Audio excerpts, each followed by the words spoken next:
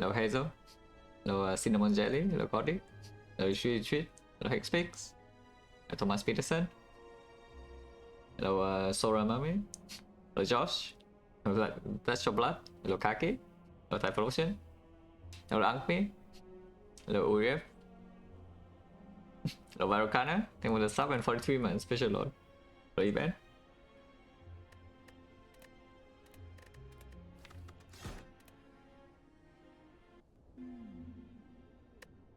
Curse for 250. Again, we just run into Burning Elite. Yeah? I mean, not necessarily true, because you could go Elite here into like the 2 late Elites if you feel like you're not strong enough for this. But this portion is a little bit dangerous. You do get this after the chest, but there's no pivot, there's no fire. It's hexaghost, so spending HP in the act is good. Yeah? And the shop is in a good position, so I don't think there's any reason to take Common Relic over 250.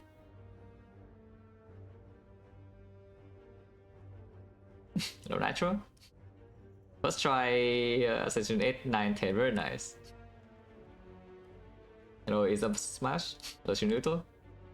But yeah, curse for 250. It's yeah, 250 again, but it always comes with curse. Yeah? It's a funny thing. Coming with something else is good too, you know. That's sure. We take a go. Shame is slightly annoying. Okay, we are shame, then we probably don't even block this. Oh god, the cultist. The cultist. And I draw like this, huh? And I draw 3 strike here also, so we probably will get on, yeah? But I actually need to hit here. Because again, we have drawn pretty badly. I mean, of course, with the curse, and you draw badly more often, yeah, on floor 1. But like, you know, this draw order is still particularly bad. Curse is always so painful? Nah. There are plenty of runs where you take the curse and you just like take 0 in easy whole ways. Eh? On average, I think you take like what?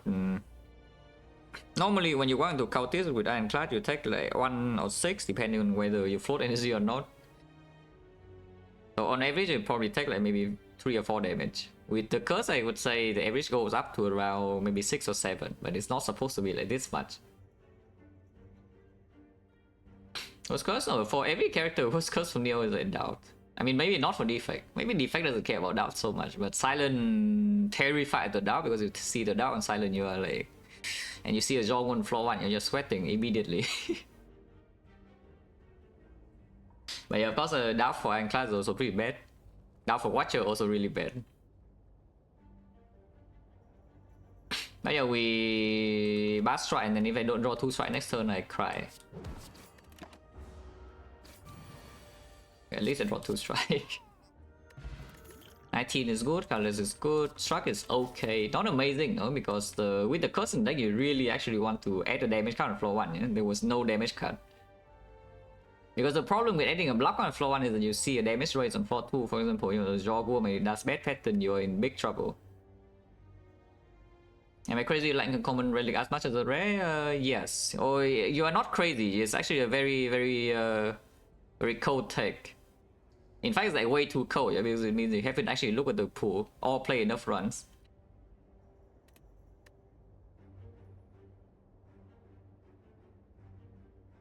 But common relic is way weaker than rare on average, which is why, you know, the rare relic comes with a freaking downside. The downside is not small.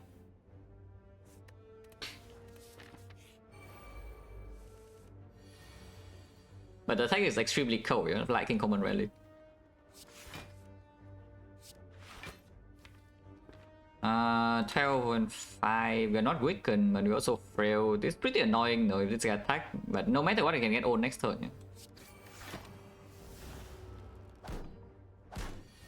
Okay, I mean, again, this line takes 1 less than the other line, but it could have been punished for sure.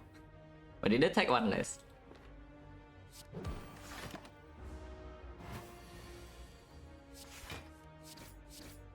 Yeah, this fight was good because it, you know, that was a fight we could block. So the shame slowing down damage and the struck not improving on damage output doesn't really matter. Flame, sure. Into hexaghost.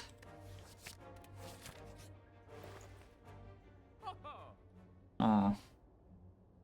Honestly, I like the Torrent Needle a lot. It's just if I take Torrent Needle, I cannot remove, and I kind of want to remove. So shit. And also Preserve Insect is here, so we probably just buy the insect. And if I have the insect, then we probably run into Burning Elite. Yeah. This relic is such an insane thing though in early game, but you know. And it roll cheap too, that's the thing. It also roll cheap. Not sure, it's just like an insect. Yeah, shame. Could see by trends. Our next damage is still not great, so we could run to a Jawworm, but now the inflame may be slightly better. Could even buy the freaking heavy blade, but that seems really weird. You know, just pick a heavy blade for free. You know, Twin Strike right now is also still better.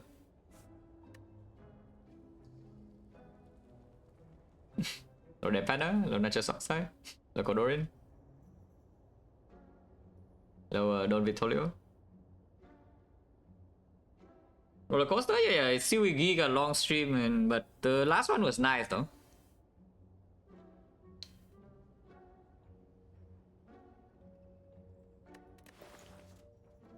But yeah, he probably can just take the trains and be fine without buying pot. And I mean, the pots are not even good. I don't think I need to pay gold for this. I hope that's true though. Because I do want to fight the advanced soul wave probably with these pots that are giga replaceable. And if I enter the advanced soul wave with like no attack, then suddenly we can have problems. Yeah? 3 runs total, yeah, the stream was 10 hours. 3 runs. The stream was 10 hours, so I don't even know how many runs did I play. I do remember the stream started with like 1 win and 1 loss and 3 wins, and then it just blurred out. That is the only thing I remember. The last one was a win, and the run before that was a loss. But you know, it was like 10 hours. Maybe just buy it anyway. Yeah, how bad can this be? I mean, it's pretty bad, but you know, eventually it will be not so bad. And yeah, I buy the heavy blade so that I don't get old with this thing, even when it giga buffs and I draw my damage in it.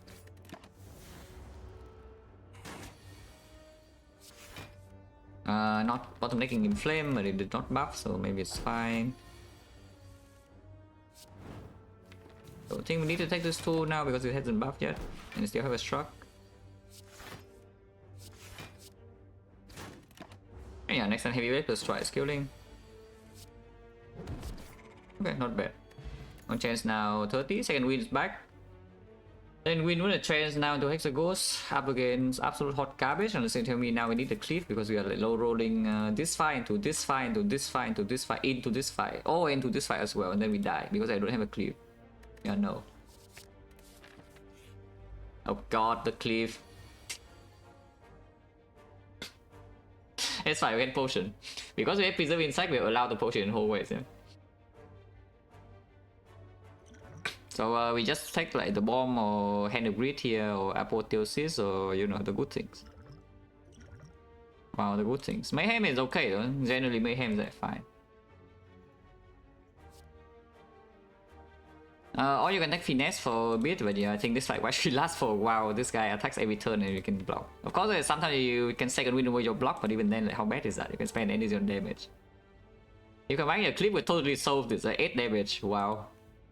Or insane, your 8 damage will like totally just end this fight immediately after you play it. It's an early fight, you know, after all.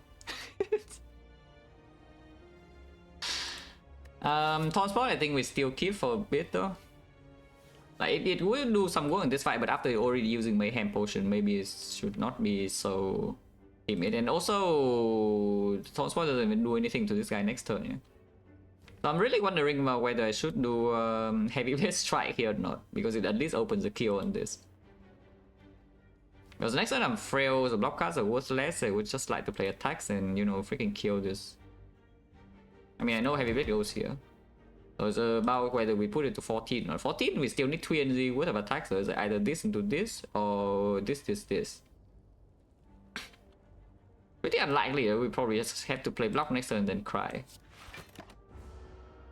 Maybe Mayhem can... Yeah, we actually draw the attacks, but yeah, we can second win. Okay, we can second win.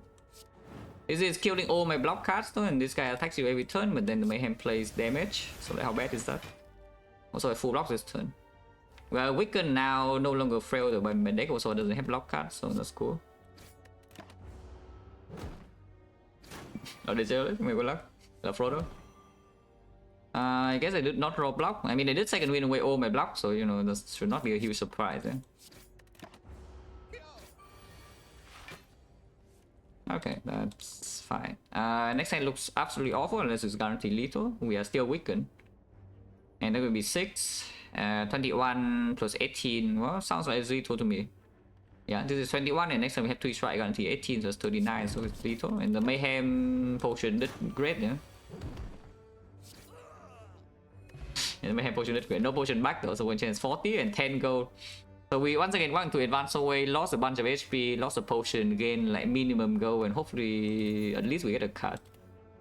And it's kind of like a cut. Anger or second in flame or armor, but probably not the armor. The anger goes slightly better with the trance. The second in flame makes the heavy blades a bit stronger, but still not super easy to deploy. Snake wise, yeah, I mean, we are Ironclad, we have like second win with this, and maybe if we have demon form or something, the snake is already kind of okay. And yeah, first cycle damage is really low. If we add second in flame and you know we draw this first. Anytime we draw this before the inflames, our first cycle damage is really low, and even if we draw this before the heavy blade is also still like 2 energy, 3 energy for 20 damage. Like inflame heavy blade, 3 energy for 20 damage. That's like extremely bad. So we probably just take this. Even though second inflame will probably be good at some point. Because anger with the trends is not terrible strength payoff when we also have like a dense attack like heavy blade. It's fine.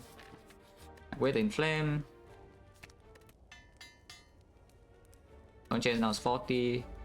Small knot, so we should hope. I sure hope I can kill this in 3 turns, because if the knot is small and we still fail to kill in 3 turns, it's like we have a freaking free fire pot here. Then you know, Ironclad is just like completely awful with this fight. Well, certainly looking like it's completely horrible, because once again, head bottom deck my bash and the inflame. Is Ironclad just can Ironclad never kill the novel one? Is like, do you need a carnage every time? Eh? Either you enter this like a carnage plus and a potion, or the novel is not dying. Is that how it works? Because I have fought like so many knobs recently, and I don't recall killing a turn 3 like ever. Even though my deck definitely has enough damage, on average. You know, on average. Let's put it. Let's put the okay, bash. With the bash, maybe we can still kill. 28. Oh, 28. Well, 28 is a very annoying number. Okay, taunt spot actually will kill next turn, yeah? So we taunts now. Of course, I could trans into an anger here and then we kill it like that, but you know, right here I'm guaranteed to only have 27. And inflame into strike is only 6, yeah? So you know, it's time for this to go. Yeah, we don't even draw the trends. Gremlin Knob, drop a Gremlin Horn. Yes, very low accurate. Look at this. Gremlin Knobs are capable of growing until the day they die. The knob just died, and now we had the horn. And Class the biggest chance to exploit by draw though. I agree, because you know Silence is not a real character, and then Defect and Watcher both have 1 less base card. So that is true. Spot weakness, yeah, strength build with the heavy blade. I mean, spot weakness with the trans bonus into hexaghost, so probably good. Okay, am I finding Burning Elite or not? Potion next fight, Sentries or Laga, we can still just power pot here. And this fight now we have Gremlin Horn. Literally just fought Exodium Tuck, so probably not any super dangerous things left in the eye. Yeah? If you go here, you get 1 extra upgrade. Which could be on the trends or the heavy blade itself is quite decent, but I think we fight Burning Elite now.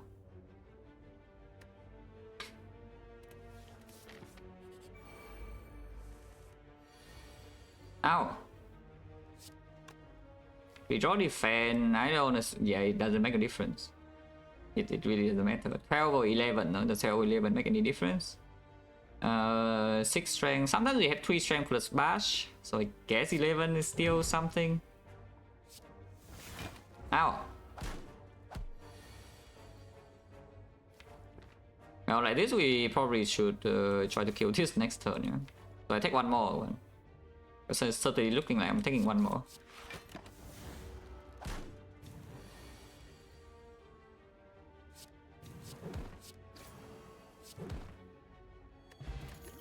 Probably did not need to take one more, but you know, I took anyway. Pommel is better with anger with the second win. Headbutt is better with the trends and better without the upgrade. Question on the edges, Pommel versus Headbutt in Act 1.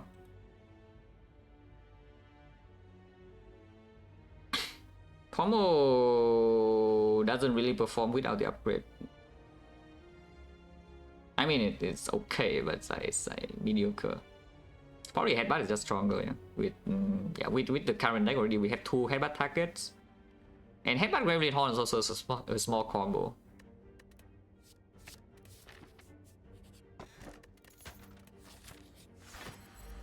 The Slug Goblin is still smaller than the normal one. It is small enough that I don't need to port, because we can also just use the Power Port, you know. Power Port is not very useful until like maybe here. And we're scared of dying to hexaghost. We have both the spot and the inflame. So even if the inflame miss, you still have the spot. Even if the spot witness miss, you still have inflame plus, you know. And then you have the headbutt on this, and you have the trance and line it up, and then surely you don't need to respect hexaghost, right? Because this side actually can still hit us, and we don't really buff that much.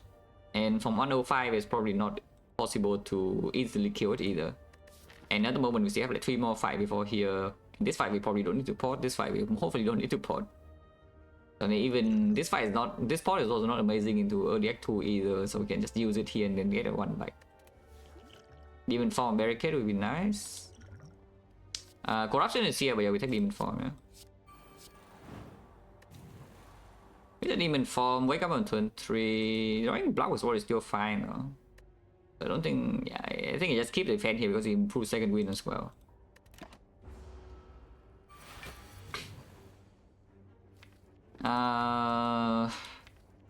Waking up now means that we have block next turn, but we can also cook one more turn to maybe headbutt the heavy blade even. How big is the heavy blade? It's going to be like what, 7 strength, 9 strength heavy blade, yeah? 9 strength heavy blade is 41 damage only. That's not even, yeah, that's not even that big.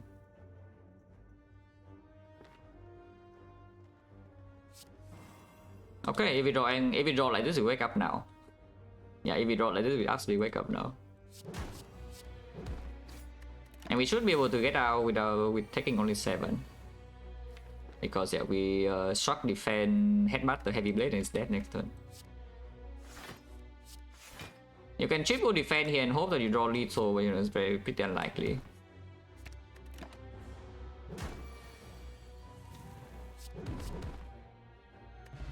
Yeah, new potion, not very good potion, no, but these relics are great. Second heavy blade, yeah, that would do. I mean, eventually maybe we do actually want the second heavy blade, or maybe not now. Struck is not that amazing, no, because struck with anchor is a little bit weaker. Struck with trance is also a little bit weaker. That said, they're taking second struck in here. Maybe makes corruption easier to take. I mean corruption is already fine to take though, because these relics are good enough early game. But I don't think I want a second heavy plate, yeah? If I pick another strength payoff, maybe it's a twin strike or a pummel at the moment. And then we want to the second knock and they get owned. Hopefully not. With 2 strikes, I don't think we need to take one to pop puzzle. Hopefully not stupid. Okay, I guess we take one now because it's not killing. In case it attacks next turn. Yeah, it does attack, but it's also dead.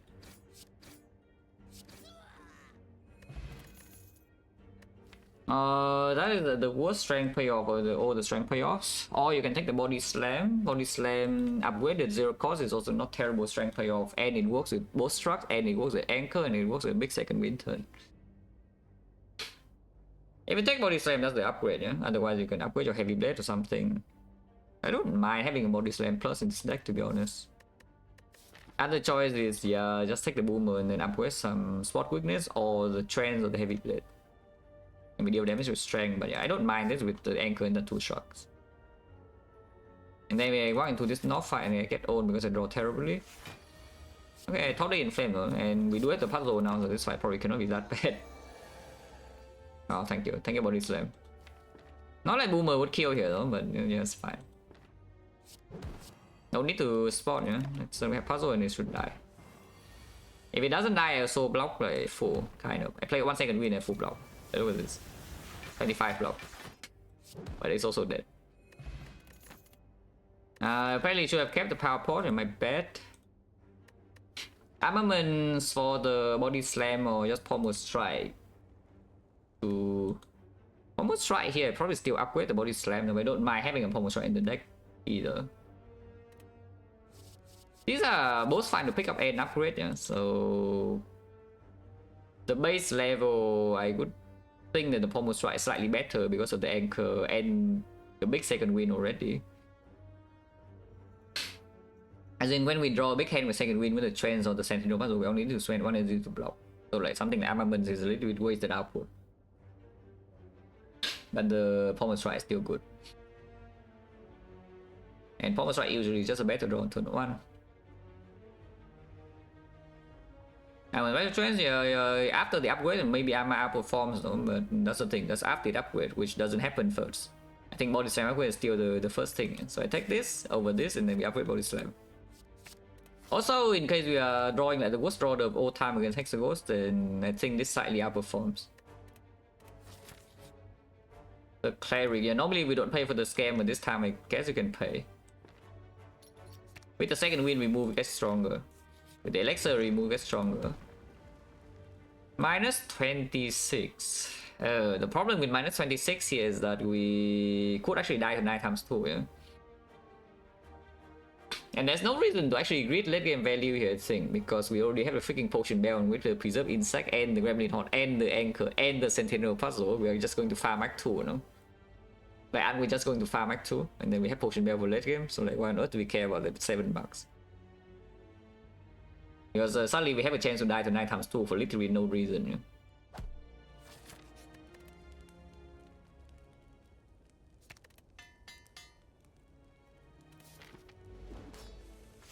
I guess spot weakness? What is the trick of the spot weakness? Is I think it's like 4 in a row now or something, right? That we fight hexaghost and it's drawn on turn 1. Every time, yeah, and the chance is only supposed to be around 1 round 4. But I think it's like 4 in a row now or something.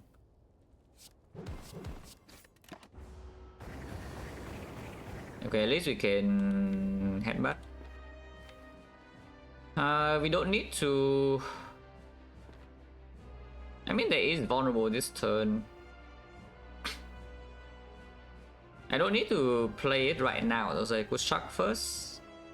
I mean, I can even trance first and second win my block away or something, it's fine too. And if I let body slam, the second win is also good. And then I headbutt, yeah. I trance first, and now I headbutt the spot weakness, so we'll land next turn, and now we can double block.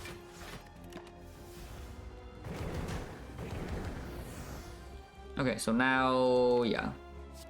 Inflame spot, and you see like 1 energy, second win is already full block. If you want to keep all of these in, then you can play the Shrug instead. But the second win right now is also making body slam stronger, yeah. And we still have 38 HP, so even if I take a hit next turn, is probably still fine. We can elixir burn later. Next turn is 6 times 2 though, so if we take a full hit next turn, and then 9 times 2 we brick, and we are still not dead, yeah, because I have HP. We can always elixir away burns if we really need to.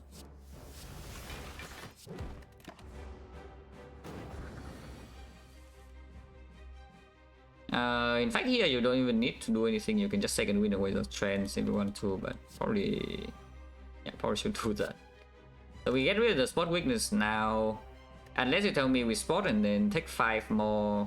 You can simply just second win away and then play a heavy rate body slam. 6 strength should be enough, right? With the anger too. Yeah, this should be fine. I bottom deck my bash though, but still should be fine.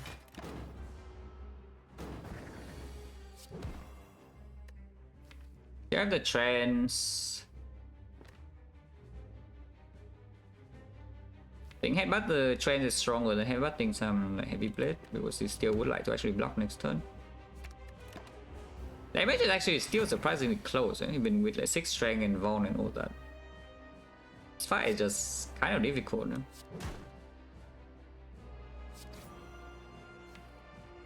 I may die or not. I can bottom deck 3 cards, which could be Heavy Blade, Bash, and let's say Headbutt. And the vulnerable runs out, yeah? So I only have 48 damage in here guarantee, but I can flex spot. That said though, I think I should play 1 strike, and then we can play strike. But yeah, like this, next one's guaranteed lethal, yes.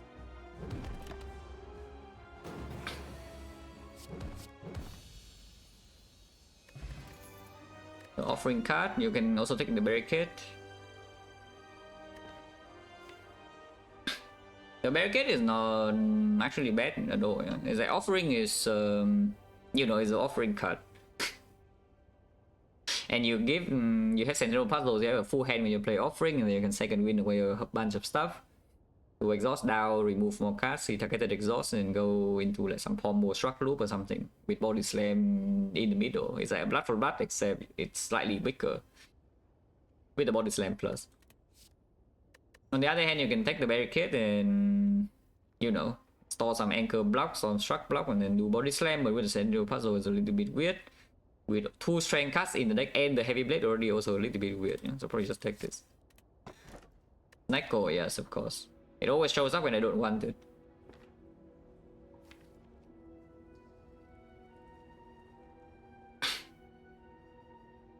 And Ironclad just sucks? No. I would say that this is a very slow burn thing, yeah. So like don't expect it to be done in like a week or even a month or even maybe a year. Maybe a year, hopefully it's done. But this is going to be a very long grind. So we don't go full throttle from the start, of course. And right now I'm just playing runs. Like if I do some dumb stuff, like, you know, actually not remembering to play this arm into the knock when I have 31 HP, then you know, I die. That doesn't have much to do with Ironclad. And to keep this up for a while, what do you think? Like, do you think that I can get like 28 streak on Ironclad in like a month? That is pretty unreasonable, yeah? Even if I can win around 90% with 1 run per day, that just doesn't happen.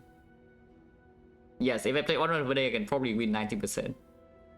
But like 28 streak in 30 days, like, do the math. Should I move on? No, this is like one of the last things I will do in Spire. I know what the next thing I will do is. This is one of the last things I want to do with Spire. I never grinded for the silent streak. I play silent samples and the streak happened when I got better at the game. But it took like what 300 plus runs and in total like around 3 years.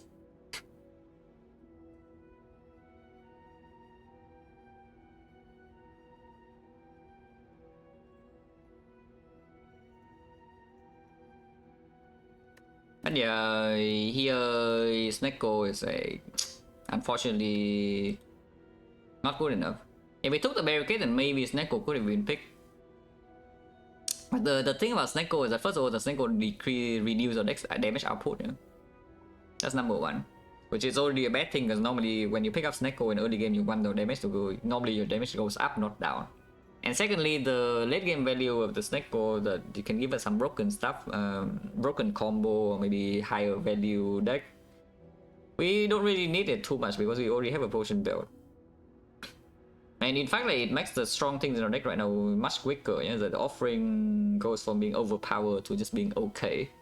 And then the body slam plus gonna be easy to play, and the anger suddenly becomes like worse on the base card, and you know, battle trend's not even so good.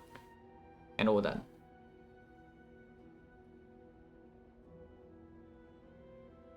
I mean, I can tell you what I want to do after the class trick, after I get it or I give up. But it will probably be a while until I give up, yeah, if I do. is the last thing I want to do is to get the final 20 streak. Because if I at least beat my PB on Ironclad, it will be 20. And there will only be one streak left. I do not get 20 in Spire 1. Spire 2 maybe up, like why would I? Spire 2 will just be worse than Spire 1 for like probably a year, maybe 2 years, maybe 3 years, or maybe forever.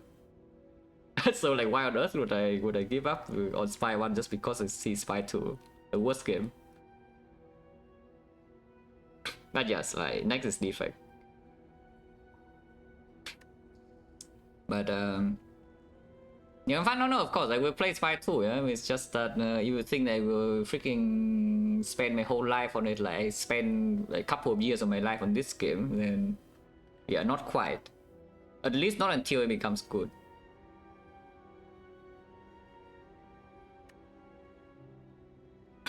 I was trying that was a correlated randomness stuff.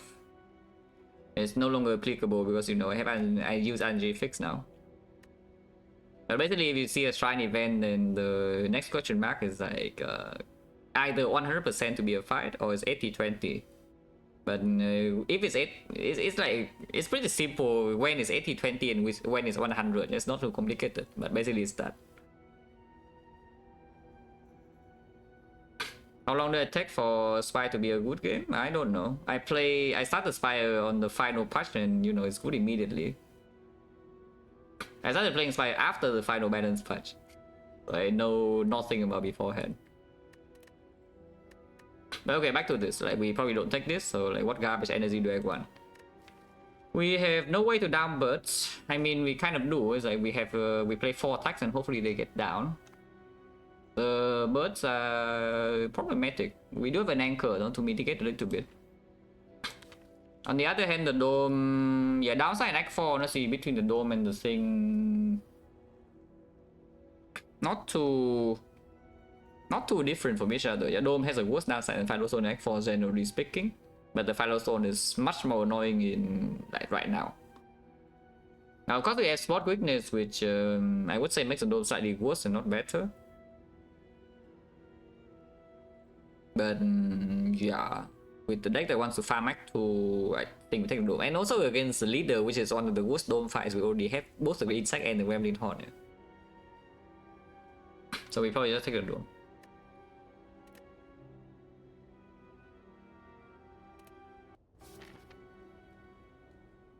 When did I decide to become super good at Spire? The first minute. The moment I saw somebody else play this game, like my first exposure to Spire, I already know that okay, this is a game I want to get good at. So I played the first one with intention to get very good. Yeah, it was like love at first sight. You know, I see this game and know immediately, okay, I love it. I probably will very much like this. I mean, I probably like it more than I expected, but you know, all good. 3 elites and yeah. If we want 3 elites, we need to go to the left, and the left path is awful. If you want a slightly less awful path, there's a right path, but there's only 2 elites, which is annoying. But you get several fires if you want fires. Do you want fires or not? I want pommel upgrade, and I don't mind the heavy blade upgrade too much. With the dome, you really don't want to stay in the hard fight for too long, so you just want to end the fight instantly or something. Heavy blade plus eventually will work. Against a champ, yeah, spot units against champ with the dome now, so you know. Really broken discover public knowledge. I mean, there are plenty of those. In fact, because I started learning about those things that I use RNG fix now. If it's just like some shrine in the cultist or whatever, nobody cares. But like the, you know, like knowing the hard 50-50 with the train spoon, or knowing where your lightning orb will hit on defect or in certain fights, like notably Rectomancer. Knowing where your mummified hand will hit. These kinds of things are a little bit too much. And yes, they're all in the game. And because I started learning about those, I just use RNG fix because I don't. That is too much.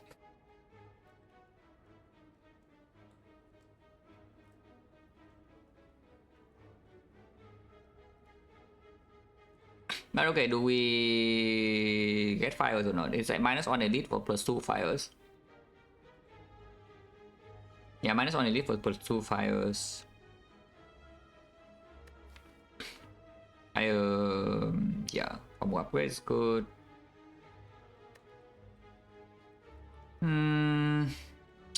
With Anchor, Preserve Insect, Gremlin Horn, I don't expect this path to go wrong at all, you know, but it's just, the question is just like whether it's actually higher value or not, +1 elite, because I don't even think it is.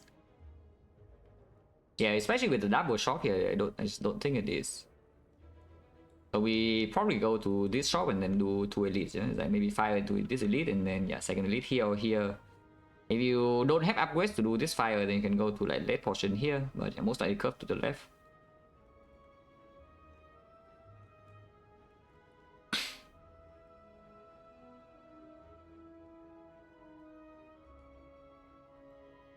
And yeah, do I go question marks or not? Because we have golden idol, so bloody idol is available. Yeah? But bloody idol, if I only fight 2 elites, rank 2 is also not even that good. Honestly, I don't even mind just having extra gold, you know. If I don't need to sustain, I don't mind like having the extra gold because it improve actually question mark as well. This, if I start here, I'm always forced to do 1 advance always at least, you know. If I start here, then I can choose. But I don't think I mind advance always too much with Anchor, hopefully not wrong. And we walk into like what, some triple cultist, I draw spot units on turn 1 and O block. And offering is bottom deck, and then I get destroyed even with Gremlin Horn because I never get my strength, I don't draw any block on the future turns, and everything sucks. Surely it will not happen. Also, I could see chosen +1, yeah, like some chosens are pretty bad with both the anchor and the dome. It's like chosen with anchor so it doesn't do anything, and then the dome, we're just helpless. That fight if we draw damage in the bad order. Not sure. I still don't think I should be too scared of advance always.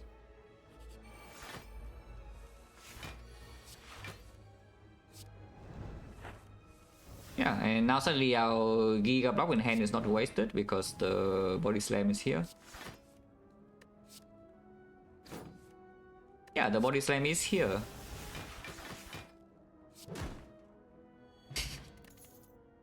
So we don't waste our blockers.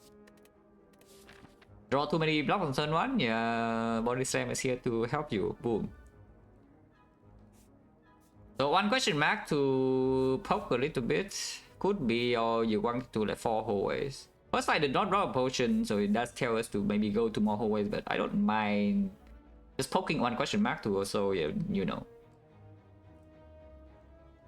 If you go there, you could even fight the elite before the fire and then choose to take an extra fight here if you don't want to go to this question mark, you know? But like something like Mausoleum here is not even so bad because the shop is right here.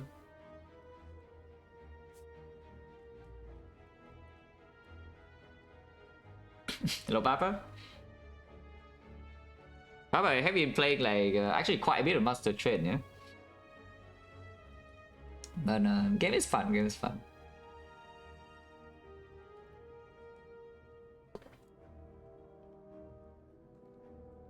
Hopefully it does get more difficult, the highest difficulty though, because Naruto 2, I have never played Master Train 1 and I don't plan to. But I do have a key for Master Train 2, so I'm giving it a, like, playing it a little bit to see how it feels and like why people like it so much.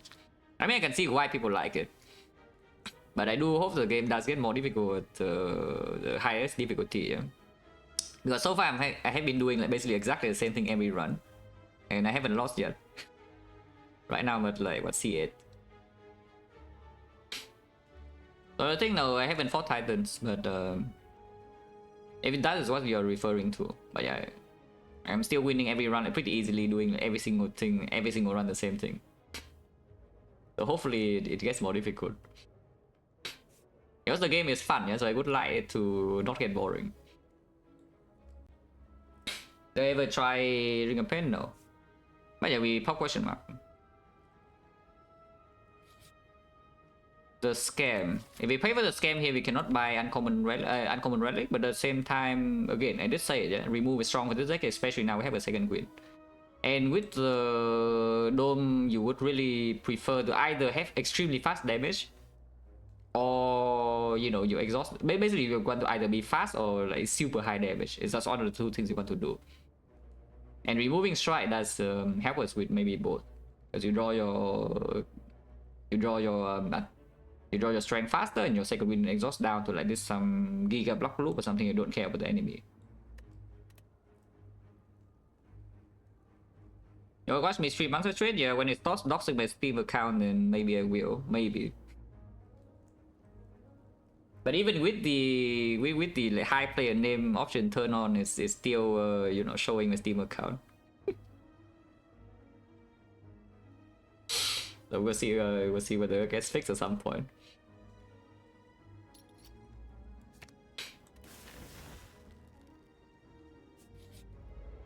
Chosen. This fight with the dome is pretty annoying, yeah? And the spot weakness misses.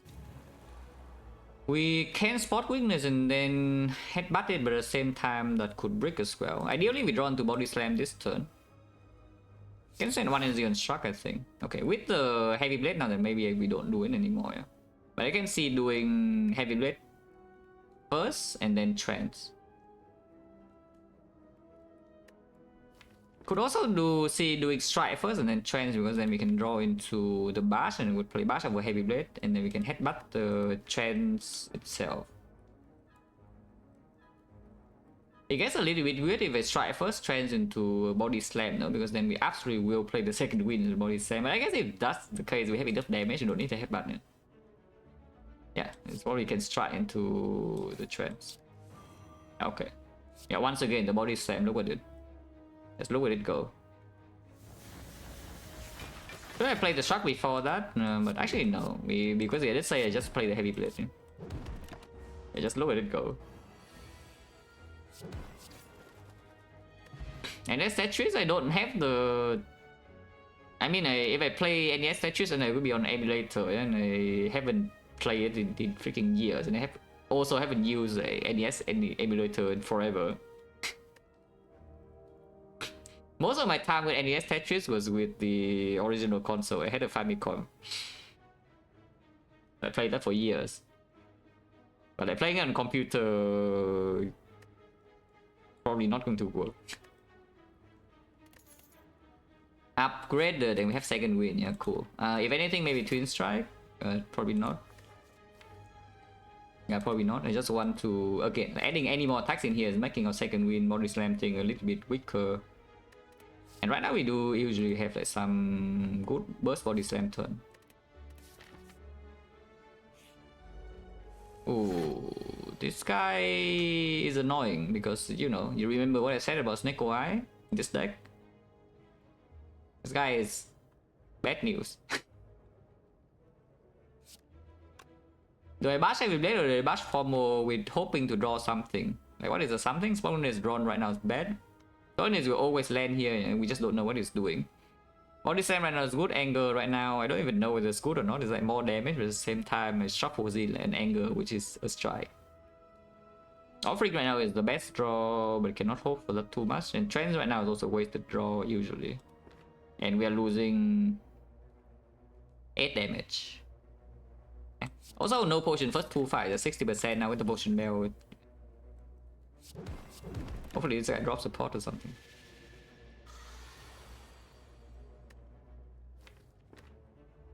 Do we want more Vaughn or do I want the heavy blade? Oh, second win here, huh?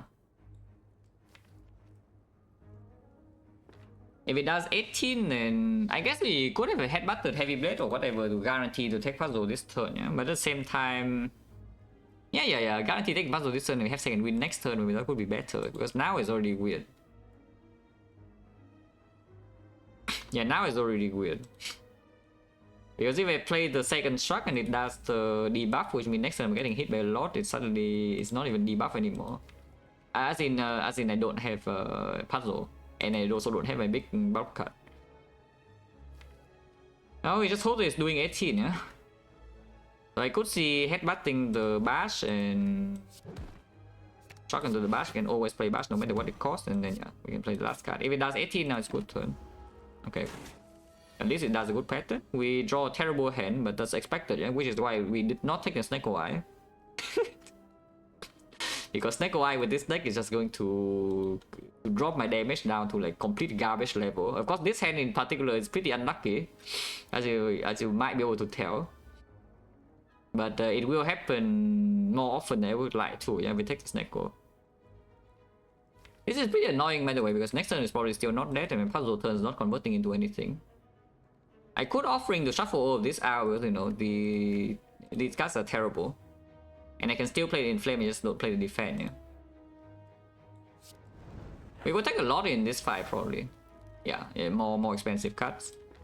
Like this, I guess we can play Spot Witness over the Inflame, because, you know, it's guaranteed 3 strength still.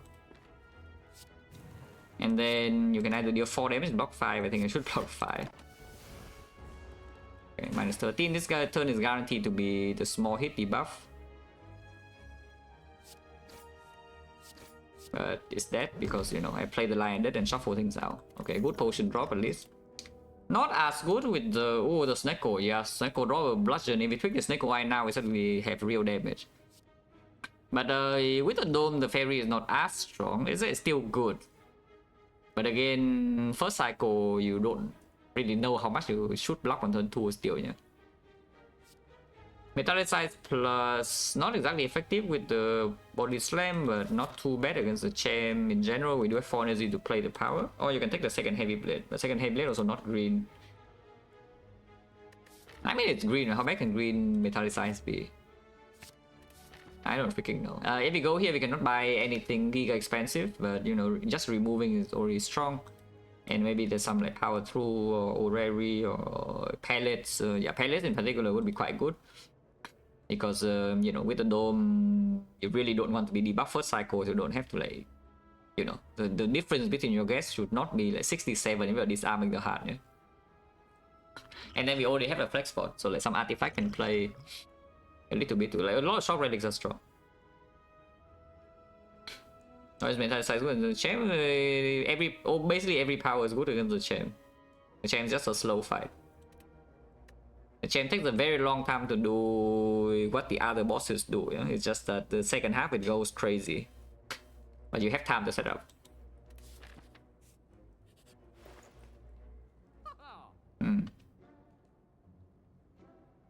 I mean, I know I wouldn't be poor, but so which thing do I take? Which thing do I take here? There's the feed with the fairy and immediate early game power. It's like we currently do have early game power, and again farm 1, 2, 3, 4, 5, 6 fights here, so it's already like maybe 15. If we miss it once in a while, like, including the champ fight, probably maybe 15. Or we can do Frozen Eye. Frozen Eye with Dome gets a bit worse, but with the puzzle and the potion bell gets significantly better. And Apotheosis is the last choice. Apotheosis, I win my entire deck, and you know, winning my entire deck usually is quite good. Personally, I feel like winning the entire deck is like quite good. Of course, Apo is the most expensive. I do think it is the strongest, so it's priced appropriately. I think these are priced according to their power level. So you know, Spire would balance. But they're all still very strong. So which one is it exactly? Because the Apple actually give us the real block output, yeah? Suddenly we have like Struck plus, Defend plus, so the body slam even after the anchor turn or the second wind turn is still very powerful. And then once you loop down, yeah, still good. Yeah, once you loop down, suddenly double shock into body slam is just a very powerful loop. It outblocks the heart even with the Dome while dealing damage. Of course you need weakness, no? The feed is slow and cringe, and if we get giga low roll, then it's worse. So I probably don't take the feed. And the Frozen Eye is strong, but also maybe slow. To optimize speed, I think we should do the Apo. Also, I just like Apo, you know, that's just say I just like Apo the most. Good vibes, you know, the Apo is just a good vibes card. If I take the Apo, I don't mind going here to upgrade it, yeah? And then we walk into the question mark. You know, good vibes.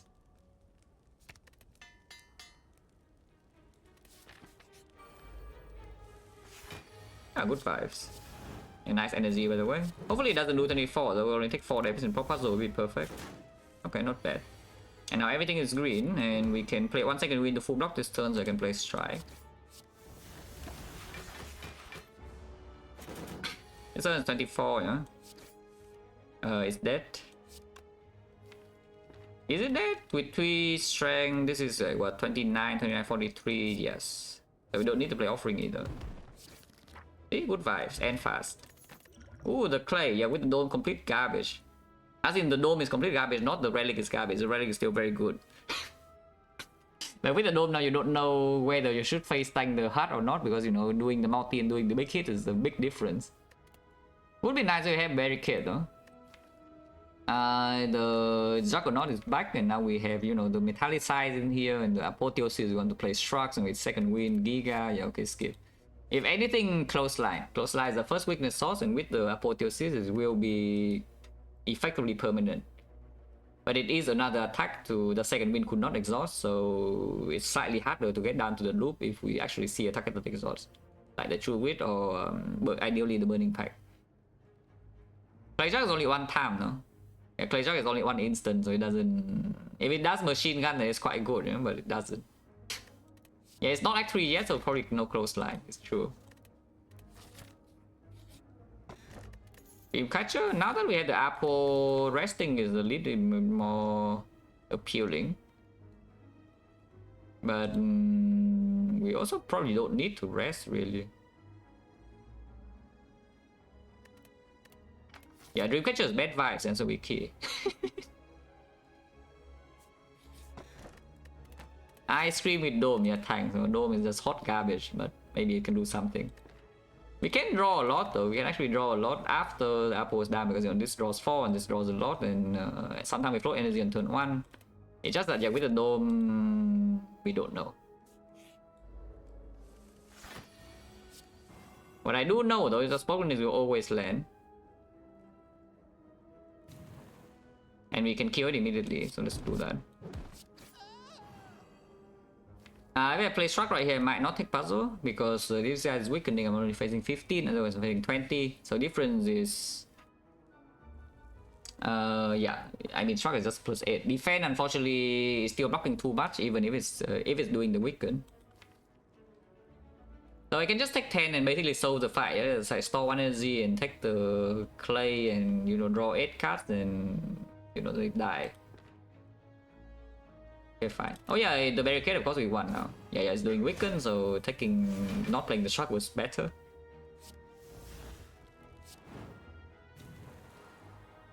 Can I not play offering? Also I can. Also I can, so I will. I will not play offering. It's not lethal here, but, you know, we full block this turn, and, you know, next turn we still do fine and everything's good.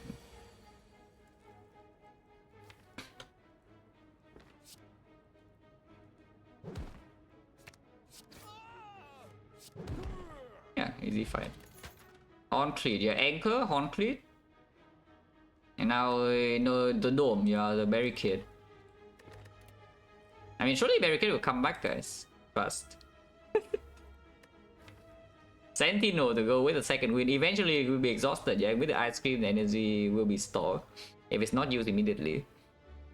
Probably not, though. You could see 5th energy after this cycle as well, and then this card is just like kind of worthless.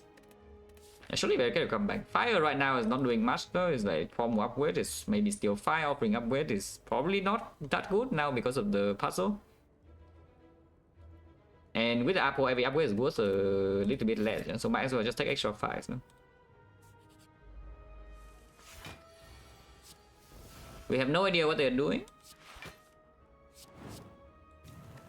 But we have complete next turn, so, you know, even if they double attack, it's fine.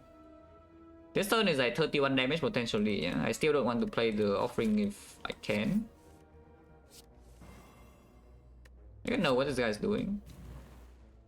So we could be facing 31 damage right now, but we also know that for sure he doesn't attack next turn. So let's just double block. He could buff again. Oh yeah, she attacks, so this turn we know for sure they're not attacking, both of them.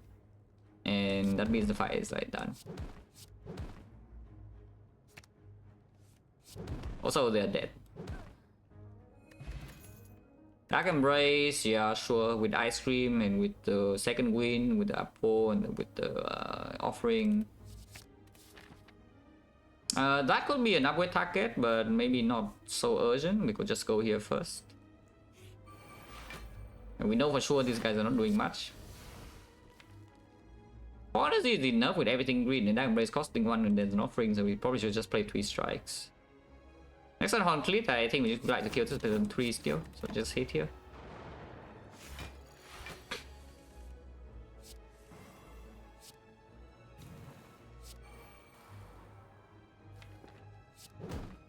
But I mean, you see, right? Apple is just very good vibes, eh? Suddenly, I don't really need to calculate the lines too much, you know, because my deck has enough raw power that I just play my cards and the fight is done. They're very, very good vibes. Instead of doing some cringe calculation with some frozen eye or like stalling with the feet and whatnot. Of course, the Apple has been drawn early like every single floor, yeah. So hopefully it stays that way. It would be nice if it's like, you know, bottled.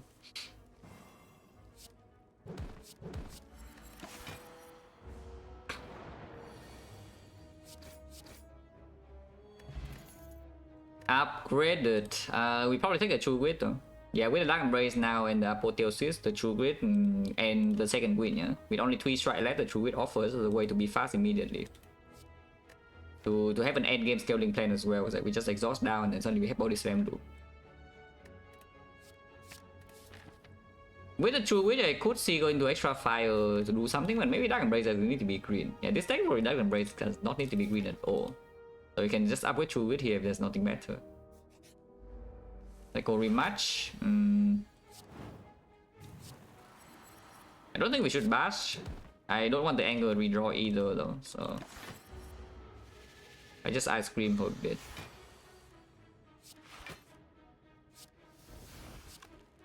Should not have done that because I could have drawn a Dark Embrace then I could have discounted, but you know, it's fine.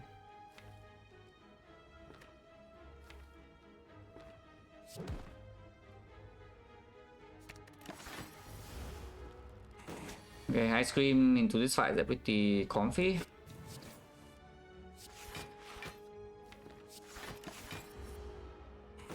And the Snecko just does the good pattern both fights, eh? That's pretty nice. Pretty nice of it.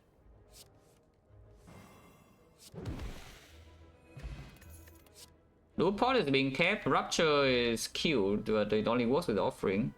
I mean, we will take Bloodletting, no? With the Ice Cream and the Clay and the Puzzle. The Bloodletting is a Giga cut. But it doesn't mean anything for the Rupture, I don't think. Blue Potion at the moment can go on Strength and go on Dark Embrace for it to be extremely fast. And it is an endgame potion with the Dark Embrace as well. Lex improves a little bit, but this is Energy Pot with Ice Cream. And the thing about the Elixir is that it doesn't actually work in a fight that we draw badly, yeah? So it's just a thing that secures output when the fight goes too long and maybe you feel that you could lose. But if you are top decking Dark Embrace, it probably means the fight is going like not too badly. So I don't think this is a situation whether the Elixir should be kept, yeah? Over like the things that could actually bail me out of low roll draws in Act 3. Or the Spear and Shield. But this potion against Spear and Shield also doesn't do that much. Of course, it could just draw Dark Embrace on turn 2 with nothing, and suddenly this Aceres draw 4 cards. At the same time, we can take Puzzle against turn 2 with Spear and Shield always. Because as long as you don't play extra block on turn 1, the anchor doesn't full block. Right? And then turn 2 we have like Horncleat, Ice Cream, Puzzle, so hopefully we are fine. Question marks are faster. Also Twack. These are like Giga cringe. With the Dome slightly better and the Fairy, yeah? So like you... The thing about these apps though is that you enter the hard fight with like 34. Don't know anything about Transfer in 2 months, Special Lord. Yeah, you enter the hard fight with 34. Normally you're scared of your mind if you're not intangible in the first cycle. But in our case, we are pretty chilling, yeah? Because you can just not do anything on turn 2. And if it's a multi-hit first and you get a Giga Clay for turn 3, And if the big hit first, your fairy got you, even if not intangible. These are very fast if we see barricade. Also, we have like a freaking offering. I mean, they're cringe, but you know, they're probably good. I'm going to choose it first before the Dark Embrace, I think. Because we do want to play this every single time we draw it. And energy issue for this probably is not a huge problem. Maybe. Yeah, we can also see feet on the champ as well. Do nothing and could take 8. I could see blocking 4 as I play defend if it does a debuff the next time it's a horn clip. Otherwise, if it does a big hit, we take 3. And proc puzzle. Yeah, it goes so buff. Yeah, this fight we just exhaust down to body slam loop, yeah, so the anger go.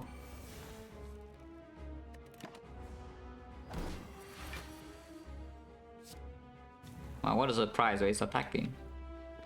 And it's attacking for a lot, yeah, so I will play my thing here. We do not actually want to play defense because I want to second win all the other way. We are giga overdrawing. Now this thing draws 9 cards. Yeah, this thing draws 9 cards. Maybe I just play like heavy blade strike first and then offering.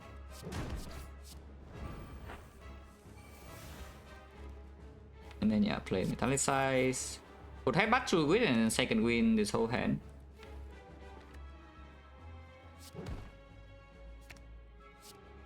Yeah, apparitions, yeah, nice apparitions.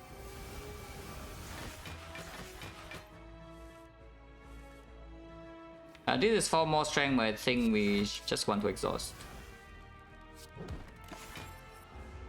So it never does anything, it debuffs me.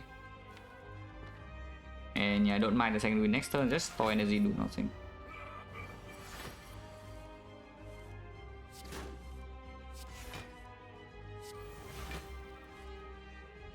Would be taking 7 damage here.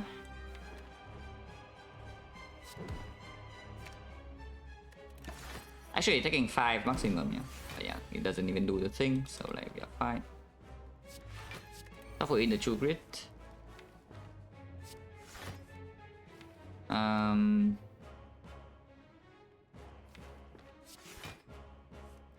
Filling out the spot is like fine too. Yeah, we can second win away the spot too if you want to. Keeping the spot around is not the worst either though. Keep energy. Yeah.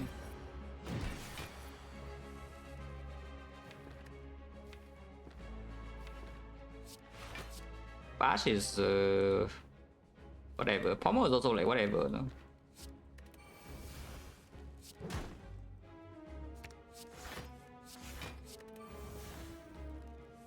I'll let you see like the burning fact would be like way faster than whatever this is doing, yeah? But this is I think fast enough. Yeah, I think this is just fine. You can also just ignore the body slam and then play the heavy blade instead. That is something you can do as well. Then Win can go now.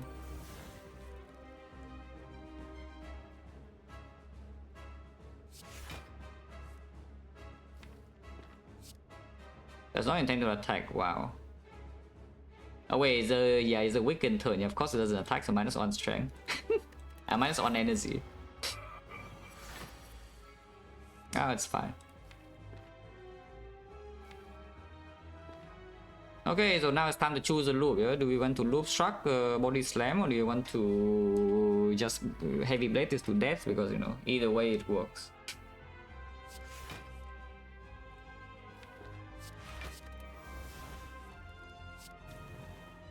Actually, this turn it could take damage. Oh well. Ah, it doesn't even do the thing. Next turn I go in, yeah.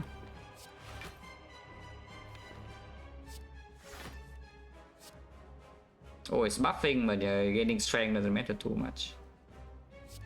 It's also I could even go now. Okay, let's just go now. I mean, it's always dead over 2 anyway, but it doesn't matter. Die. Any feed? Ah, it is feed. Exhume, no? There's an exhume with apparition, yeah, when we are feeding. It's feed plus with apple and it's feed with apps, and you know. Maybe it's not slow and cringe if you have the apparition, it's probably like fast enough, maybe. This is pretty strong, but this is actually slow and cringe. But this maybe is fast in Act 4 because I don't need to think for about line. Maybe. Hopefully. Dripper, we don't have sustain, but we also have apparitions. Joker is probably not with this deck, and the crown is actually fine, but you know, every card have upgraded, and I still want a burning pack and maybe a even something like corruption, barricade. Like how bad can Dripper be? It's Dome Time Eater, so hopefully by the time we get there we are stronger. 3 elite paths is double fire, which is a bit annoying because upgrades are worth a little bit less, but I don't mind going to shop. Hallway fire is more fit, but you know, it's also slower. And question mark would give golden idol go, and then I'm going to be rich. Bit rich.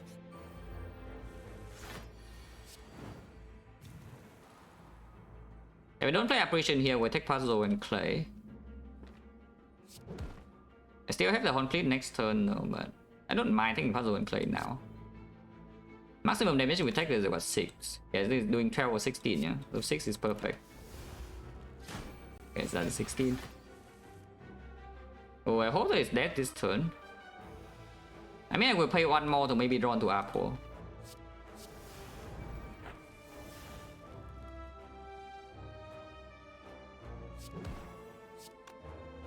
This is too much energy to spend, and I'm raising to apparition, so we just spend into hope that we draw Apple. Yeah, last card. Okay, all good. Hit plus. Sentinel's back. Our energy base is 5 now, no? So even if we have to chew it and the things that we will get the Sentinel energy cash in, yeah, it's not really doing much. Okay, it's a whole way fight anyway, I guess. Okay, this guy's attacking. That's some info. Can we kill one or not? This is 11. I chew it away something. We could even chew it away second win, yeah? Because the rest of the hand is spending energy in this fight. Redraw doesn't really matter too much. So this will be what? 22 by 22 is 33, 44. So yes, we can kill one. So let's just kill this guy. This guy cannot multi-hit on turn 1, so even if both of these attack, we're taking puzzle nicely.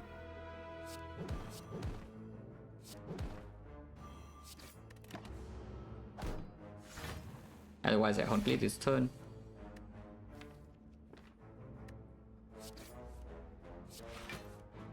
Playing offering means we don't know full heal, but you know, sure, whatever. It's -1, yeah.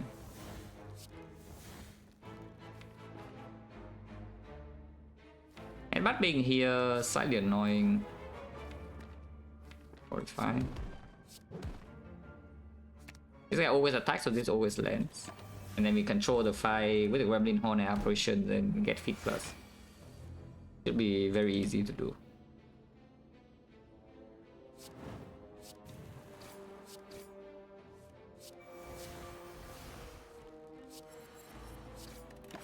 And with 5 base energy, you can just play your cards. Yeah?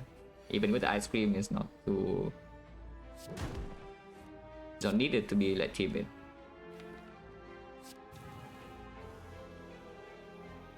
And 26 is perfect.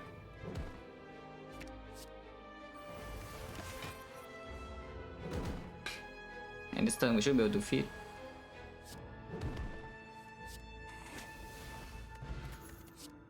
Another second win, well, not needed. 1 is enough. If it's a power through or something, we probably will attack. But yeah, second win, another second win, don't need. Almost strike will not be green.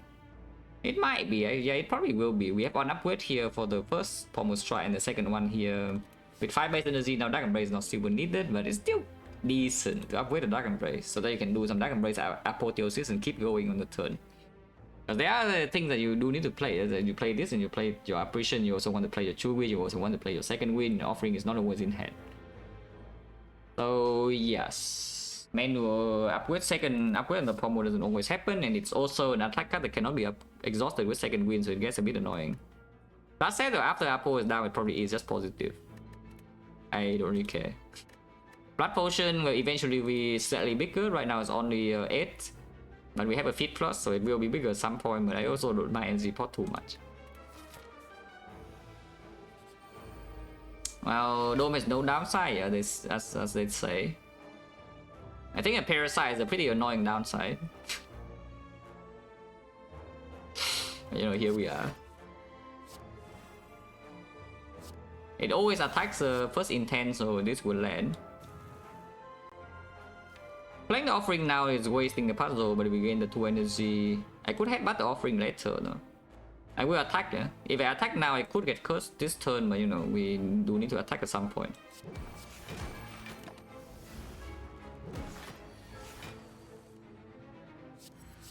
We could be facing a billion damage here, by a billion I mean 20. Maybe I should have taken the blood pot because of this fight. I did not actually think about it, but it's true. Oh, vulnerable now, so you could be facing 57, but good thing we have afts.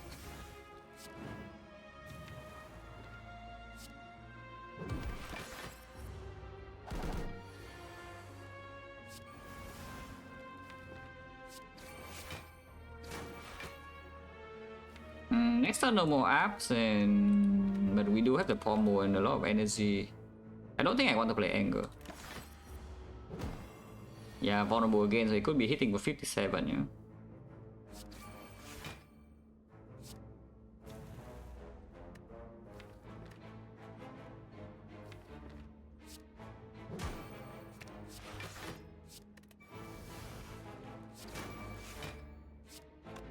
This doesn't kill.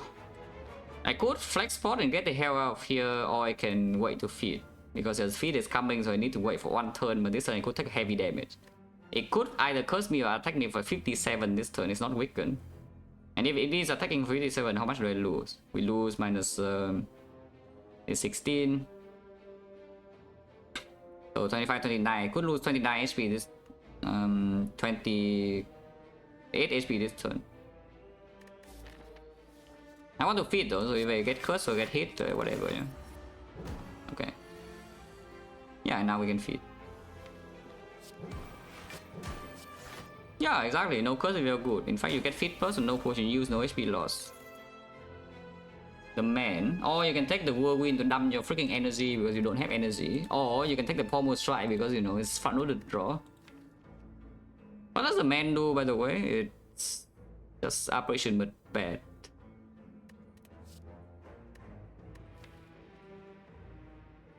We can use our energy, though. We absolutely can use all our energy, so the whirlwind doesn't even make a lot of sense, yeah? Considering the AV fights we have no worries about because of permanent horn. So I think I should just take the pommel plus.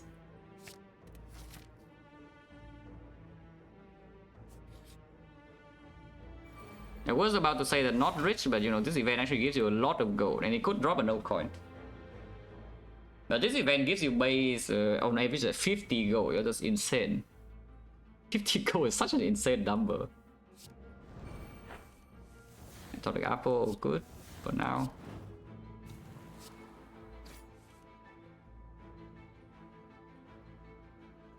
It could be attack me for king me for a lot, and I don't have energy anymore.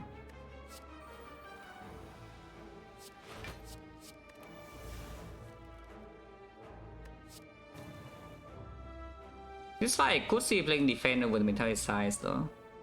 Otherwise I'm blocking 26 and I could take only 6 damage maximum. It's probably fine. And yeah, if they burn they don't take damage, and this turn they have some apparition or something, maybe, hopefully.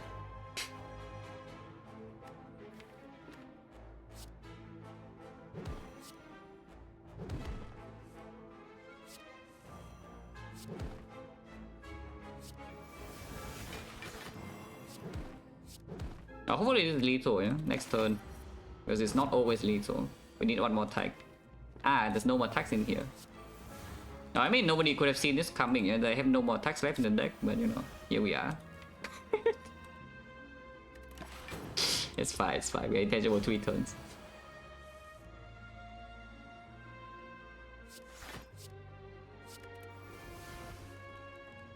Spending my one pommel now, sure. Only 2 more turns, yeah? So, you know, don't have the infinite time here.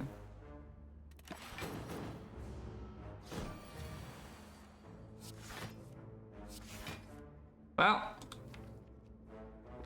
bad. Holy searing blow.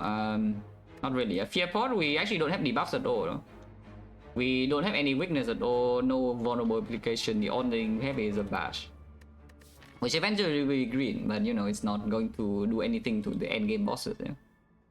This fight can apply vulnerable, awaken 1 can apply vulnerable, don't let guys worthless against, and hard you cannot apply vulnerable after second cycle, speed and shield you don't have for.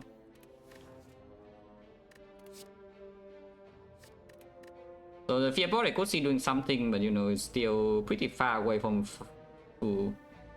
performing in the fight that we need to strip artifact in, so probably not, because energy potion could play.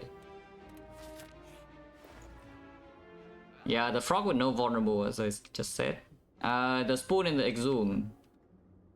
Well, it makes a dark embrace weird, but you know, we are intangible forever. We are actually intangible forever if I take that. Also, I can exhume feet. Spoon dome, yeah, actually fixed though, so no nonsense.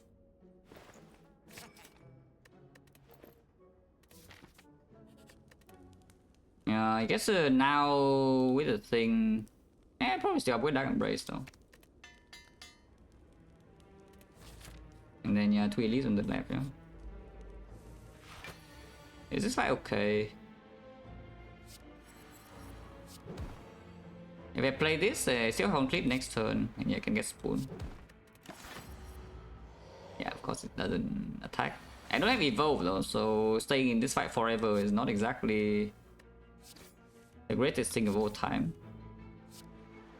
Also, my Exhume doesn't work on the thing because I have Spoon everything so far. That said, I can just Exhume Offering and, you know, do my thing. But how bad is Exhume Offering? Exhume is gone now.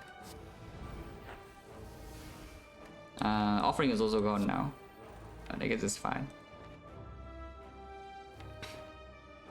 Don't need to do anything. Yeah, Amy can play that. The intangible 2.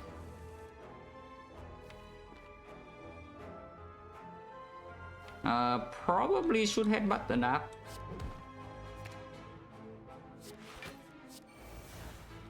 Shuffling this out, yeah, sure. Oh yeah, Apple also comes back, right? Wait, Searing Blow. Ah.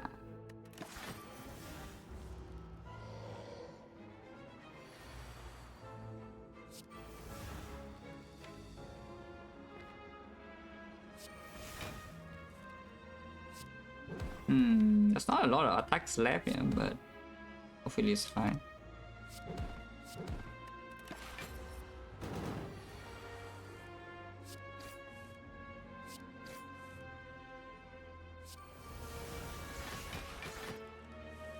Okay, feet is here, and feet kills.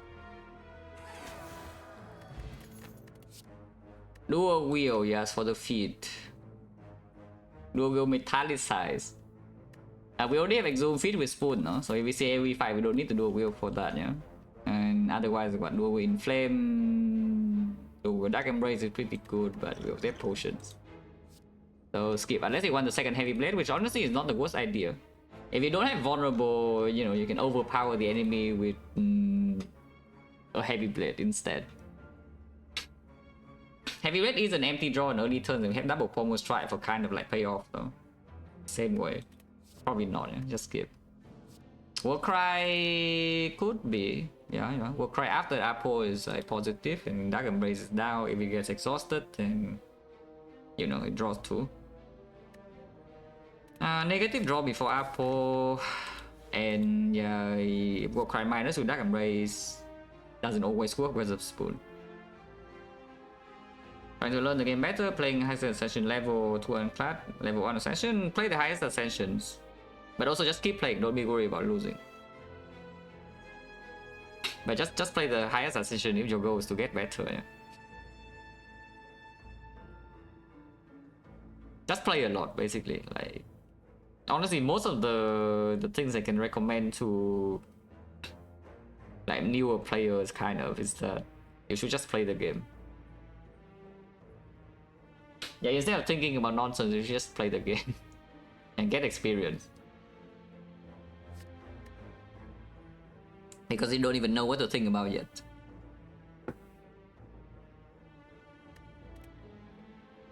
Attack potion over energy, if anything. Probably not.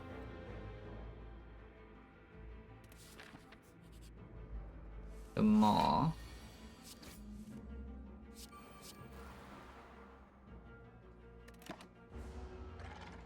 Maximum attack systems at 16, yeah.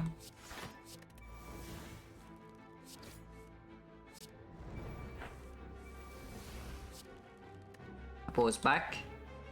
And a Zoom offering, but I don't have the app here, so it will hurt a bit.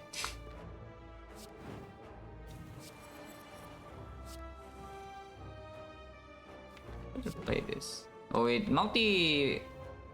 Spoiler is we just miss, unless I exhume a thing now. But then I'm not full HP, but you know, whatever, not full HP is fine.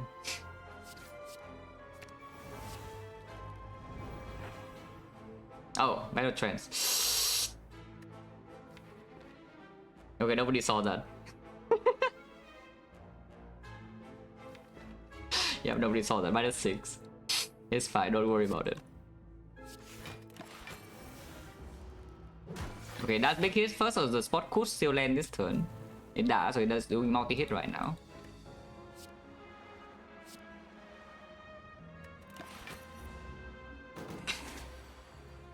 So what? No, nothing happened. Yeah, exactly, nothing happened. Also, we are like intangible forever, which is about expected.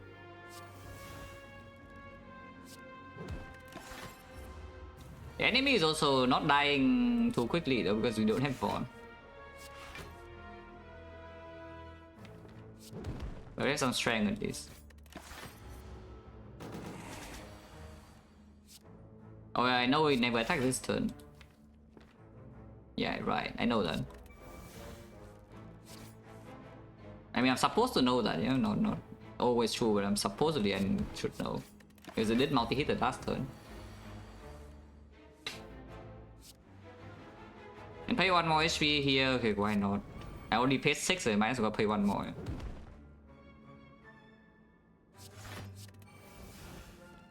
Feed is here, so I can feed. Second Queen, don't want disarm. I guess with the dome it still helps in boss counter. In the hard fight it's still fine, with the fairy, yeah, still good. It's not that we are intangible most turns, and you know, if you know the 50-50 you can maybe clay the multi-hit. That's probably still fine. Also spoon disarm, how bad can spoon disarm be? We can just stay in the hard fight for like what, 4 cycles, even 5 cycles sometimes.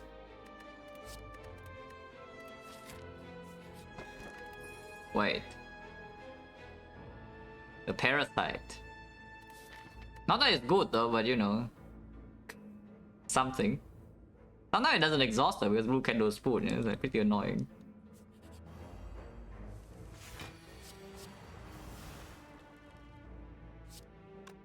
Probably out of war here.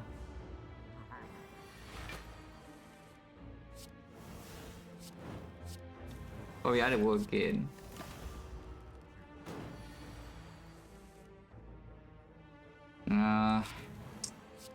You have to take a full offering because I do not have apps. Huh?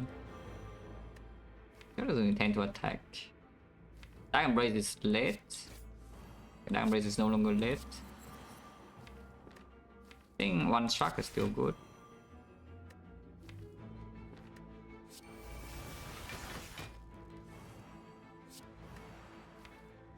Offerings here. Can pay 1 HP to just like kind of kill it now.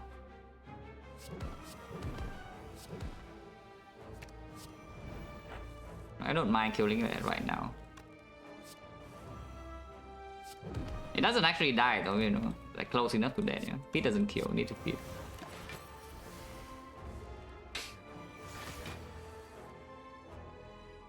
Double dropping Act 112 can remove 9 cards. Nah, if you want to do dropping infinite, like your goal is to... I mean, removing is good and all, yeah, but like the actual thing your deck should be doing is that you have some cards like this, the second queen. You see this card? It gets rid of every single defense, yeah, eventually. It gets rid of the structure wave 1-2, gets rid of all the skills. So this card in your deck essentially is like remove 20. Those are the things you want. You want like the feed fire, you want the second wind, you want like burning pike, like maybe Chu. Chu is the slowest of them all, but you know it's still doing something. That the exhaust keyword, you know? Like you burn your deck down, you don't need to remove cards. I mean, removing is still good, but it's not the only thing you just spend your resources on if you're too weak.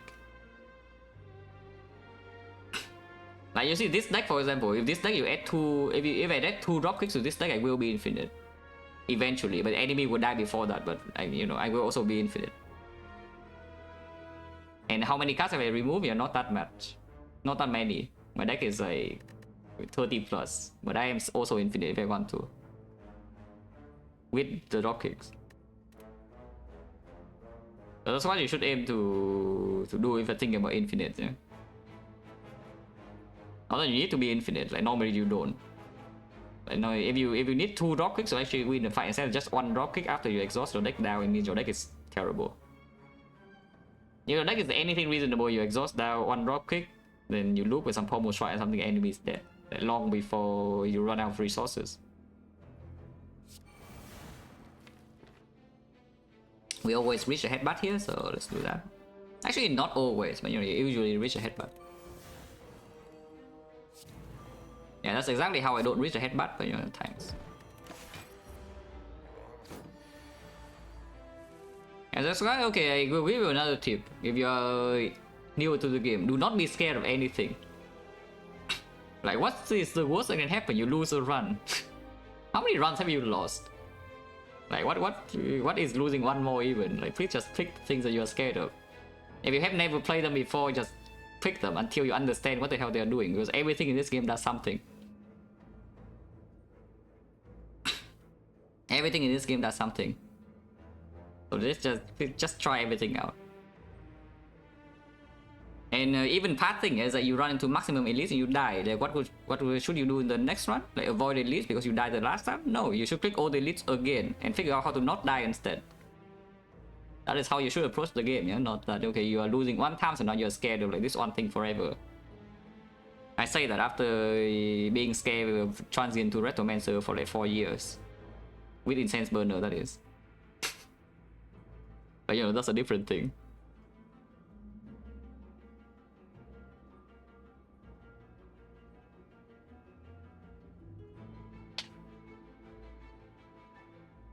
Okay, we need to feed, yeah? And our intangible is running out, surprisingly.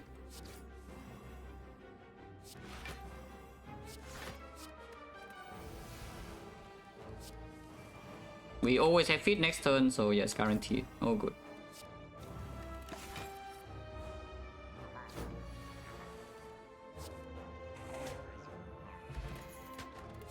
Our carbon point is Luma. Seeing red is more energy, and yes, we could use energy. It's just that I don't know whether I actually would like the seeing red to come back or not. Or we can go Giga Metallicize. We have 8 Metallicize, our Calculum is 14 block here. If you do the Metallicize, you have 18. Wow. But yeah, seeing red is probably still good. Huh? Block potion, with the seeing red, no energy pulse is less likely to happen. Block pot is just very mediocre. Then if you're intangible, it doesn't even do anything. And we're intangible for most turns.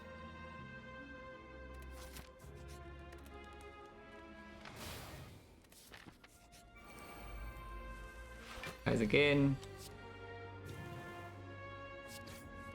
I see that I could be getting hit this turn for a lot with no counterplay. Good for me.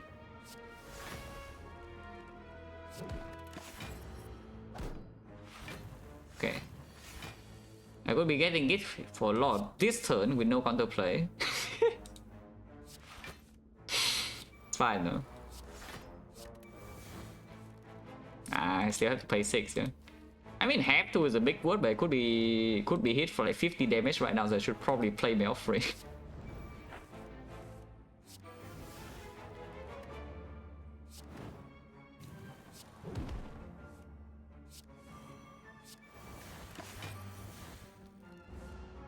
Yeah, now because I have the final control, but I have once again paid my 6. Like, I question you should actually just watch more if you are asking these questions. Nothing in this game is really 100%. But like, again, right now you don't even know what questions to ask. Yeah? So you should just play the game and watch more. Right now you don't even know what are the good questions. Like you're just asking random things that are completely irrelevant and then you never learn. Like just play the game.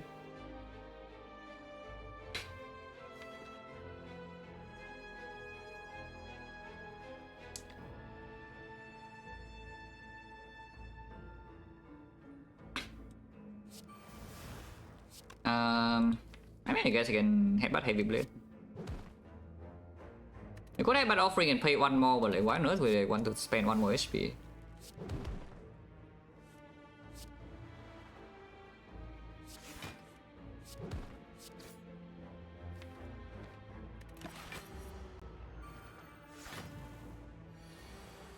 Oh, feed is here. We can feed, yes. Oh, good.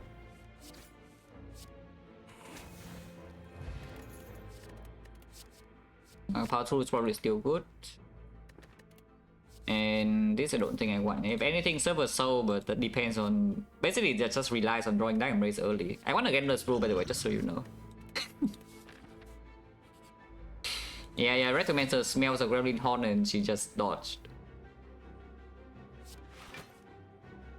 This guy is not very good, by the way. Last time we drew well and it also did not give us bad pattern. And this fight could actually go wrong pretty easily. Yeah, like this for example. And I get Spoon, so he hits me 45 and take 31. Okay, at least it does a small hit. Yeah, at least it does a small hit. This is overdrawing still. Problem with me is overdrawing even further. Sure.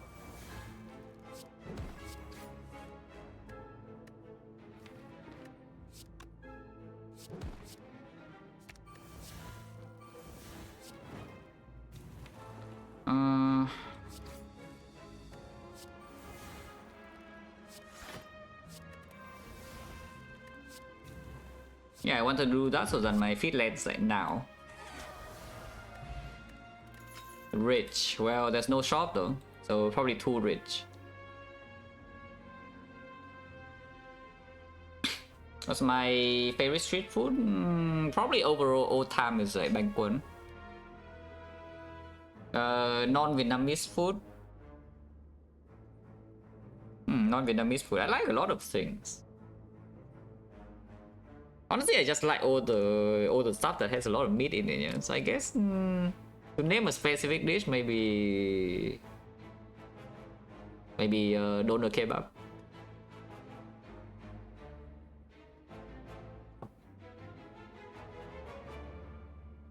Chicken? No, I hate chicken. If I'm with seafood, yes, like, definitely. Oh, bloodletting is here if you still want, yeah. Oh, you can intimidate. Intimidate is the first way to apply weakness, and you can strip artifacts against the heart, so you can apply like disarm or vulnerable in the future cycles. Otherwise, the heart is never debuff. And we have that Dark Embrace. And the spoon. I mean, I don't know whether the spoon makes it better or worse, but you know, it's something. And you can take bloodletting to, you know, energy with ice cream, block with clay. We have apparitions, so we only lose 1 HP, Sentinel Puzzle. Pretty important actually, proc puzzle against the heart also actively on turn 1, turn 2. Because we have Anger Horn crit, so otherwise you don't even take damage every bottom deck offering. Basically the question here is just, are we fast enough in here to ignore weakness? And do we need weakness at all in the hard fight? Because we have on average 8 apparitions here. Wait, actually, is it 8? Because Exhume itself is 2 Exhume, and 2 Exhume comes into 4 apparitions, so it's actually 10 apparitions, right?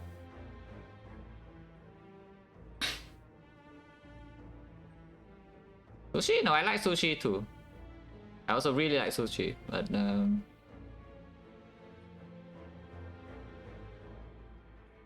I think I like meat dish a little bit more.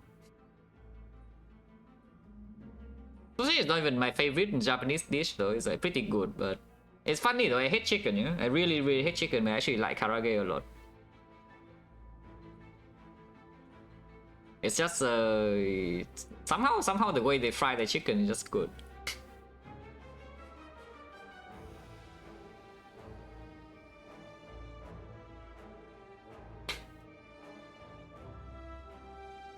Or fried chicken, I like that too. I guess I just like fry stuff in general, so you know, chicken or not doesn't really matter. If you fry it well, it probably is good to be. And chicken, no, I hate the chicken a lot. Chicken is like absolutely my least favorite meat out of all the meats. Yeah. That's so terrible about chicken. No, it's mainly because of my life experience that. In my high school or something, I was living in the dorm, yeah? And then you know there are students. I mean, we are students from like different countries, so there are like some Malaysians, Indonesians, and you know religions everywhere. Indians. Some people cannot eat beef. Some people cannot eat pork. Some people are allergic to fish, and then suddenly we have chicken like, every day. And I lived there for 4 years, so you know. My opinion of chicken has gone down like significantly, yeah, during that time. And there's nothing really wrong with chicken, yeah, it's just my life experience.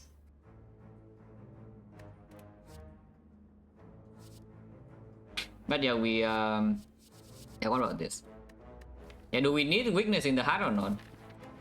Freaking talking for too long in this run, look at this, like what the hell, is this run like almost 2 hours now?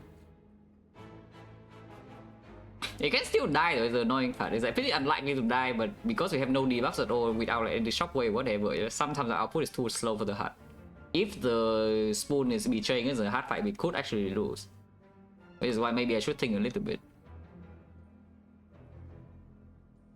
With the bloodletting energy, we can actually just do struck loops, right? It's like pommel struck loop, and yeah, that's just more output than weakness, to be honest. Yeah, that is just more output than weakness. So do that. I was like, wait, it probably will go away eventually. I mean, I definitely don't hate chicken as much now as I did like, you know, like 5 or 6 years ago. I still hate it though, but I'm hating it a little bit less. I can see that.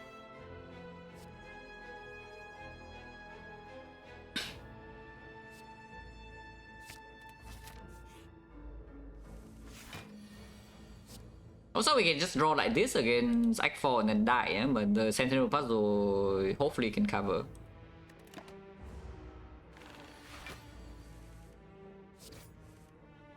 Also, we can draw 3 right now as Thunder Spin if we want to. We don't need to, no, but I can.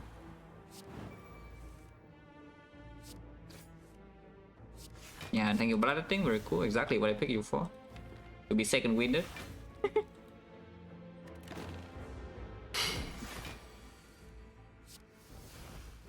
Oh, turn 3 we are, yeah. If we draw like this in Act 4, we're in big trouble, yeah, because we don't have Gambler's Brew. You see that? This draw in Spear and Shield and I'm already dead. I mean, dead as in use Fairy.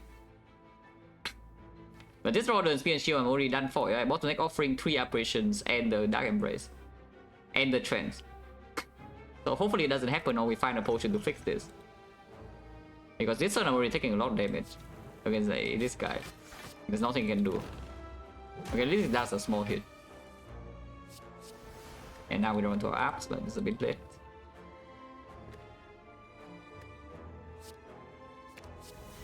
Not that late though. Too much energy, so I guess now we can take like the bomb on top. Don't need Argo anymore.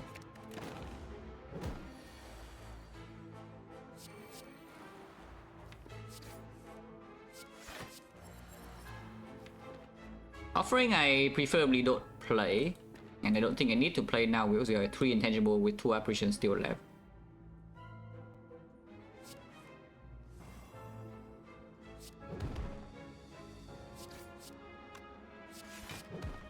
I do need this to have HP to play Pommel Strike, so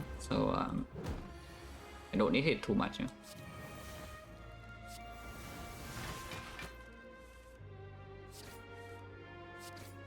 Yeah, that's all the Pommel Strike we need to play though, because now when I draw to the feet it's lethal.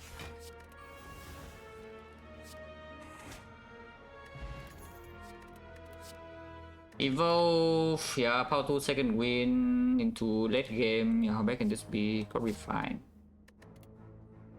Another struct just so that we can spend energy, because we have a lot of energy now. All the trends. But the second trend is definitely significantly worse in this deck than the normal deck. Yeah?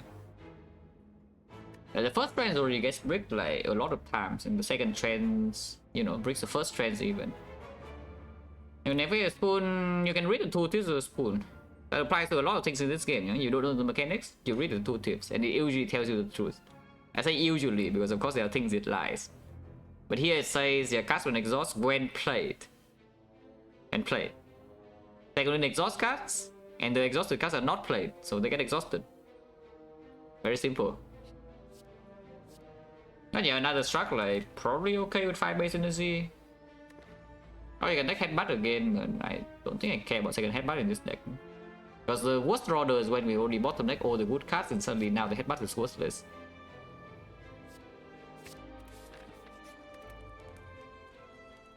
What's the upgrade here though? Could see Pommel, could see second Pommel, could see Evolve. Either way, we upgrading a second card in the next, in Act 4. I mean, I'm pretty sure we're upgrading draw, yeah? It's just like which kind of draw? Is it the power or is it the card? Probably the power. Probably the power first.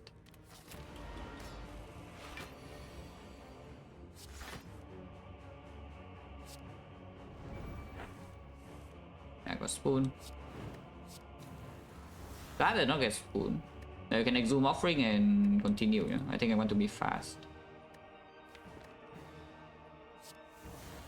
Oh wait, exhume is always on app. Also it's gone, yeah. So apparitions in this fight is not. Yeah, the apparitions in we don't have that much intangible in this fight, and no double disarm either, which could be slightly concerning. But we did draw our powers here. Our powers back though, which is not good. And also we only have 3 cards next turn. And we have some slams now, but the Evo Plus means that the slam is not as bad.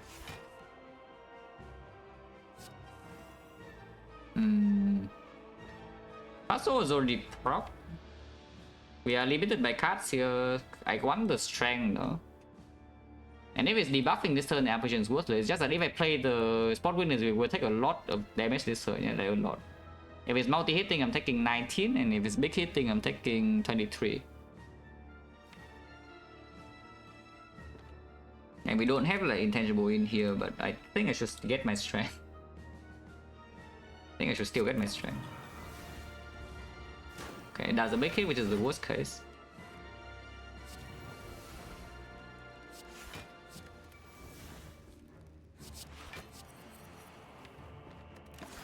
You can finally maybe attack next turn.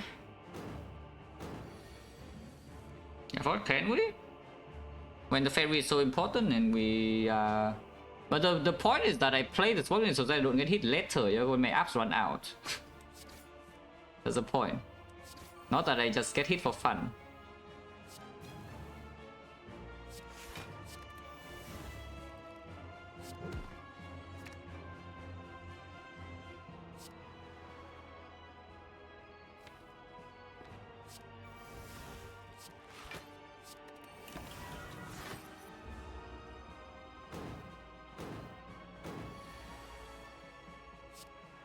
We still have both apps, that's very good.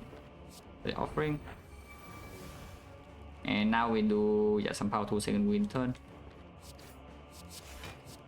Don't need the bloodletting anymore, yeah? So we exhaust his entire hand, deal a billion damage.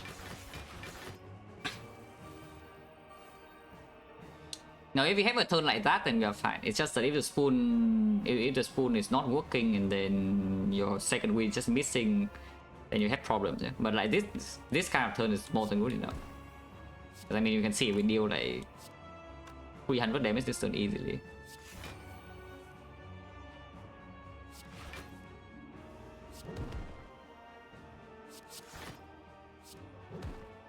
And we probably can even kill next turn with feet. Draw down, also it's less likely.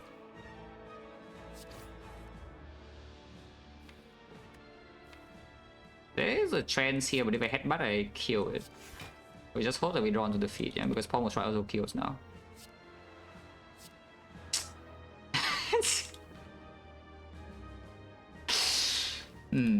Well, it doesn't draw Dark Embrace, and now the second wind is also bricking. So maybe we should have True Witted first. Yeah, definitely should have True Witted first, because if we top like second wind, then we can second wind, but now it's too late. Yep, immediately punish, so that's -4. I mean, sometimes it doesn't draw into our feet though. If it could still be bottom deck, but yeah, that's a good, that's a punish. I mean, I can also wait here if you're confident that you can beat this guy in the redraw from 240 and you can just do nothing. We are still intangible 2 into intangible 4. I will wait. Hopefully not going to die because of this. Because we still have draw down. Eh?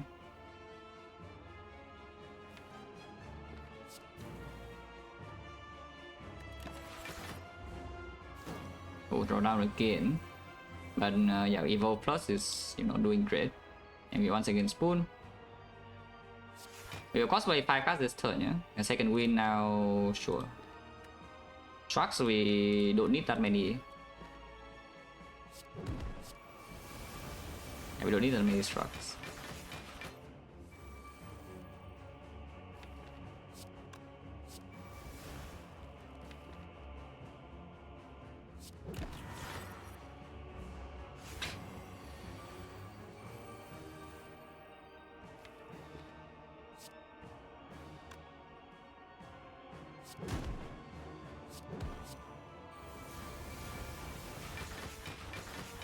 Still intangible by the way, but even if we are not, then but yeah, it's guaranteed feed next turn, so it's safe. Yeah, even if it does draw down, we always draw to feed. It's safe. Vector 1, depending on draw we could feed 3 times. I think I do this first, no? Apparition. Oh, exhausted is not good, yeah.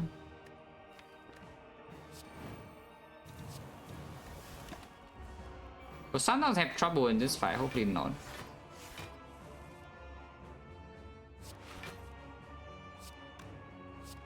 Oh, my apps are like gone. I don't like it when my apps are gone, guys. Also, I need to play my powers. This power I don't need to play though, but you know, the Dark Embrace needs to be played. I think I want to make energy still. Yeah, so we're going metallic size. Evolve plus was playing so that I could just play power through in peace.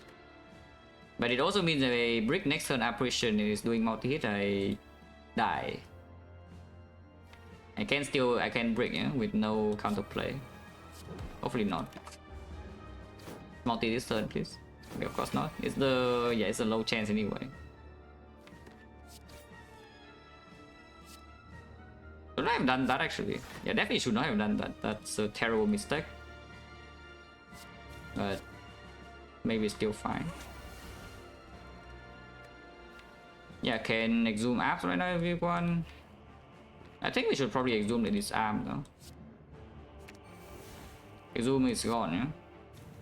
This arm is staying now. Yeah, because I play Evo, we can play here, and it's only doing 40 damage, so you know, getting a bit old. Speed is gone, and Exhume is gone, so I just kill here now. And take 1 damage. Ow!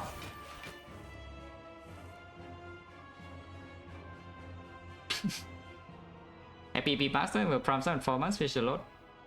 And our spoon apps is the spoon just doubling, yeah? It's like you know, you divide by 2 every single time. So it's like I don't even remember the term for it anymore, but you know, it's like 1 over 0.5 plus 0.25 plus 0.125 or whatever, it is 1. So the spoon essentially doubles or the value on average. Once apparition becomes 2 apparitions, so with 3 you have 6. And the exhume itself is 2 exhume, and 2 exhume becomes 2 apparition, which in turn becomes 4 apps. So it's like 6 plus 4.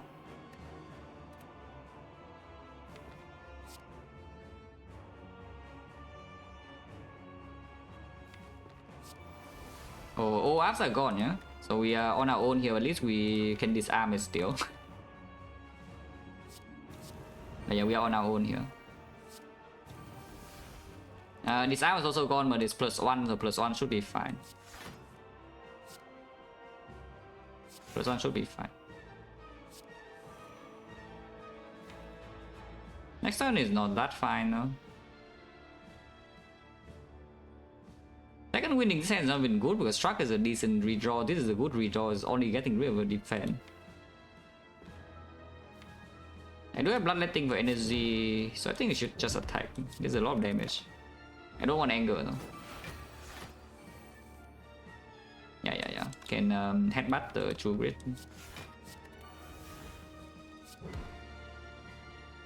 Should get rid of the anger instead, but you know, it's fine. They don't need to play bloodletting there either, I don't think.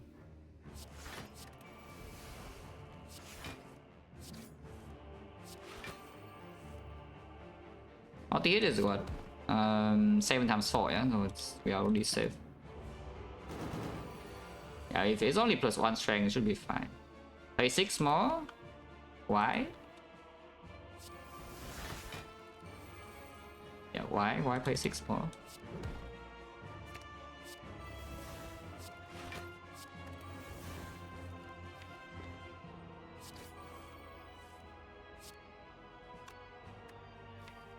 I should shuffle out the spot. And yeah, just wait. I want to play the exhaust cards again.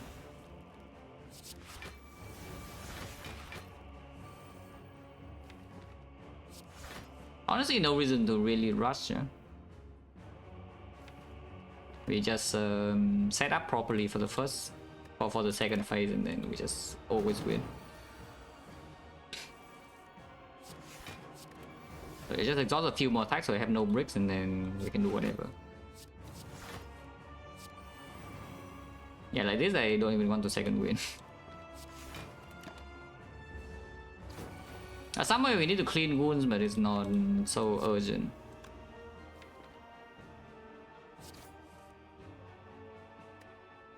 Unfortunately, the headbutt will pull the cutback immediately, but I guess you can pull True Grit. You can just pull the True Grit. Put it with the defense.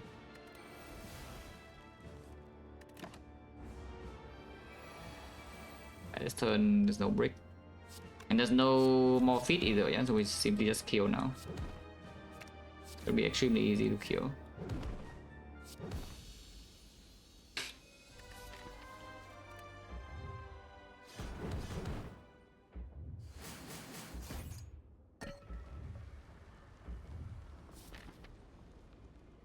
It's like on average should go fine, but it's like we can take like basically 0 damage. We could also die,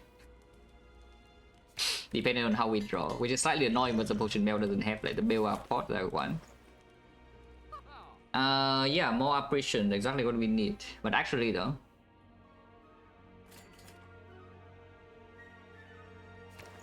yeah, more apparitions. And remove is good, yeah, so remove. Can buy a second fairy. Anger is awful. Buy anger.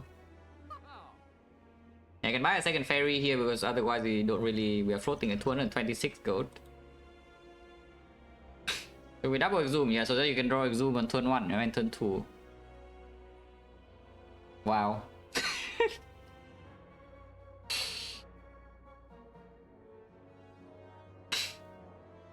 Yeah, one apparition is 2, so you just get +2 on average. It's on average, because you can also miss every single proper spoon. You could have mirror Dark Embrace as well, but yeah, I think apparition is just stronger to mirror. 5 strength over fairy. Second fairy is really safe. 5 strength just to burst speed and shield instantly, but we have 4 apparitions now, so we probably can just play that fight slow. Yeah, let's just do this. You know, why not? Yeah, exactly. You can also hit all the time and apparitions never run out. I don't think I want any of these, so if anything, maybe second evolve. We have evolve plus already. So just move on. Yeah, float 116. And that's fine. Yeah, like exhume, right? You mirror exhume so that this could happen. Amazing. And the struck is a terrible card because if you struck right now, you cannot take your puzzle anymore, guarantee. Even if you turn around, this guy will attack you for only 18. And we need to take puzzle. So if we are being attacked by both this turn, I'm facing 23 damage. Which is still fine, we have double fairy, so it doesn't matter, yeah? But we do nothing here. Other choice, you can defend into strike here, but then loses so much energy and we can still use a lot of energy here, you know. So let's just do nothing and take puzzle. Yeah, nice exhume. I mean, it's good, right? That you get demonstrated instantly that why the exhume is not the mirror. This draw is bad, yes. I do think I want to upgrade both the struck though, so that we headbutt the struck and the struck into struck, yeah. And did not exhaust either way, so strucking first was hoping for Dark Embrace doesn't even happen. But yeah, we have energy to play this line now. So it was with block like, yeah, you know, 47 is still not too bad. But we're taking 18 here. Hopefully I draw into my something soon, though. Okay, that is something, and also soon. And it's both something and soon, so you know, it's good.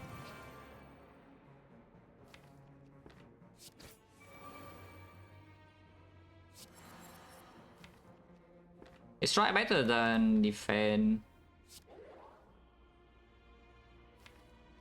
We have an intangible forever. I think I just want to draw try, to be honest. Even though the defense can be exhausted by the second win.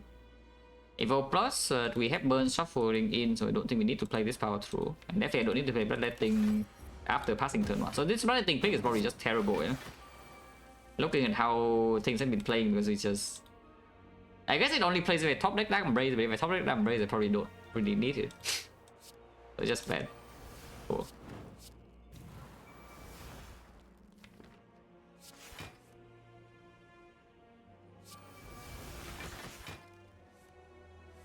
What turn is this? Nobody knows. I am just intangible for the whole fight.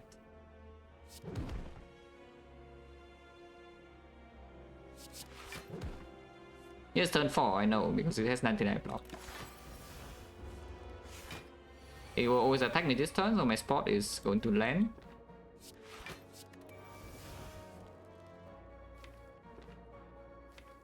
One shock is fine to keep.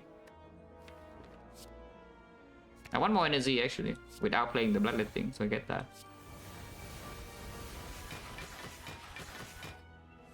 Calibers, yeah, good if I had calibers. Now that I don't have calibers, I think I would die. Yeah, I think I will actually die, guys. Can play the feat because we have an exhume still in there.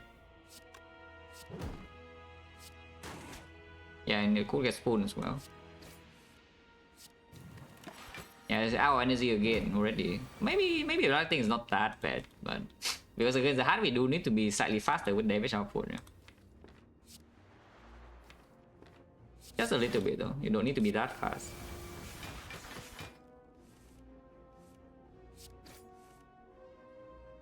Again, get more energy.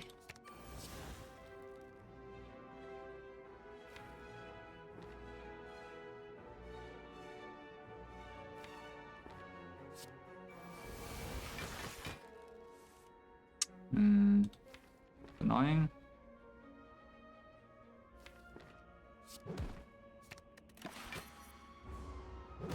Yeah, because it gets 99 block now. Okay, feed is next turn, yeah, feed is next turn. Oh, it gets 30 block now, so we lost to 50-50 here, which means sometimes next turn I still don't kill. And we are running out of intangible.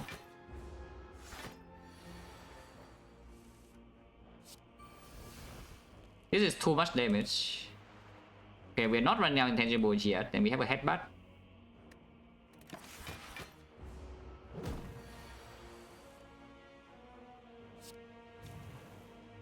He's doing 99 block this turn, so then I can headbutt the thing next turn.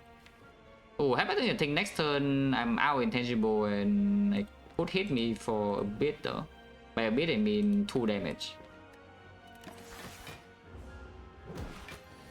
Yeah, this I could take 2. But, you know, feet is 4, so, you know, taking 2 is probably fine. Ow! Well. 1 strength. Take a Dark Embrace is probably good. In which case we loop something else. In which case you can do something else like this apparition, for example, or the inflame. If I already have 2 Dark Embrace, I don't need to dupe. I don't need to dupe it, you know? We don't have like whirlwind or anything, so we just use energy now. Of course, it can run into a situation of void later, so I guess there's no reason to do so yet. But yeah, the inflame here, dupe 2 apparitions, and swoon fake up, dupe what? No. It's the animation is there, but it's fake. The exhaust animation is there, but the card is not real. It doesn't work. Oh yeah, sure, just do the apparition, yeah. I can spoon anyway, but we are intangible turn 2, which is what matters. And we know what is happening on turn 3 because we know the 50-50 here, and then yeah, Dark Embrace first. Okay, it did not work, but we can headbutt the apparition. Vulnerable 3 doesn't actually matter yet, so I guess I keep my energy. Multi first, so we do lose 4 HP here, but that's fine.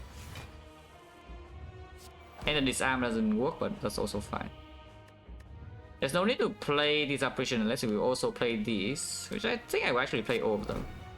And they all get spooned anyway, you know, so yeah. I guess that's fine.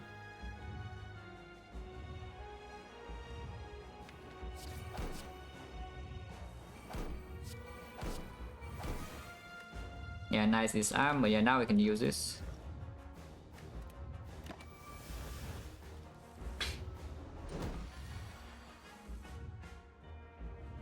Zoom later on? No, we don't care about anything that happens in this fight later on. We only care that we don't die instantly in the first 2 cycles, which is why I did what I did. Now the spot weakness will guarantee to miss here though, and if we don't spot weakness, what's our damage? Yeah, body slam, yeah, it's probably still fine. Okay, I can just play a little bit. Yeah.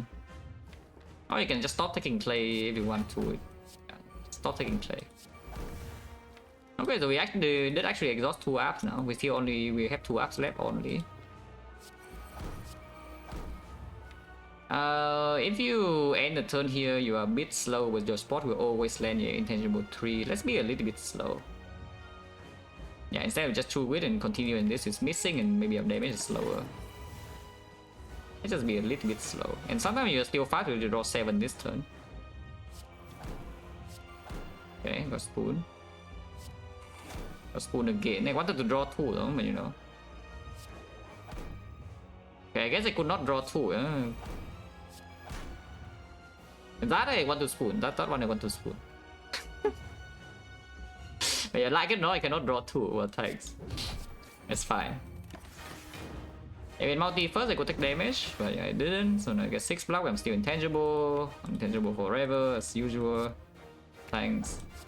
Yeah. And now the new app, the app is back. Yeah, now we suddenly have 3 instead of 2, and the exhume is still here. You know. I think we'll be fine. It's like just a hunch, but I think we'll be fine. Also, we have infinite energy and a billion draw, and also can freely play like whatever. On the apps, I have no idea. I mean, you can count by the here. If you remember which turn it is, you can tell from the number of stacks, because I have been intangible for the entire fight.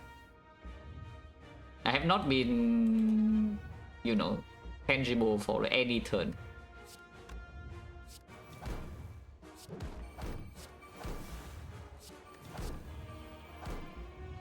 Yeah, now can apply vulnerable, and we have 16 strength, and it's dead.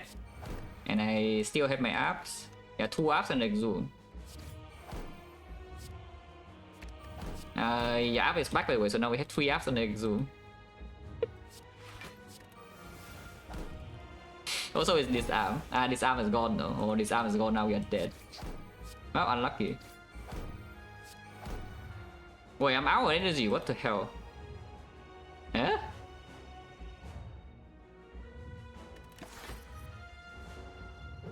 Wait, how on earth did I run out of energy? Didn't I have like what 15 or something?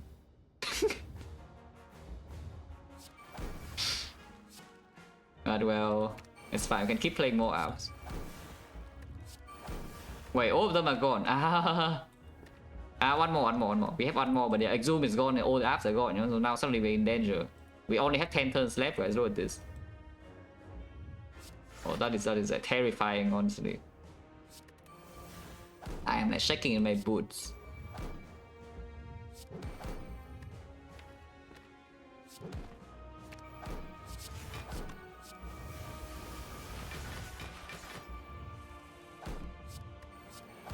Oh, it doesn't intend to attack, okay. Oh, I knew that. I mean, I didn't, but now I do.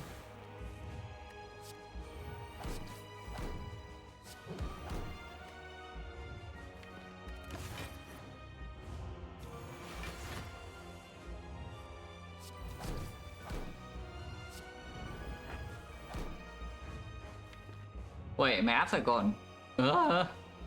Okay, now we are on actual time limit. Yeah? There's no more zoom.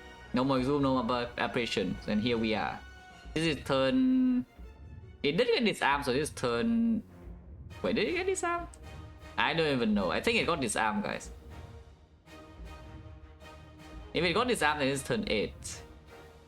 Because the first attack, the third cycle, that's turn 8, yeah? Which means... You know. I play like what's 17 apps. Interesting.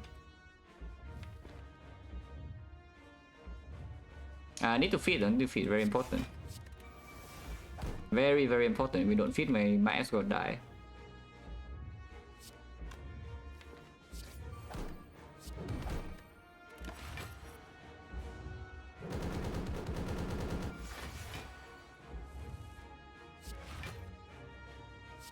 Hey, Blaze is like way too heavy, so we don't do that.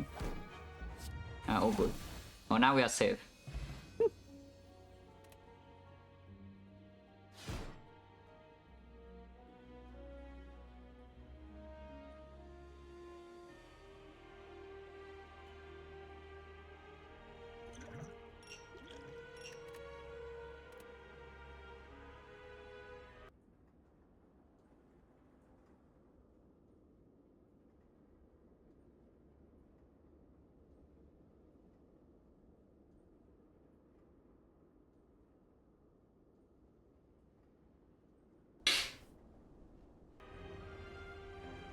Spoon for apps like Zoom and card based deck, assuming tungsten rod or what? Because if you have tungsten rod, you will die. Yeah? But yeah, assuming tungsten rod, 10 turns. Not really, right? It's like you need to high roll pretty hard for to win. Defense, no, defense cannot block like freaking 15, yeah? And then eventually you get wounds and you die.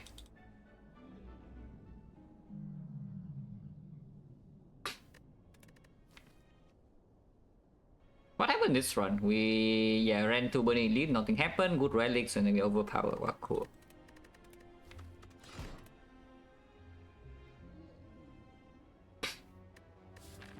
Russo go for transform to... It's a little bit scary, but I think we click it anyway. Part is fairly safe into hexaghost.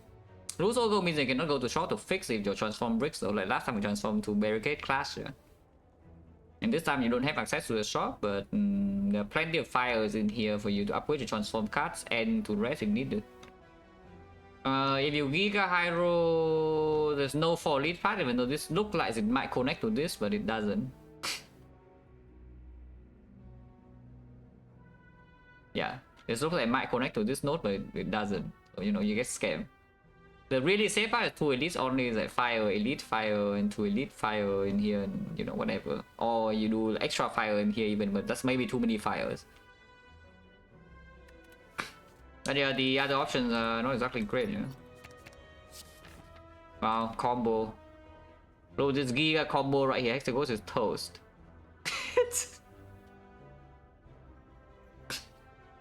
Yeah, yeah, the combo of the gods, yeah, double tap red, bitch. Oh, whatever. It's fine, so it's still better than the base deck, yeah, it's a funny part. That's the thing, like these cards are bad to pick. These cards are generally bad to pick into your deck, but you transform into them, they're still good. Because your base cards are so insanely terrible, they are better than strikes, like significantly better than strikes. I don't even mind it too much. But yeah, we do... Again, here we can choose advanced always or not, so it's... Yeah, we probe the situation, after 2 fights I can decide. Holy... Ow! Yep, Ironclad once again getting destroyed in the easy hallway fights.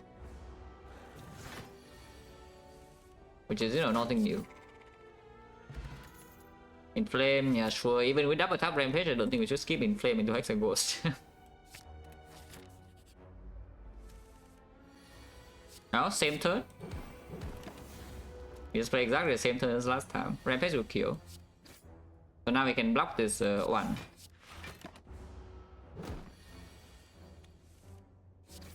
Okay, taking no damage here is good. Random potions, they're cool. 2 potions though. Anger is here if you want. Anger makes the rampage worse. It still makes Act 1 overall slightly better, but this Act 1 is already really safe. In fact, you can even upgrade your rampage and upgrade your double tap and upgrade your inflame. Okay, probably don't upgrade your rampage. Rampage is like maybe the single worst upgrade in the game, you know. It's pretty sad because on paper you feel like it could be something, but it's actually just insanely terrible. Frozen Reaper? Yeah, I wish the Rampage upgrade heals me, like give me a blood vial. Reaper actually has a good upgrade, yeah. The problem with that is that the Reaper base is already so freaking strong that you want to upgrade something else. Not that the Reaper upgrade is bad, it's just that the card is so insanely strong you just want to spend your upgrade on something else. But this upgrade is legit terrible, like number wise and how it performs in game. But yeah, do we... Because right now honestly transform 2 into this and we did pick a card that exhausts, so you can keep a small deck for the rampage. It's just that this engine is just very slow compared to any good engine. Oh, it's just like a lot slower. It's still decently fast to be fair, like double tap rampage is still decently fast. But it's slower than any good engine, yeah? Like some blood for blood engine, body slam, drop kick, all of that are way faster and also deals like more damage. Which is quite sad. Rampage upgrade is +3 on the stack and no bonus to the real card, which is, you know, just god awful. But yeah, skipping this angle is, I think, going a bit too far, yeah, on the rampage train here. And I kind of don't want to commit to rampage, you know, if I can. This thing is just here, it will perform okay because we transform into it. It's like an improvement over strike, so our base deck is stronger. But I don't think we should like commit into this at all, yeah? At some point we will get out. Yeah, double tap rampage does 21, double rampage does 24. Exactly. It's like terrifyingly bad. You need to play your rampage plus like 4 times or something for the upgrade to be, you know, kind of okay. And 4 times playing rampage is a lot of resources, yeah? At least that's already 4 energy. And you need to draw like a lot of cards. So how many turns does that even take? But yeah, we take the angle, yeah. With the Entropic Brew, Advanced Hallway is not so necessary, but I don't mind going to more hallway fights. I guess going here we can fight the 2 elite path, which I want to do so. Yeah, I think I want to do the 2 elite path with Entropic Brew draw. So let's go here instead. Well, is this killing 1 at least? 29, so yeah, so we take 7. I don't always full block next turn, though this could be -2. This could, saving this 2 right here could backfire this turn, next turn, yeah. But if I draw 1 defense, it's already taking 2 at most. And I need to bottom deck exactly these 3 and it needs to attack. Yeah, it doesn't make sense, so we kill immediately. 27 for each, so it doesn't matter which one we kill really.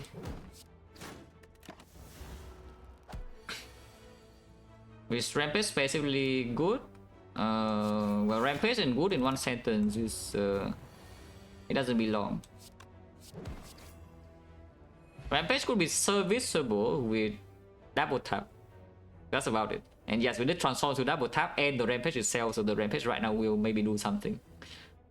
But with the headbutt, it's still not, right? It's like you spend your headbutt on your Rampage and suddenly your fight doesn't progress at all. Because you need to understand that when you double tap your Rampage, the second player Rampage is still trash.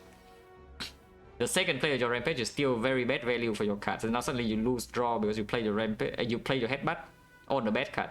So you are just gimping yourself by doing this combo. It doesn't deal any damage. You know, your Rampage gets bigger. If it makes you happy, then do that, but it's bad. And with double tap, at least you don't lose draw. Yeah? And it does still double scale with only one turn. And then in the redraw is already performing. Maybe it could do something. Holy Rampage build. But actually though, you're burning pack your deck down and then suddenly you double tap Rampage every turn. Boom, boom, boom, boom, boom. I think it's more likely that if you take this burning pack, yeah, which I might not even do, I might take the Iron Wave instead because we're running to pretty early elite here. But if you take the burning pack, it's not actually for the Rampage, it's actually for a drop kick that we don't have yet, but you know, we could see in the future. But it is actually for that. Like double tap drop kick with the thing you're infinite. But you know, this burning pack is like fine. Yeah? Is it actually fine to floor 6 and floor 8 elite though, considering we don't even know what our potions are? But I don't want to open the Entropic Bull yet because we have maybe two question marks here. One of them could be a fight. Taking the Iron Wave here is definitely stronger inside this deck one. Because yeah, it's not a double tap Iron Wave is so bad, you know. Iron Wave is significantly better than the base card. Unless it's a fight you need to damage raise at the North. Which right now we are not exactly the best against, I can see that. But Burning Pack doesn't make the North fight better, yeah. Regardless, we have 14 cards against Sentry, so you know, Sentry's fight will suck a little bit. If we draw badly in the first cycle. Because this time we don't have like Feel No Pain or some Metallicize or whatever, you know, to cover. Against Lagavulin, yeah, I mean Iron Wave also performs better against Lagavulin compared to the pack though. The pack in deck 1 just doesn't do much of anything. It's better against Hexaghost. Yeah, if we are really worried about Hexaghost on this floor, or you say that we are completely fine to floor 6 and floor 8 elite, by the way. We are fighting both of those. Then you can take Burning Pack, but I think I just take my Iron Wave here.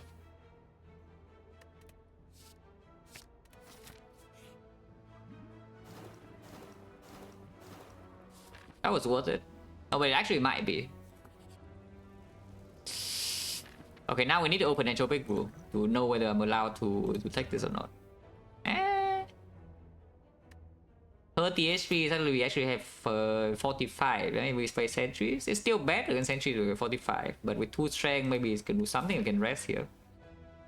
Against the Lagavulin, 45 should be okay. It will hurt though, we can rest the floor after. Or against the North, then we have Strength Pot with a bag of marbles. Oh, this is a lot of gold, yeah? I mean, you can also just dodge the 3 elite fight and go this way instead. It's a Giga save, but then you dodge on elite for like what? Like this gold. It doesn't make sense. You might as well lose the gold and fight the elite anyway. Basically, we are forcing this node. And yeah, 14 against Sentries could be really bad, yeah? Even with these pots, with a bag of marbles doesn't do anything either. But I believe in the Ironclad. Even though Ironclads have failed me in Act 1 recently a couple of times, I still believe. But okay, let's go here. Lagavulin. We open immediately, yeah? There's no reason to wait because, you know, our main damage in this fight is still the Rampage. And immediately we get payoff, like double stack and the bag of marbles payoff. It does mean I will take like significant damage in here, but it also means I don't need to strength pot this fight, which is good because strength pot for the next fight, relatively speaking, is better.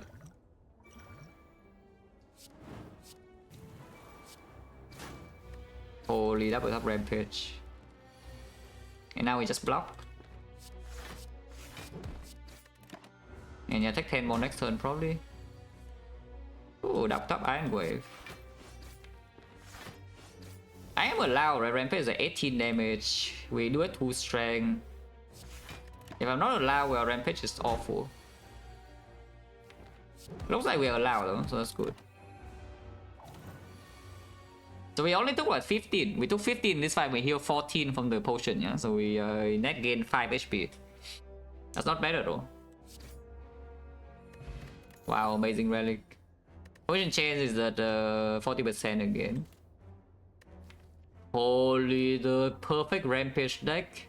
Double tap Rampage into headbutt the thing. In fact, yeah. In fact, like this is the real combo. Is that you upgrade your double tap. And now you double tap the Rampage and you send the last energy on double tapping the headbutt. And now you, with double tap headbutt, you can headbutt the double tap and headbutt the Rampage. So you double tap rampage again next turn, so you can play 4 rampage in 2 turns. With 6 energy by the way, but you know, that's minor details. 5 energy, yeah, 5 energy, but yeah, minor details. But again, this is just a good card, and we have 15 into Sentries, it's just very good. 35 HP into the knob should be fine. Against Sentries, though, we do have 15 cards now and the Strength Pot, so hopefully we're also fine. Iron Wave too, so I think we're allowed to upgrade. And yeah, with this deck, I think we upgrade double tap first. Yeah, I think with this deck, we actually should upgrade double tap first. So let's do that. One chain is 40. No, not that's an 8. Sometimes. We should probably headbutt the damage card though. So without the strength pot, how much is this? I guess if we don't headbutt the thing, then we are guaranteed to draw into this, but you know, headbutting the Iron Wave or something is good too.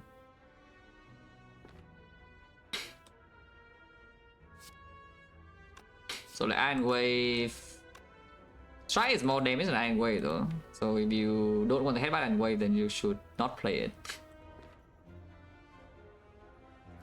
Yeah, because I could also see the headbutting the angle or something. Because if we draw bash next turn, we need to play it, and then angle is a better draw.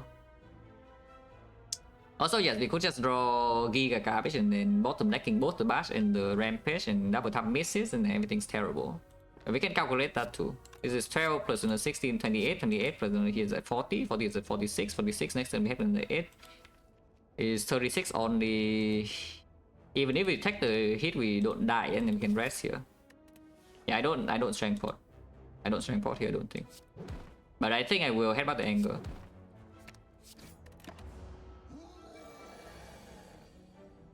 Well, yeah, we are going in. I mean, we're definitely going in, yeah? If we are not going in, it's not lethal next turn. But if we're going in, it's guaranteed lethal, right? It's 25 damage here, plus another 25 damage to another 16, so it's 41. And 41, yeah, it's always dead. It goes to... So I take 9 damage. I could strength bot here for 9 HP, yeah, doesn't matter. I don't do that. Guaranteed lethal next turn. Rich. Is that shop? Yes, actually there is a shop, and it's one elite either way. Yeah, we go here, one elite, go here, one elite, go here, one elite. A barricade. Oh, barricade with this deck, yeah. I mean, doesn't expect it as usual. The barricade will just not play until probably end of Act 2. But then it does offer you a way to, you know, do something. Yeah, yes, barricade store to stack rampage, exactly. It's like a body slam, except it costs energy and deals less damage.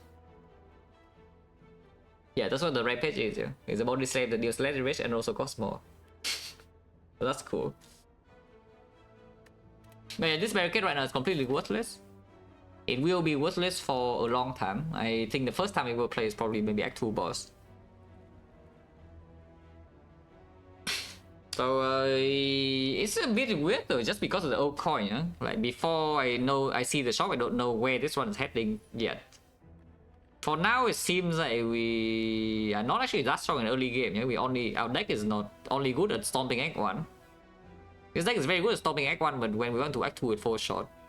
The relic support is at the moment nothing. I mean, the old coin of course converts to extra relics, but that's what I'm saying is that before seeing the shop, I cannot tell anything. This is kind of like a Matryoshka except faster. But right now I don't know how strong I am in Act 2 yet.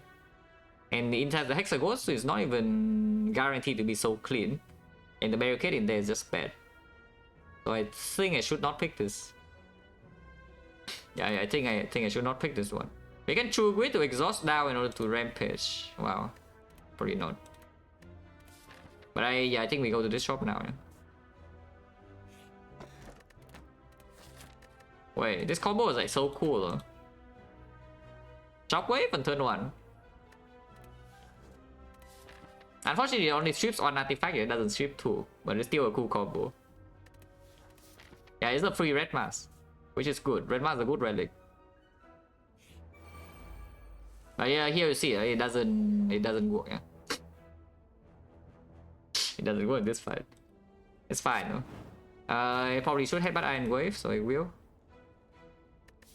I don't think we need the potion here because once again, this potion could help against hexaghost, and if not, you're carrying into early act 2 with the bag of marble is good too. This is about 26, next turn 33, 33 plus 1 try C2 on this, so it seems good.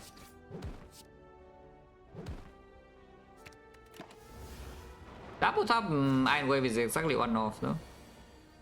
But we can double tap Strike here instead. And double tap Iron Wave on something else.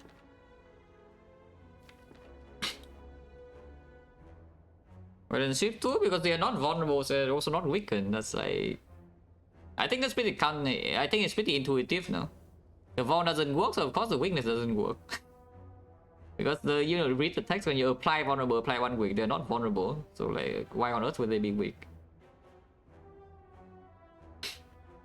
But yeah, Iron Wave on which guy? We do have defend next turn, and then turn after we want to kill, so maybe here. Probably wrong because they can only spend 1 energy on attack this turn. Yeah, probably wrong. Yeah, probably should have hit here instead. So I could get kind of owned here. Ah, but I redraw perfect, so you know, all calculated. Any block? No. I mean, that's just sentries, yeah?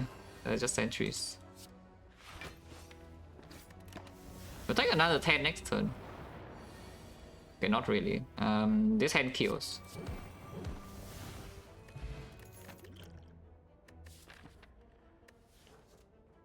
Armament... It's something. Put Armor to upgrade Armor so they can actually block a little bit, and so we maybe have double tap on Iron Wave plus. Yeah, defense plus is good too.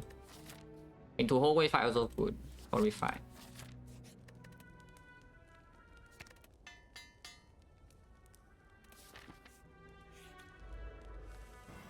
Oh, at least the red mask is doing great.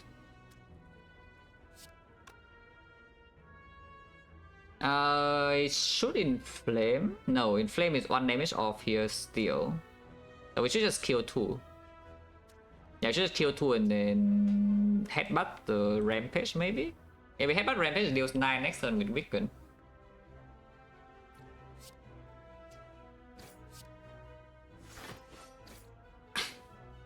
Other choice, headbutting Iron Wave and just try to block next turn because it also improves the double tap a little bit.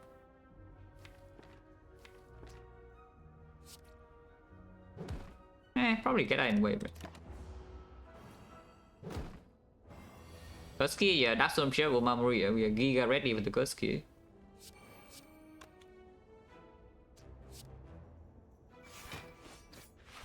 But yeah, double tap plus is actually a decent card. Yeah. Double tap itself is pretty bad, but double tap plus is actually quite okay. It's just that normally when you get your double tap is the first time you see a double tap will be end back 1, yeah, on average.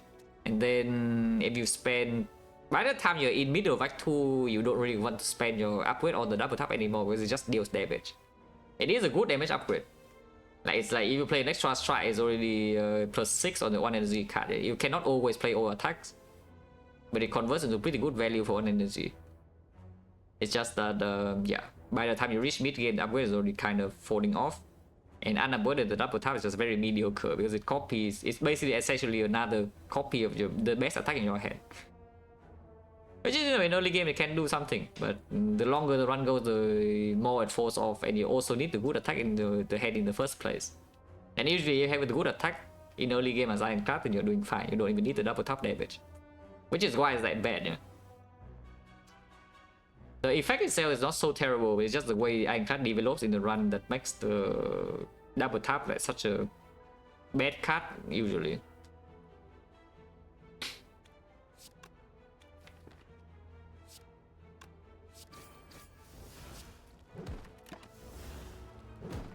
Yeah, taking 0 here is good, but I mean expected, right? With these front-loaded relics in Act 1 at least, we should not take a lot of damage in hallways. In Act 2 maybe it falls off, but this will help a lot. This will help a lot in Act 2. I think.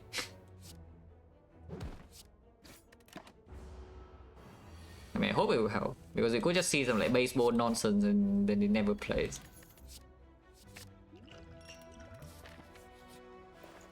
Rich.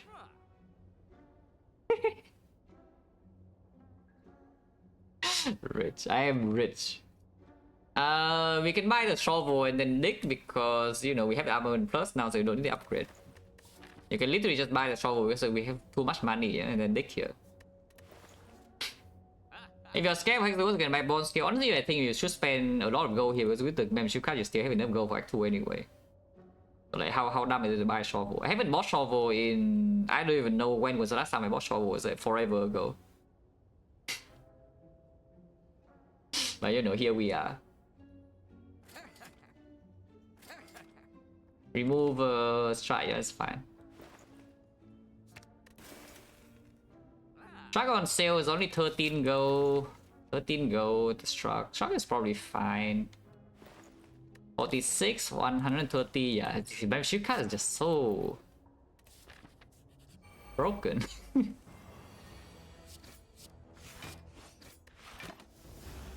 If we lose no HP here, we heal to 35 and then everything's good. Looks like we are not losing HP. Very good. Until I dig out a blood vial and everything sucks. Second headbutt, I don't think I won, yeah? Not yet. Regen pot over strength. We did have bronze, we do have bronze scales now, so hopefully hexaghost is not a huge concern anymore.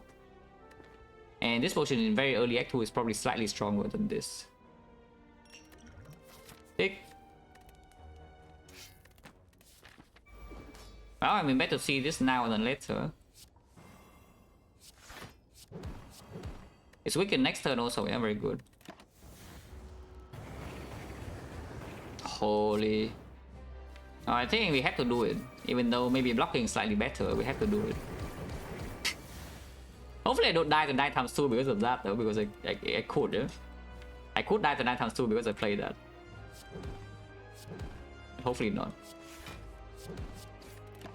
We do kill it pretty quickly though, and then of course I could just do this. Double top rampage is lining up again, so I should not trance here. And just play this instead. Holy. It's dead. Well, barricade is back. Exhume is completely worthless and brutality is fine, but you know, it's just mediocre. This barricade is a bit better than the last one though. It's also up against something else, it's up against +2. But this barricade is a little bit better than the last one because now we have armor plus and the struck and, you know, some weakness and some taunts damage as well. It does make early Act 2 a little bit worse, but maybe early Act 2 we are fine. Maybe, I don't know. Maybe we are fine. I hope we are fine because I'm taking barricade. Yeah, we fine. Honestly, for this deck doesn't do that much, but it does improve double tap. It does make barricade easier to play. We draw the wounds very often though, because we don't have the thing. We have removed like, a bunch of base cards with the transform, and we have don't have evolve. Hopefully don't die in Act 2, it will be quite sad. If this one dies in Act 2. Well, membership cards are broken, so we just go to shop instantly. And then we can still go to this shop, yeah. We cannot buy rare relic here, but still can buy uncommon, and that's maybe good enough. Other choice is just cashing in the very late shop and go like this way. But I think I want shop immediately. Actually, no, we need to optimize for fires. Oh, this burn elite part is like so many fires too. So it's like the giga big shop, and we have 3 fires to dig. The early shop part is only 1 fire, so we don't dig. Actually, it's 2. It's still 2 fires. Yeah, elite here, and then you do fire here, and fire here is the same. But you do get 1 fire with the burn elite fire, just that your act is a lot riskier. Because you do fight burn elite number 1, and number 2 is that the shop is late. Number 3 is that you're fighting like billion advanced always before, you know, getting actually stronger. Okay, fine. Well, red mask is here at least.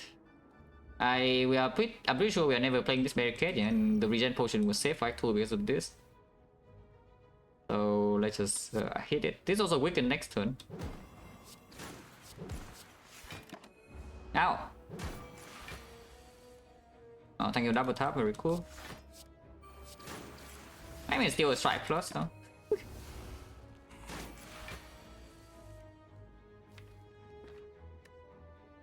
We do not actually want to kill it yet. I am still frail though. I could see headbutt the armor and block a little bit. Next turn we have shock. Because I do want to get my regen value in this turn, we're not frail anymore. So like the shock could do something. Yeah. Ironclad plus.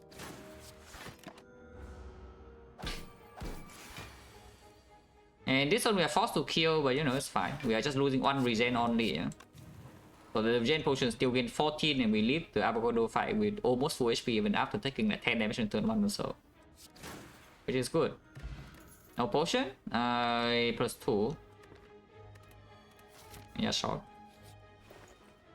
Rary is at least plus 10. If we pick cards then it's more than that, but you know, if we don't pick cards, plus 10 at worst. Now I see an interesting screen right now. Unfortunately, they come together. Oh, the green card is probably picked, even though the other card is also pretty good. We already have a barricade to carry around, and with the Mark of Pain and Corruption, it's a little bit worse without the evolve because you burn all your skill and now you just draw wounds. You might not even draw enough attacks. And on the other hand, this thing is, I mean, it's Shockwave plus. Like, what do you want me to do? Spot weakness is okay. This is probably plus 2. Exhume only on the Shockwave plus, probably also plus 2. If I pick Corruption, I would also pick Exhume, and then, you know, bad orders become really bad. You can take Thunderclap, but we literally just added the Shockwave plus to the deck, so maybe now it's no longer very good, even with the Bag of Mammoths, even with the Champion's build. And this is also plus 2. This already is just a Shockwave plus and like what? Shockwave plus Spoken and 6 max HP, that's still good, yeah, that's still very good. Second Rampage was also there, but yeah, we don't take. Now what? Can take another Struck, which I don't mind. And then can buy a pot, I also don't mind. Can also buy Shackles or Carnage. Buying Carnage is a bit weird though, it does improve a double tap, and our deck's attack density, yes, is actually a little bit low, but we do have the headbutt for that. And the Carnage will not be green like, ever. It's just that right now the Carnage is the one big attack that maybe we might need in early act 2, yeah? Because right now the vulnerable payoff on 4 energy is not even... I'm not actually even there. P-Totem with the red, picture load. I started this one with Transform 2 into double tap Rampage, so you know. The combo of the gods. Also, I bought a shovel. So something is happening in this run.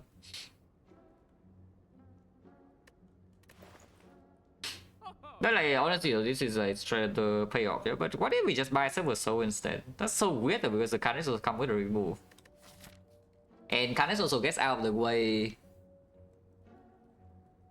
Silver Soul is exhausting the wound, but it's not super likely to even land.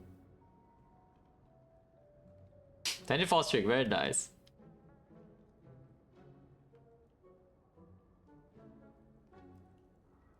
Yeah, on sale, right? On sale, how do you turn down on sale?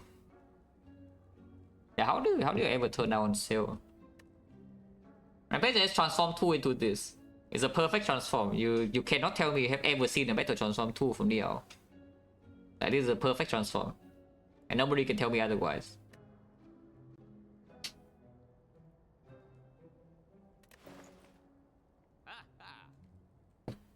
But yeah, Carnage remove. You can buy Carnage Shackles instead, but Shackles like okay. We already have tons against both stabbing though, and we have 4 base energy, so the 0 cost of Shackle matters a little bit less.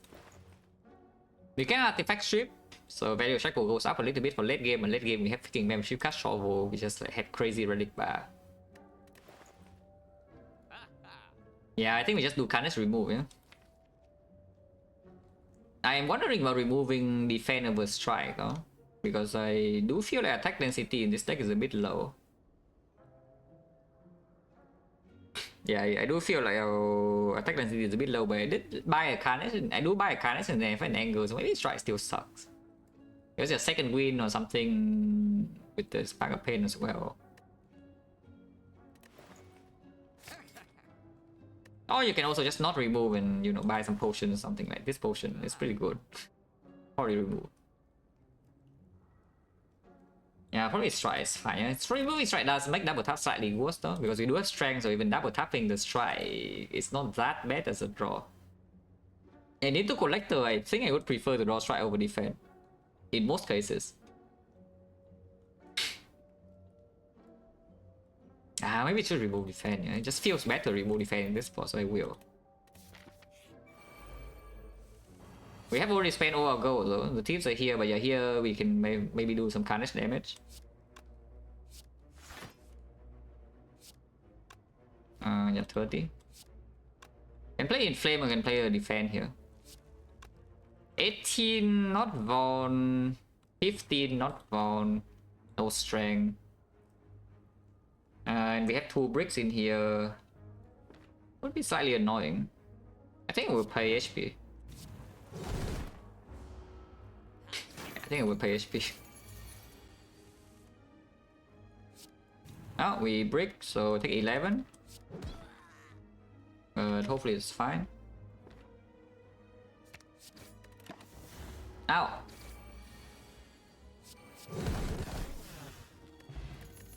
Strength was fine. Whirlwind is also fine. We have no AoE in the deck, and double tap Whirlwind is a thing. We have the bag of marbles, so Whirlwind on turn 1 also like pretty sick. We have 4 energy and Mark of Pain as well, so like energy floating is already an issue. Even though it will never be green, yeah? The Whirlwind will never be green. Until the armaments are this. That said though, this hand needs too much energy and we don't have it. This hand needs way too much energy. What on earth do I even play with this hand? Because, you know, if I don't play Shockwave now, they are never debuffed, but there are also no attacks left because I have brought all my attacks on turn 1. And what did I miss? Yeah, you missed like 2 years of Mark of Pain head being erased. 2 years ago, by the way. Like, do we need to have this Mark of Pain conversation again? It's like 60% pick rate for me, and win rate is above average. It's like 88 or something. And a back one. So I don't hate Mark of Pain. Mark of Pain is perfectly fine. It's an above average energy relic. It's not like the best energy relic or anything, yeah, but it's definitely above average. There's some lines here. We could do Armor Whirlwind. We could do Shockwave Carnage. We could do Armor Carnage Headbutt. No matter what line we do, we are probably getting a little bit owned. Because there's no attack left in here. This is drawing way too many good cards on turn 1, yeah? That's actually all our wood cards.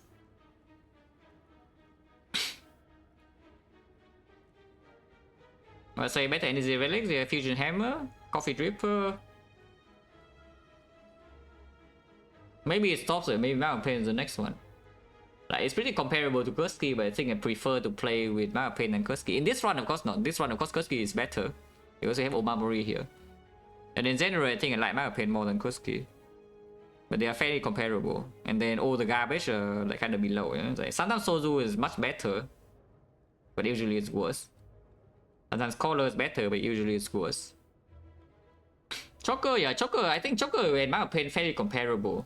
It's a relic that's like maybe overly hated, even though it's just kind of fine. But no matter what line I play here, we get a little bit owned. I guess the line of doing Carnage Headbutt is at least killing Cultists instantly, so we only have the Chosen.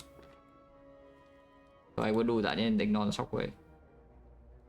Whereas Dome, generally pretty bad, but honestly, the Dome is kind of like Ectoplasm in a sense. They're pretty similar relics. Is that you get pretty low downside immediately, yeah? And then significant downside late game, like an insanely large downside in late game. But sometimes it doesn't matter because, you know, you can snowball it become overpowered like last one. Like, did we care about the Dome? No, not at all. It's completely free. So it all depends on how strong you are in early game when you see something like the Dome. Sozu in a sense is also kind of like that, except that Sozu downside happens immediately. You know? Sozu downside in Act 2 is already pretty harsh. But yeah, here Ama Carnage Headbutt is at least killing cultists instantly, and then the Chosen is hitting me and I cry because my debuffs are here and it's not going to be weakened or vulnerable, and then I'm sad. But we can still double tap the Carnage sometimes. So I think I should do that, yeah? I don't think there's anything better than Ama the Carnage and then play Carnage Headbutt. Reflect win rate vibe base is a bit vibe base because my win rate with different relics that change constantly. Because if you want to take 2 years time frame, that's already like what 3 different macros. So it doesn't really make too much sense. If something is staying 100% through every single macro, then it's good. For example, Firestone on Silent. Or like P-Box on Silent in a different sense. Or like Pyramid on anybody. If the winner is consistently high no matter what the hell I am doing, yeah, then the relic is guaranteed to be strong. Like for Firestone is what 42 and 0 or something in the last 3 years, and Mac 1 on Silent or something. Close to that. It's like 40 plus 0. So you know, pretty good.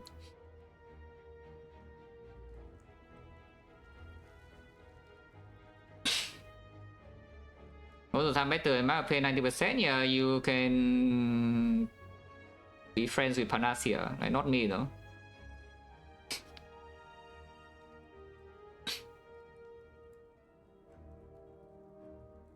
Okay, we killed the cultist instantly. Oh, we hit the Chosen. How much damage is it? Like 55. Yeah, 55 is way too fast. So we just kill cultist.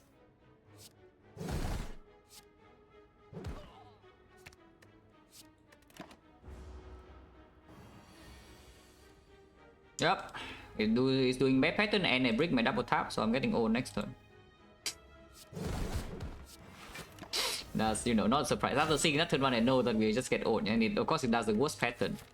Well, good thing we are going into a slightly safer path, because this is extremely unpleasant.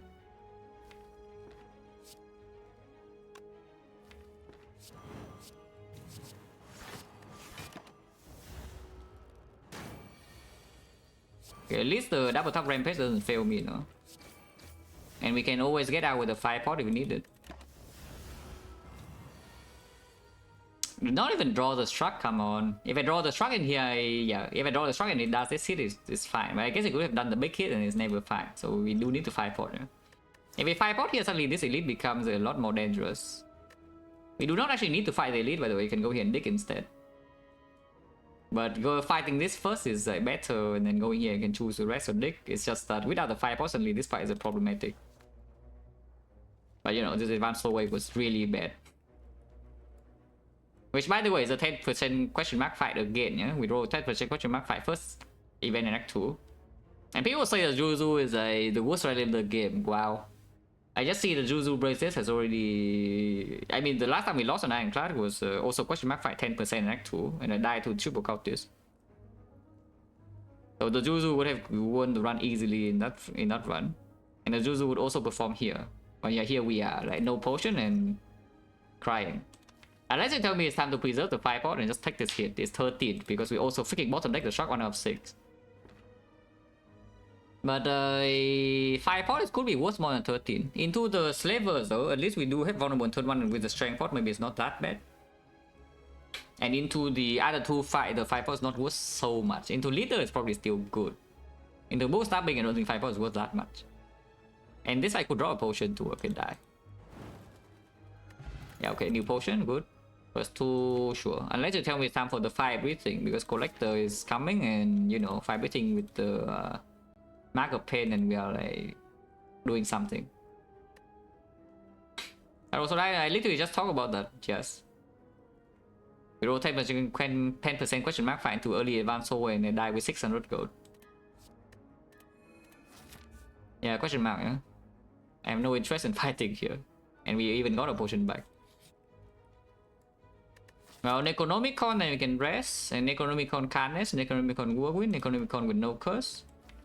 Nilri is a bit slow and Credian is good though. Of course, it's never Necro and you want Necro, yeah. We all know this. 28 HP, we have red mask and ingredient can help in this fight. I think we could die here, but you know, the chance is not so high and it's not even like this part is safer. Because if you go here, first you need to rest and I don't want to rest, I want to dig. I want to dig. So let's fight this, and if this fight goes badly, we can go here and rest after.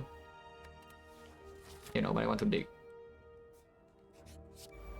Snipers. Ooh, look at this. So yeah, the hand I was talking about in Act 1, no? Like look at this. We double tap rampage, and then we double tap the headbutt, and we headbutt back the double tap and the rampage, and then we double tap rampage again. Boom, they are dead. No, but actually though, I already talked about this hand in Act 1 when I upgraded my double tap, yeah. So we probably don't need to potion here, and this is definitely killing, right? This is 26 and this is 8 plus 13, so 12 plus 19, 31, yeah, 57 damage, so it's dead. Okay, so let's just do that. Shrug and then yeah, double tap rampage into double tap headbutt. Next time we have double tap rampage again, it becomes 18 plus, so it's like 41 damage. It's not actually killing this, but you know, it's like good enough. Holy, even block plus 3 with an ingredient, very good, perfect.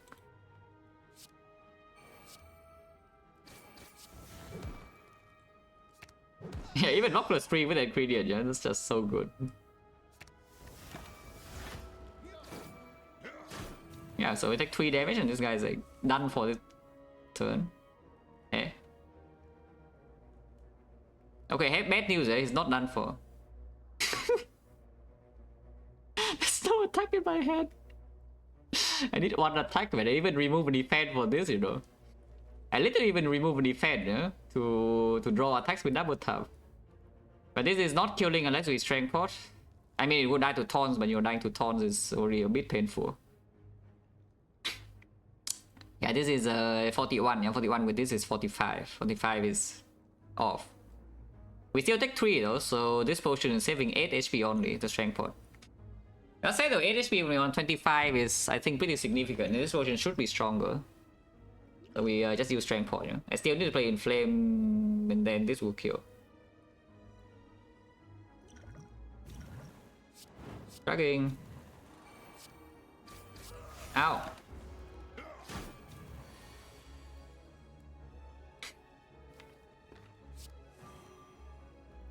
We actually break this turn, huh? So I take another 6. Should just bash though, so no reason to shockwave. Yeah, it's guaranteed dead next turn, so we're pretty low, yeah? It's at 22, so we lost 6 HP net even after that turn 1, yeah? That's pretty sad. Ah, okay, I'm digging. Okay, I'm digging. Also, oh yeah, shockwave exhaust. Okay, I forgot I have Fear No Pain because Fear No Pain is not even in my deck, but yes, it's -3. Do we go here now? If we go here now, we can fight this elite, and this elite is better than digging because you know you get double go and get better cards and get potions. And of course, there's a shop in here you could go into. Yeah, this 30 gold could matter a lot. We never die, right? Right? Uppercut was okay too, but uppercut minus with shockwave already and these relics, but probably not good enough. And uppercut will never be green, yeah? We are digging. Yeah, we'll never die here, right? Right? Oh god. Berserk here unfortunately still wants me next turn and I'm sad. Because we also draw the wounds of 5 energy, didn't even do anything.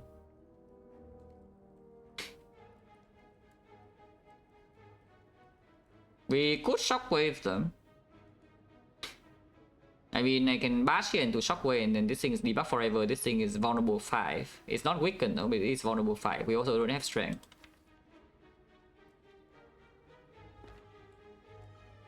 But then I can, or I can just play shockwave and ignore the bash, so we don't apply vulnerable on this. But maybe we can block with some armor and then maybe some headbutt, some bash to weaken later. Because I do want to play my inflame too. So let's inflame shockwave, whirlwind probably. But we don't need 5 energy and I really don't want to be Vaughn next turn, yeah? So we don't play berserk. But this guy is one of the more annoying ones because the Giga Funnel relic doesn't work and the Encrypted bricks. Hopefully I don't die here because I could. The baseball. The dreaded baseball in your deck is the buff base. The Slayer of Ironclad, the baseball. But hopefully it doesn't slay me here.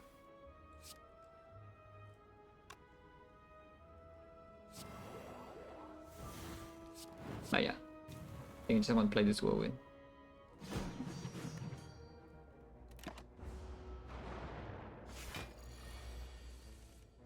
Okay, that's not too bad. Oh, that's definitely good.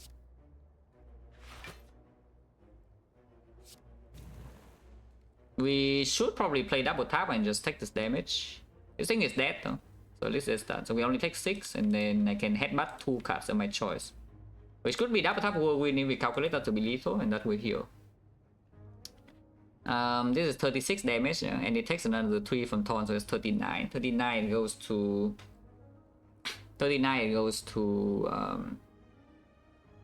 49. 49 with 6 strength. Yeah, double tap whirlwind is definitely lethal. So let's just do that. Can I do it without? No. I have to play double tap and I have to play headbutt. Okay, so let's just do that. And yeah, double tap angle kills here. And then double tap headbutt. Get back the double tap and the whirlwind. And we guarantee killing next turn. Okay, so we did manage to heal here. Potion is not very good. 10 gold is low roll, and yes, any low roll goal is doubled here. So medium goal is really set. Upgraded.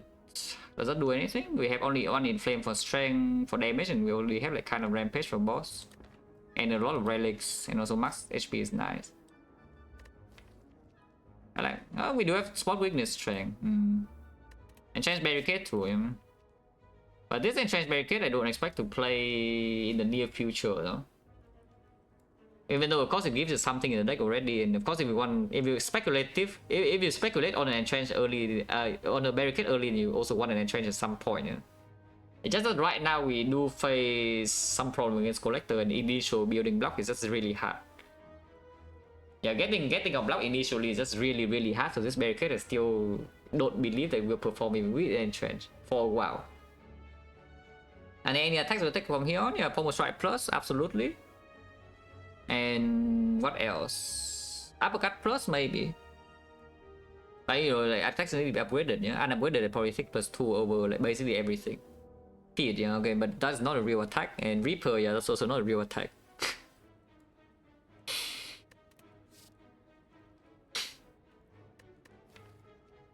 Yeah, this Twin Strike Plus is not awful. It's definitely not bad. It's green, but yeah, +2 is good too. Nah, I think I take the +2. Yeah.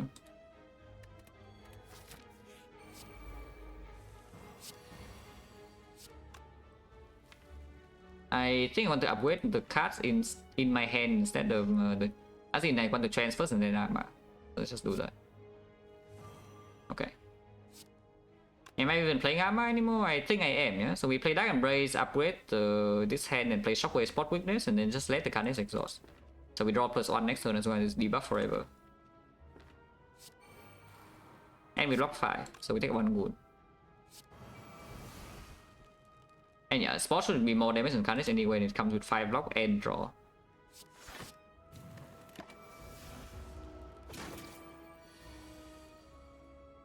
Oh, I guess we are going in. We take 15 here, right?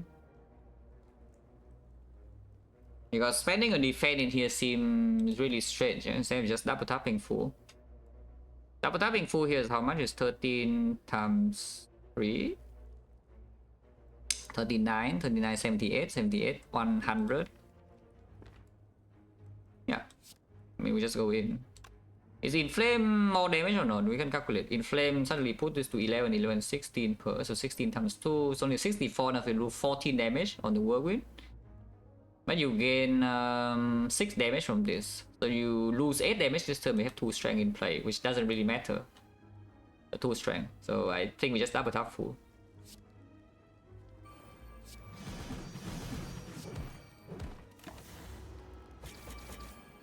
But yeah, we can only go into this part because of the mill in the bone, yeah, otherwise it's not possible. But I mean, you can see like here, for example, you have entrenched barricade. What the hell are you doing with entrenched barricade? There's no boat relic. The barricade is not even drawn early. Energy is that you have 4, but 4 is not infinite, yeah. And then the initial block build is what I was struck. So just don't do it yet. Eventually it will be good, but you know, eventually we also pretty good. This is the third word we have seen in the act and nothing is green, so I'm not interested. And then we see KMX in the shop and I'm sad. But yeah, +2.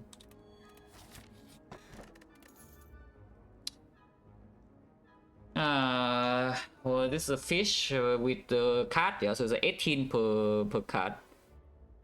It's just that we also have singing bow, so the incentive to pick cards is not very high. Koski doesn't really matter because you already have Omamori, so you know it's just a random relic. It doesn't come with a curse.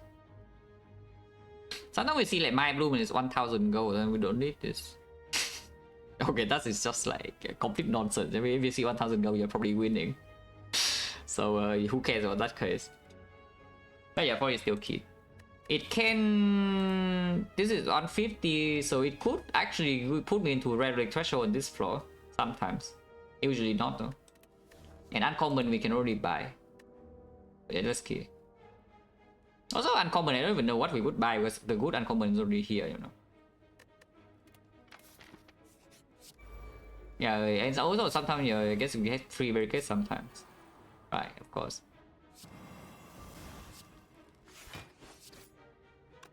That's 22. Actually no, that's only 19, so she will buff next turn. I still play the rampage now. Yeah, because the shield comes before the taunts. So she's buffing.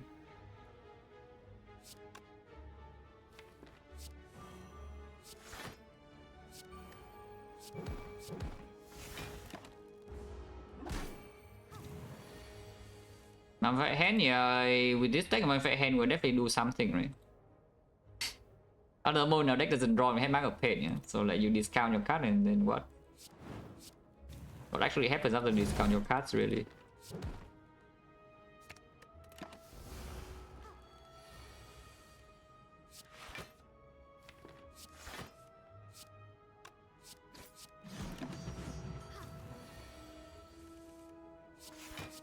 But yeah, I mean, if barricade comes for free for ingredient, then it's probably going to be okay, yeah? Demon form, with that I should take probably. Yeah, that I probably still should take. Unless you tell me it's time for War Cry. But yeah, demon form I should probably still take. Then we just accept that this barricade will probably not do much unless I see extra stuff. Dick. Wait. The barricade. 292, so yes, we can afford uncommon relic, cannot buy rare though, so no like incense burner or lizard tail, like whatever, yeah. But also we have no free pathing in Act 3, so don't mind just going to shop now to cash in. If you're going to die, you can take this. Yeah, this deck right now doesn't actually have strength payoff. It already has a billion strength, and it has trouble blocking late game, and it's also relying on max HP. So it's probably very, it's not very good idea, yeah, to to take this. On the other hand, you can take 3 strength, no? You don't need to take like 2 strength per turn, but you can take 3 strength. Which 3 strength is still fine, you know, and then you can remove exact gold. It's 146 exact gold here. Or you can buy the blind. You can also buy flame barrier. And I think we can just remove. Now we can remove strike though, now you can see removing strike.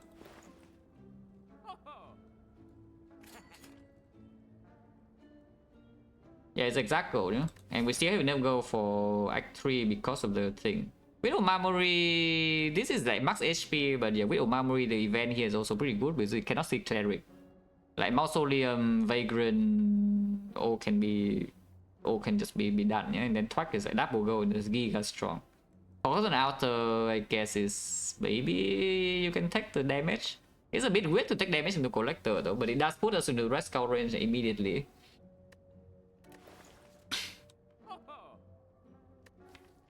But yeah, now I can see removing strike.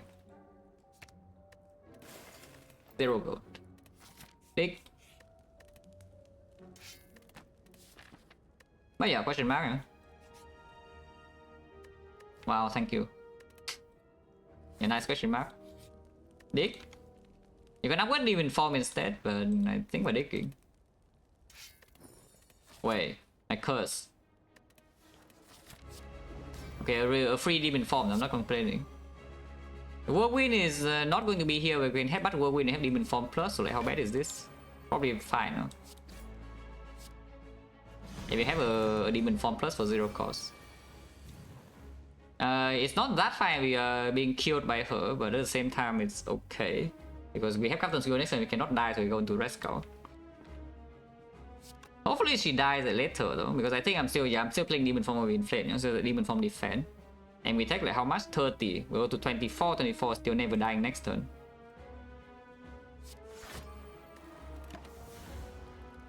She does seem to die very quickly from here. And we have not drawn into our attacks, yeah, which is slightly concerning.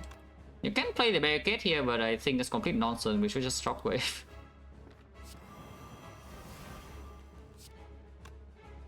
We have a lot of strength but no payoff, but we can headbutt the whirlwind and maybe that's like enough. The minions cannot kill me next turn, yeah, even when they have 5 strength.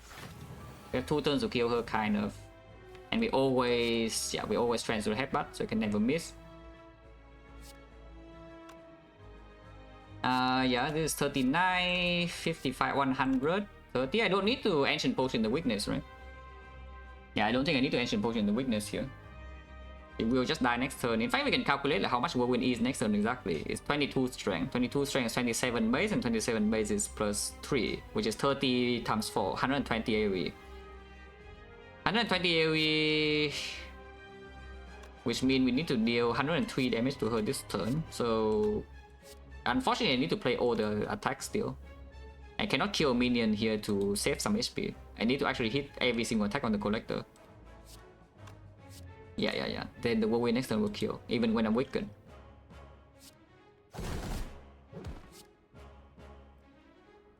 And we take 10 more. Oh, actually, whirlwind is plus. Ah, okay, so I probably could have killed a minion and saved 9, which is only 2 HP into next act. With me in the bones, so probably doesn't matter. But yeah, now she's dead, yeah, guarantee.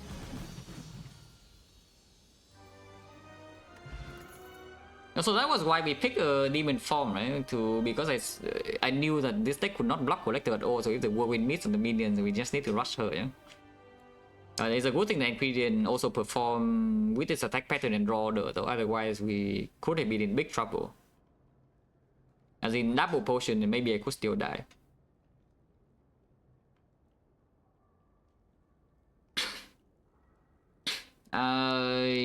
Fiendfire here, if anything, we don't need a second demon form. The Fiendfire, the deck doesn't draw, so it doesn't do that much. Yeah? Battle Trance a little bit. Headbutt a little bit. Can open some additional synergy because we have like Funeral Pain Dark Embrace from this sometimes.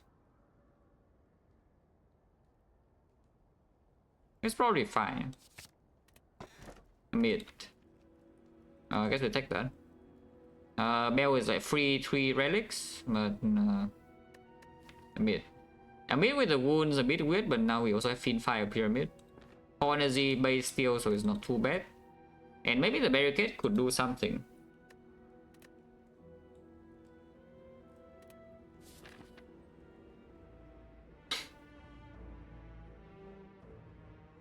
Thinking use potion, yes.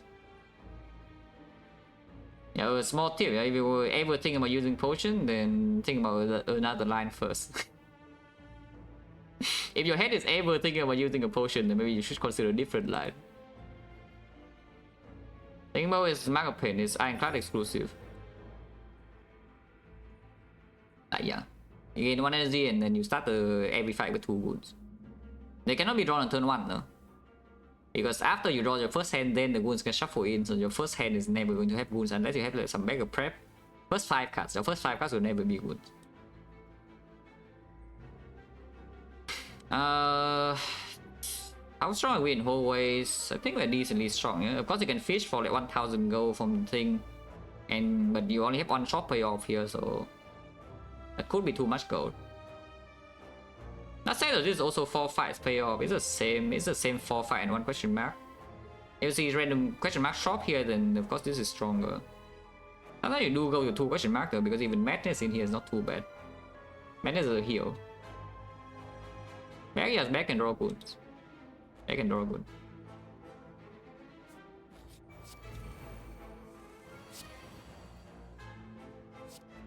But yeah, this deck is not exactly...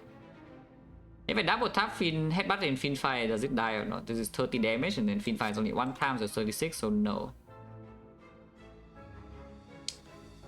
But yeah, this deck is not exactly very happy in hallways either, as you might be able to tell. It still doesn't draw, it still doesn't block. We just have a lot of sustain and some damage and, you know, this front load debuff. So it does have like a lot of problems. Eh?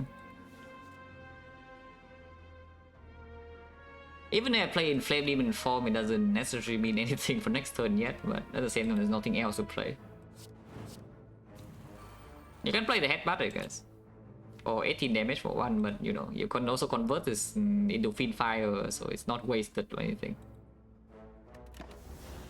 Ow. We kill this turn, there's nothing to set up, right? No feed, no whatever. So we simply can just trans into Fin Fire 9 card is on the way.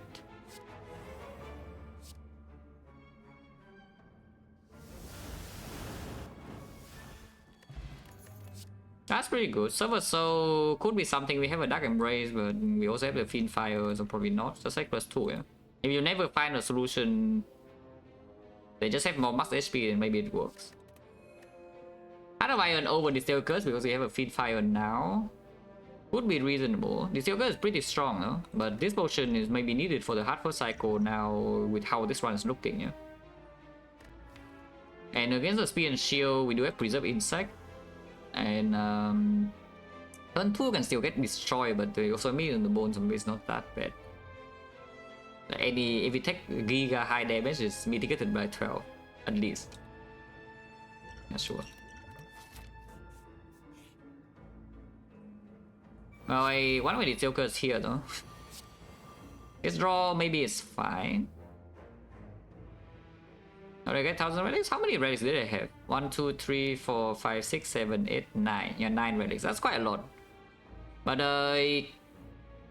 we... No, we did not start this one with relic. Yeah, this is scrap ooze, yeah? So we click scrap ooze for bag of marbles. And then the elite drop old coin. And I bought the membership card because of course it's a shop relic. I bought the shovel in the same shop. And I dug up a new relic with the shovel. Which is why the relic bar is like so long. But we fought only like I think 3 elites or so. But this relic is not from elite. This is not from elite. This is not from elite, and this is not from elite. So from elite is only like 1, 2, 3, 4, 5. Which 1 from the chest. So it's like what, 4 elites or 3? Oh yeah, we also bought bronze scale. So it's only 3 elites. It's like 1, 2, 3. 4, yeah, 1, 2, 3, 4. These are from elites and chests. The other things are from events and I bought. But yeah, transfers and then re-evaluate. Okay. With the Fin Fire, we should play the thing, but this is just spot weakness and we ignore demon form. Yeah, it's just spot weakness and then double tap headbutt Iron Wave.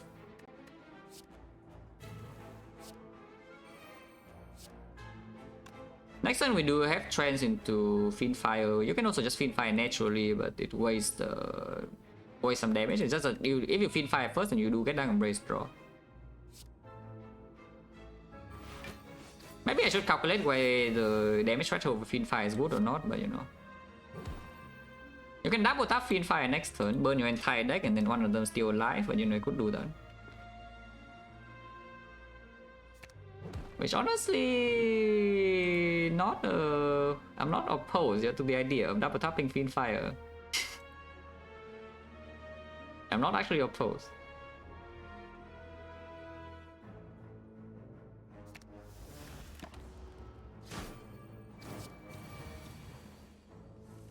Because we could just double tap the Iron Wave here also, you know, for a bit of block.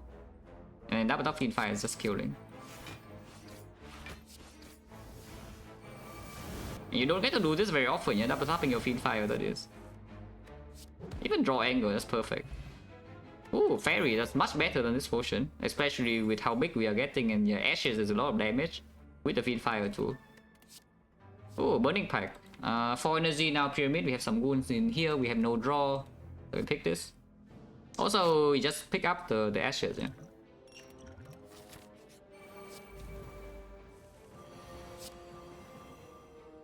Only 5 breathing. Normally 5 breathing Pyramid, absolute garbage. In our case, though, you can do something.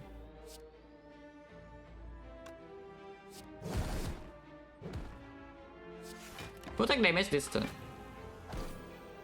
Yeah, the burning effect on Act 1 came back. Yeah, look, that's 10 AoE already. I haven't been playing it though. I think I'm not playing it. Yeah? I play Sword in Flame, Defend and Wave.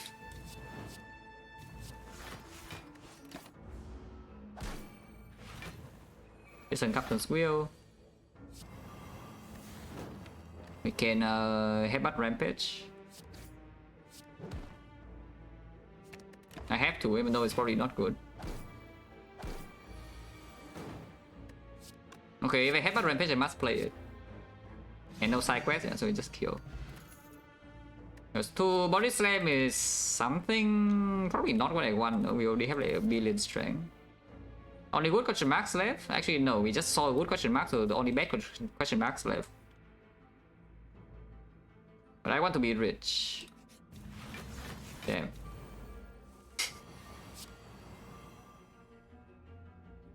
Well, it's just a fight.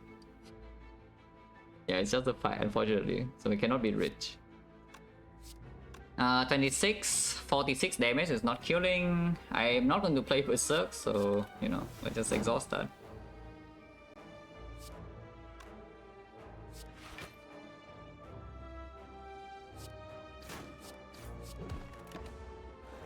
I would take this 4, yeah? Because we kind of need to kill this turn. And Shark in this hand is not bad either.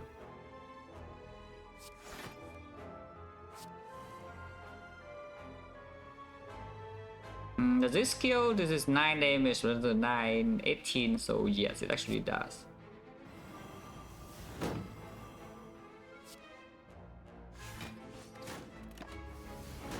Still taking 12 though. And then again? No, this is 20. This is 20. We saw a real question mark here, this is 20%.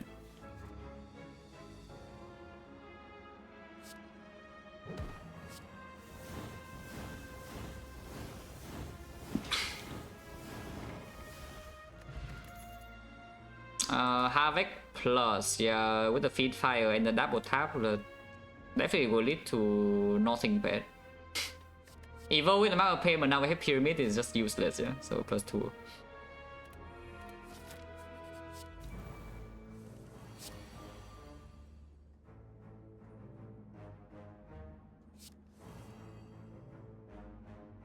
I could still play Brutality.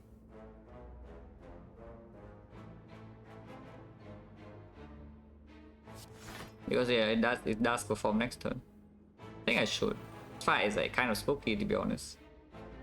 I think I should also apply weakness, no? So let's do that. And vulnerable so that the Feed Fire can just like kill and then draw into it.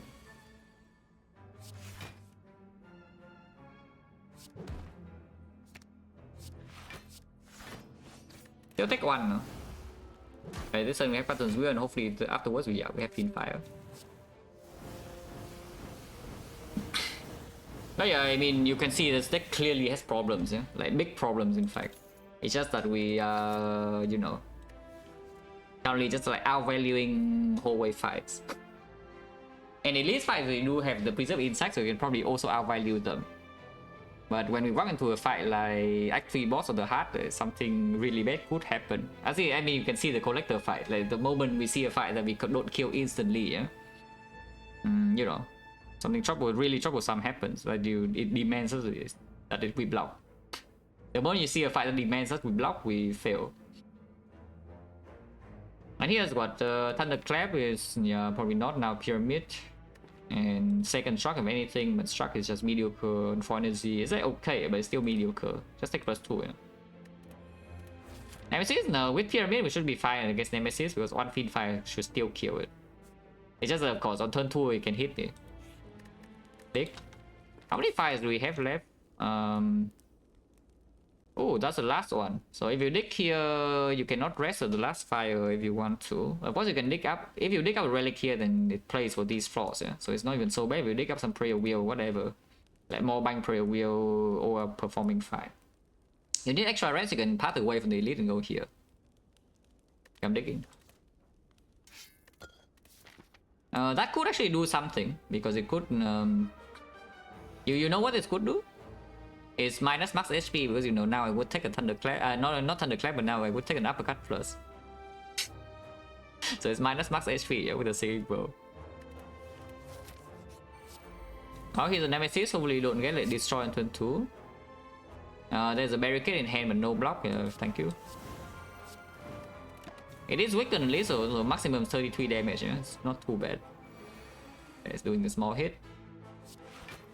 I should probably play in a freaking demon form. Should I? Because this is already 19 times whatever. I don't need to, right? It's already dead next turn. Yeah. It's 22 times 9, yeah? Like this Fiend Fire just one shot. We don't need the strength. Awful? What? Wait, okay. Let's look at the awful deal bonus, yeah? 1, 2, 3, 4, 5, 6, 7. 8, 9. Yeah, if I have an awful new bonus that allows me to get 9 relic exact one every time, you know, I would like that.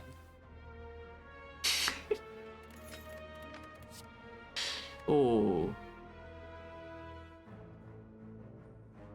I mean, that's not the X thing though, but you know.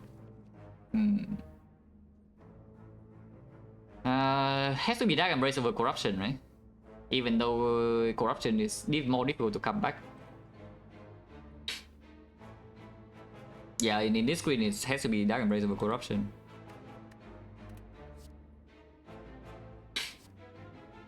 Yeah, -2. Even though corruption could play with top sometimes.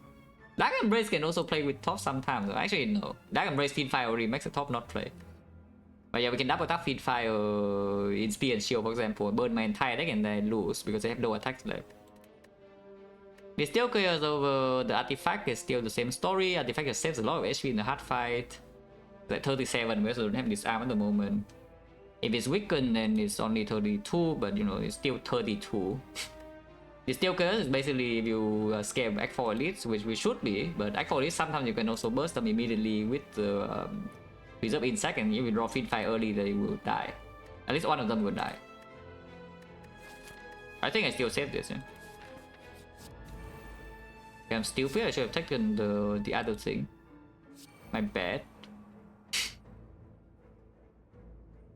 Yeah, my bad.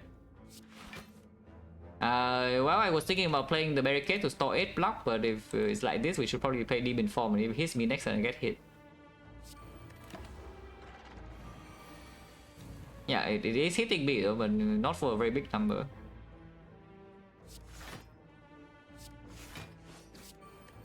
I barricade now before the thing goes down, and yeah, Demon Form is also coming down already, so it's like must be fine.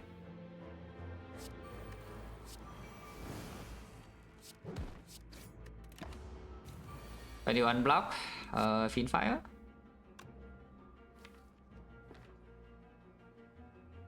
I mean, no reason to, though. It's doing this, and Fiend Fire Ring next turn is just way better.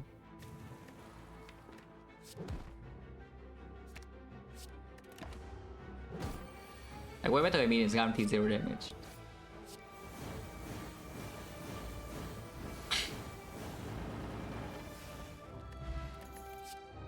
That's 2. Unless you tell me Anger Pulse is good somehow with Unceasing Top. Well, we key the fish for this. The fish going to be quite a lot of gold, yeah, by this already. But this relic is pretty decent.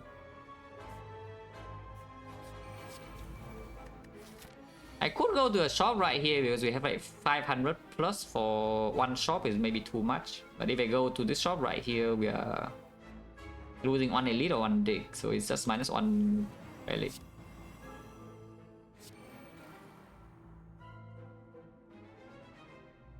If I just play second demon form, does she die next turn or not? Yeah, just play the second demon form and take 12, does she die next turn or not? Because we go to 5 strength, yeah? 5 strength, this base is 12, and 12 we can play Shockwave into Fiendfire. My hand is going to, yeah, he's Fiendfire for 7. So this is for 21 times 7. Oh, she's dead. We deal 150 because we have create 3 from ashes as well. So I just play demon form next turn she dies. I don't need to deal with like whatever nonsense the deckers are doing. I hope I'm correct, by the way. If I'm wrong, I'm like done for. So okay, let's double check. Let's double check before anything stupid happens. But honestly, if I just play Shockwave without demon form, we have +1 card, so it's just stronger regardless, yeah. But let's just count both cases, like for fun. It is demon form 4, so yes, it's +4 strength. We have 12 base here, and 12 base is Shockwave into Fiendfire next turn. It's 18 base, and 18 base is actually 21 base. 21 base is 147 plus 3 from here, and plus 3 from here. So it's actually 153. Yeah, she's dead. Yes, no, she's dead. But yes, even if she's not dead, I mean these deckers are also dead, so it's fine. And playing this now doesn't really do anything. Unless you tell me we play this now and kill a decker and she's still dead next turn. We can check that. Because I could Shockwave into Headbutt immediately and kill one decker to save 6. The next time we steal Fiendfire for 7 cards. But this time we only have 2 strength, which is plus 10, 15, 18 times 7, 126. Yeah, she's not dead. And then we need to rely on the top to, you know, draw something good. Okay, so let's just take 12 then. Let's just take 12.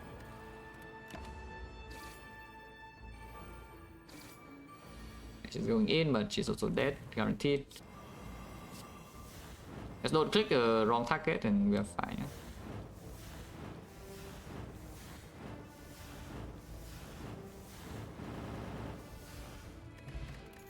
Shuriken probably doesn't do that much. Could do double tap Shuriken. Wait, could do something. We don't have strength payoff though. We don't have like heavy blade or anything like that. Damn, I was hoping to see a heavy blade plus like right here. Heavy blade will be green if it shows up, but it is not here. We have to recall the last fire, so any HP loss in here is going to be a bit painful.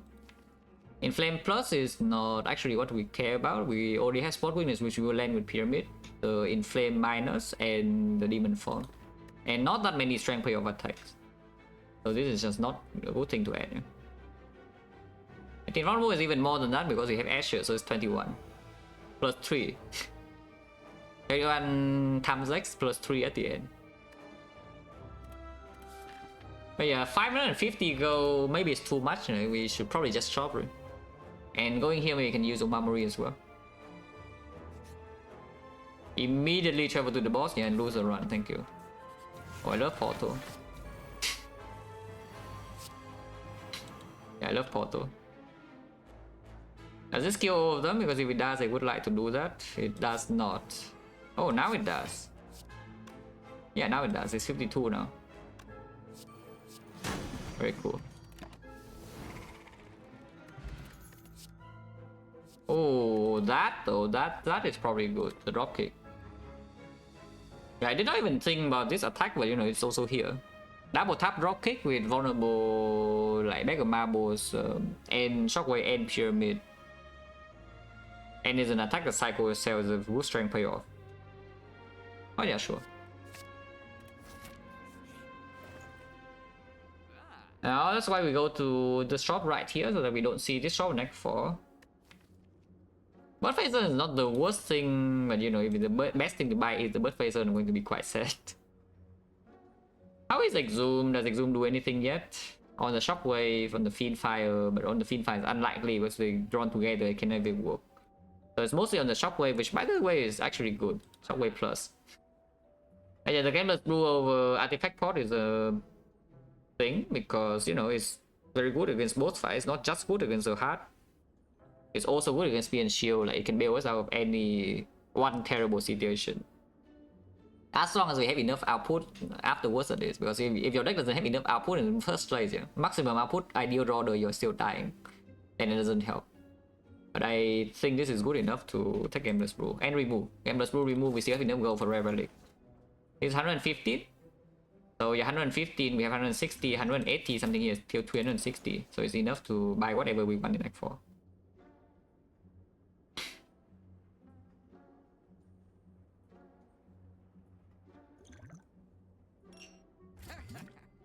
This is actually quite good at the pummel.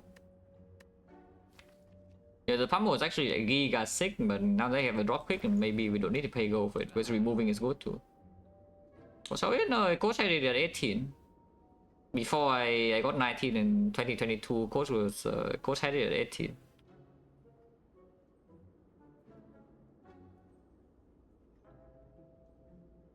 Ironclad tricks are just close to a lot of Ironclad tricks are just close to each other anyway, yeah? Because like you know, if you know how the difficulty curve for Ironclad works, it makes sense. It's that a bunch of people get close, like maybe 70 plus, maybe 80%, and they get stuck there. So then you get all kinds of similar win streaks. It's like I have 19 and I have another 17, I have another 16, and also I have 2 more 15s on Ironclad. And coach had an 18 and another 17. And I think he had another long streak, but I don't remember exactly what that was. I just remember the 18 and the 17. And like, you know, Panacea has a 19, and then even Jason has a 15. Okay, even is a bit mean, but it's true. It's true. And yes, Nave has a long streak going on right now also. But okay, remove, yeah.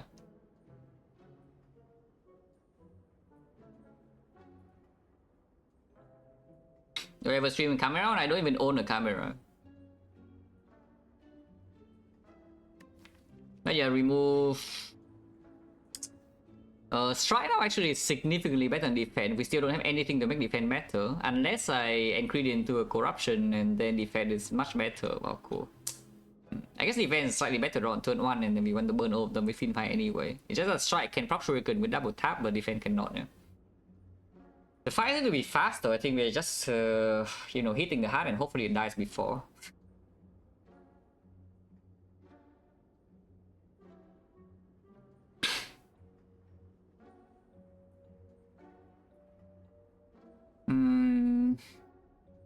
I'll probably still remove strike, huh? Anger, this plays unceasing top, so we keep the anger.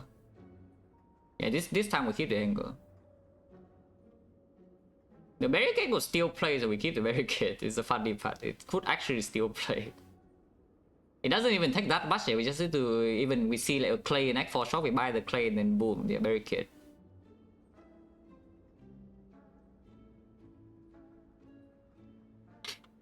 But yeah, probably remove strike, still fine.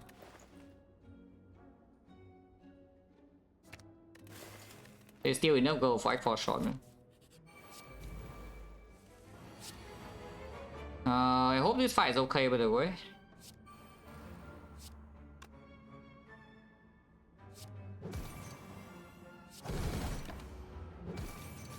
It's just like not okay, I'm going to be really sad, yeah, but you know. This is why you have to strike over defense. Because where the hell are my attacks?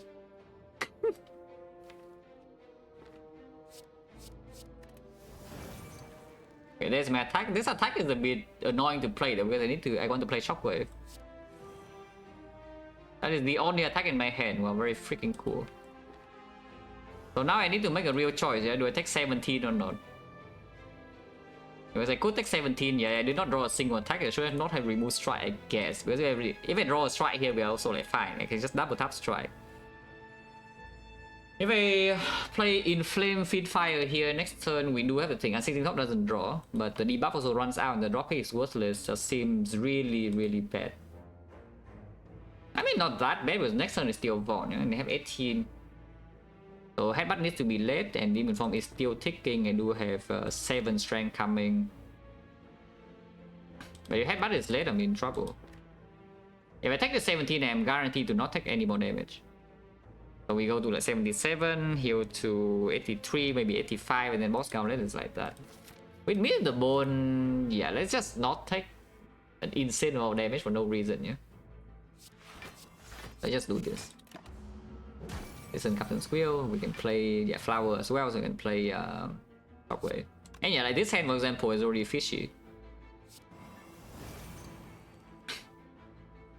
But now we can Dark Embrace Fiend Fire, I think.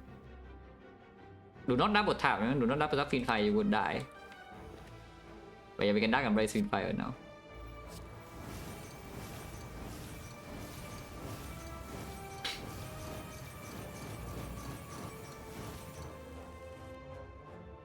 Get the Shuriken here, probably true.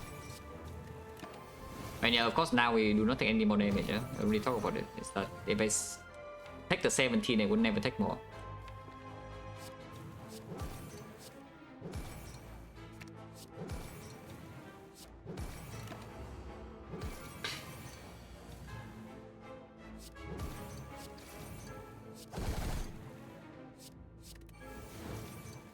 If we remove again, act for probably defend. Yeah, I mean, there's only defend left. We are not going to remove rampage.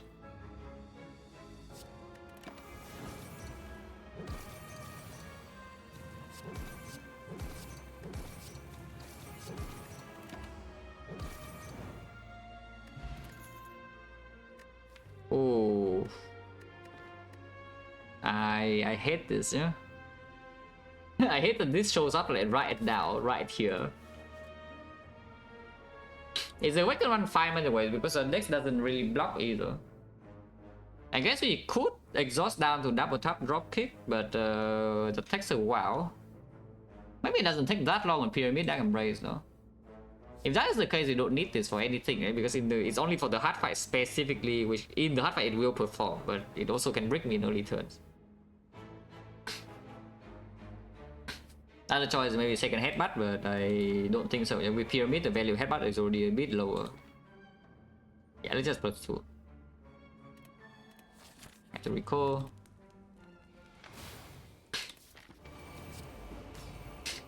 You give me so many berserk. This thing is only giving me berserks and demon form, it feels like. Which, by the way, the demon form is good and the berserk is bad, in case you're wondering. And form, I don't even know whether I'm playing barricade here or not. In fact, I don't even know whether I'm playing demon form because we could actually go infinite here. Is I play Dark Embrace and we do double tap drop kick. Because we cannot actually block this guy at all. So playing something like demon form is also going to hurt.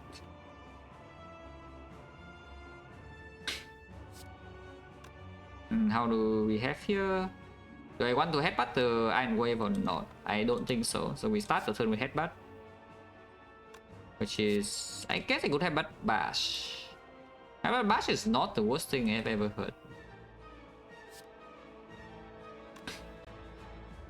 I see on 2 energy to weaken here, it's just mediocre output though. Maybe not, we still have Shockwave. So this is like what, 15 plus another 13, 28, 28 plus another 9, 27. 27, no, but it's still vulnerable, so Angle can be played next turn. Preferably we don't even play the Angle. But yeah.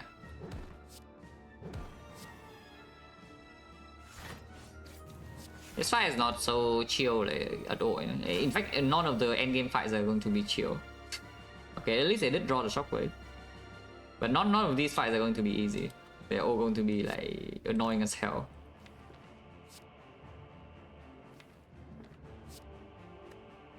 There's no reason to not exhaust the wound. Right? No.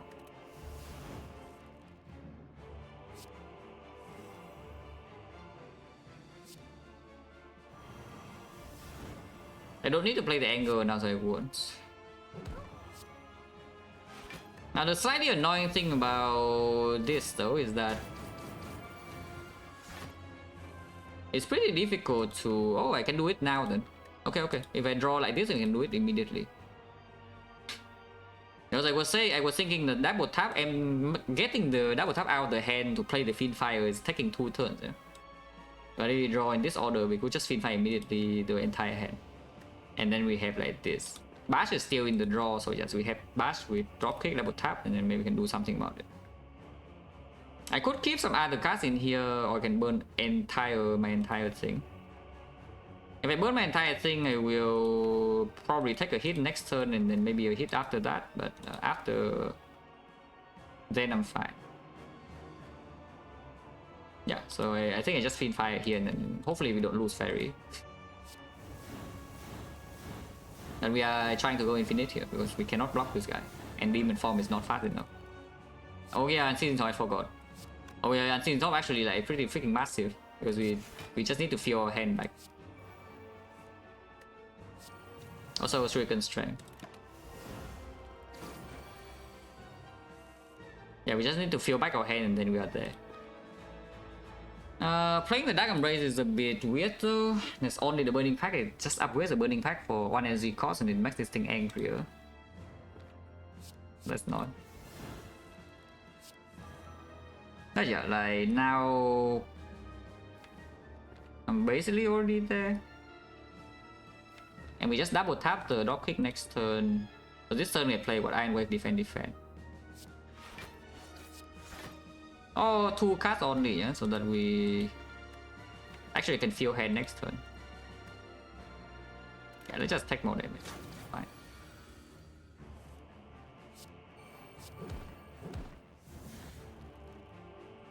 Yeah.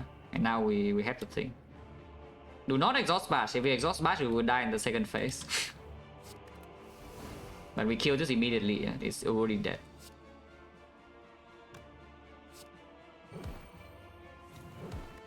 It is already dead. I mean, yeah, because in the second half with 4 base energy, you can, in fact, you even have 5, so you don't need to block the first hit either.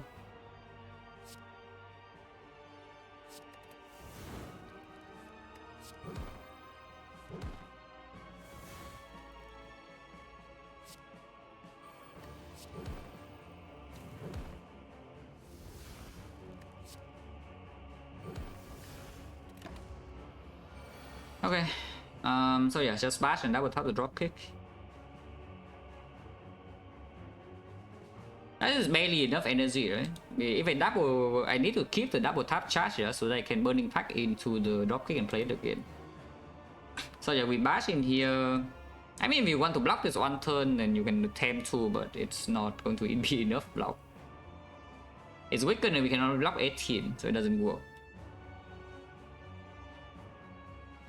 But yeah, we bash first, and then a double top drop kick. My discard pile has 3 cards, and drop kick with draw 2 of them. Energy wise, we go back to. This is energy neutral, so we go back to 3, and then I can play Burning Pack and then double top drop kick again, and it kills. Okay, good.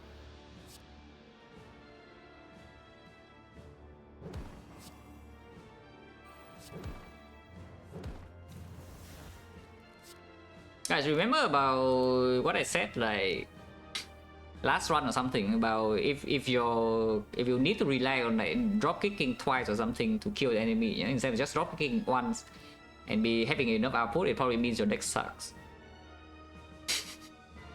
And what happens? Your deck is sucking, which is why we have to do this to win the fight.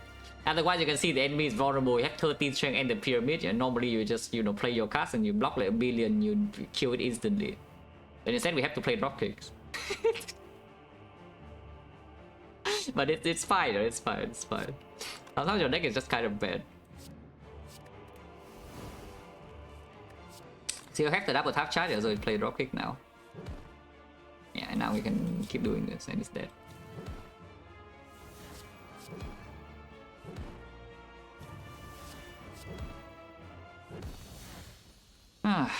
It's like a definitely die in Act 4.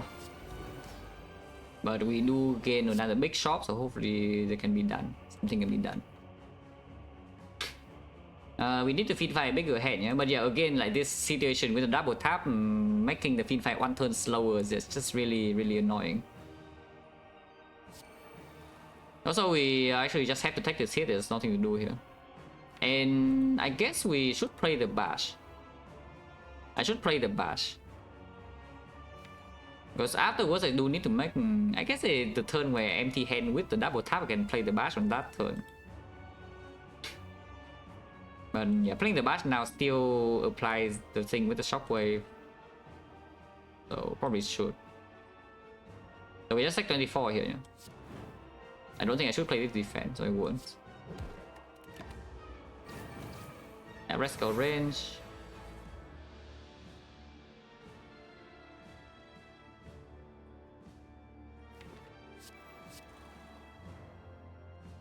Whirlwind probably not good enough to keep.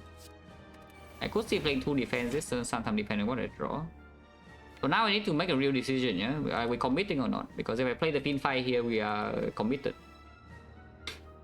to the drop kicking thing again. And next time we have Captain's Wheel, we have time, and Dragon Blaze is already down. The double tap is still here.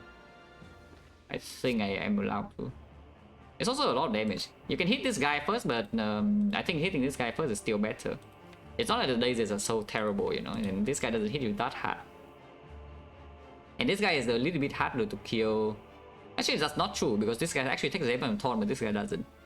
At the same time, because we have a Feel No Pain now, and the armament is still in here, we could actually block this with the Struck Plus to set up the flower a little bit. Flower should be on 1 because it's a T set, yeah, unless you want to top on turn 1. Yeah, flower should probably be on 1. Because with the pyramid, even with the burns coming down turn 2, we can use energy. And I'm willing to game this bull in the Spear and Shield fight.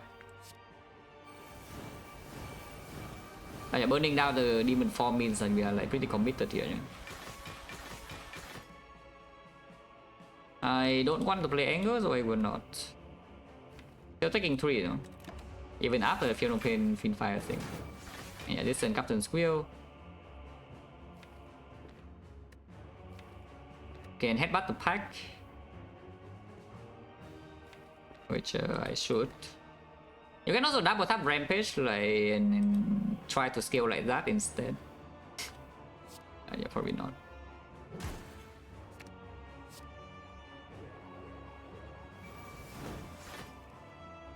Next time we can double tap rock kick this thing.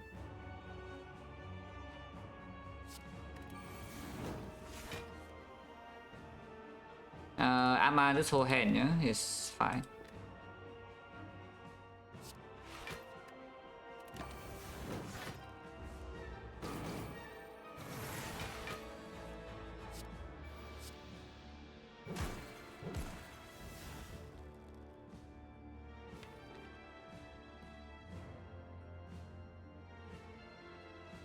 Not quite there yet, so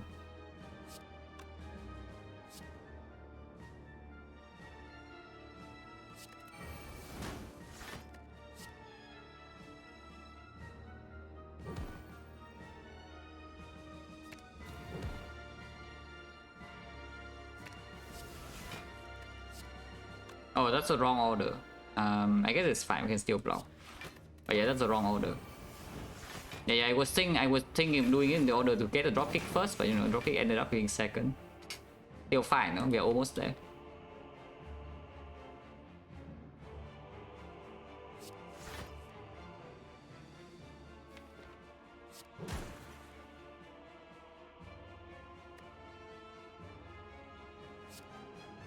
Also, we have barricade, yeah? And barricade against this thing we can actually block.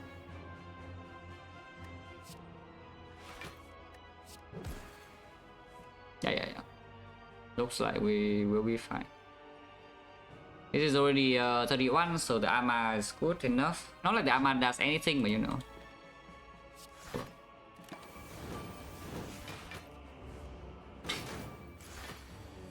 Okay.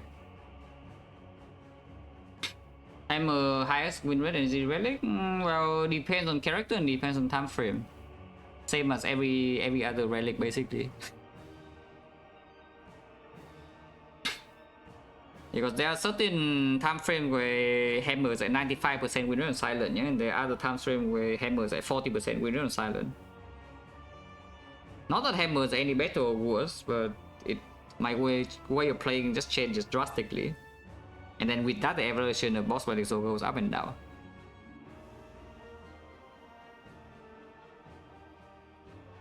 On defect, for example, the hammer I think is the highest win rate energy relic. Yeah, I think on defect hammer is the highest. Okay, here we already have to kill, so flower on 2 is just perfect, yeah. Just exhaust down and kill next turn.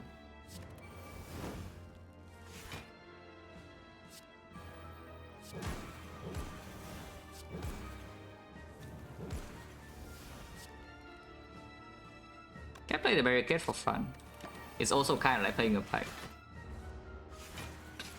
Improve? Yeah, let's just go with improve.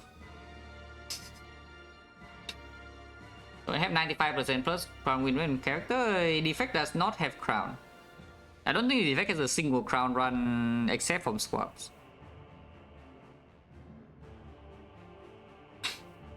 This character benefit most from ingredient, probably Clad. But honestly, first three are pretty close. It's just on Watcher is pretty bad. I mean, pretty bad is a big word. It's still good on Watcher, but you know, it's not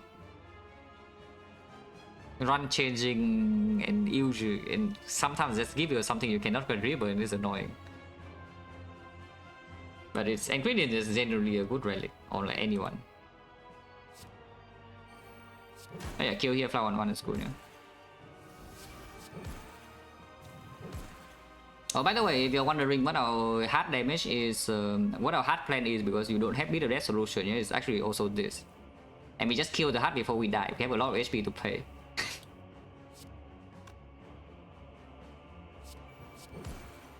But it's pretty concerning because without this arm and only around 130, we could definitely run out. But you know, there's a big shop in here, we can buy anything. Any one thing at least. So like lizard tail full price, yeah, bought. You can play shark, yes, you can play shark. So it's just that you cannot block the when it attacks. When it doesn't attack, then you know you can block it of death. But if it attacks, well, you are taking the hit. Resting of 14 over digging, so it's like kind of like digging a pear. It's not a mango because we have fairy, yeah? So it's kind of like digging up a pear. You can also upgrade demon form. Dig. That doesn't even do anything. We have a no strike.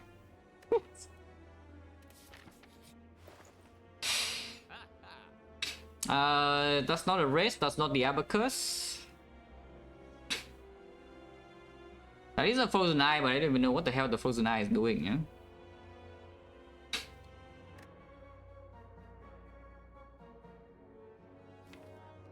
The ice cream with tea set is like something, with the flower is something, with the top is like useful in the this is useful in the spear and shield fight. In the hard fight, not so much. In fact, it's a must. Why is it a must? Why is it a must? Because getting down to the real loop in the hard fight doesn't always happen, yeah? We could just maybe get close and then deal 800 damage. So we don't commit into mediocre things like this, no? How stupid is it to buy ice cream whirlwind?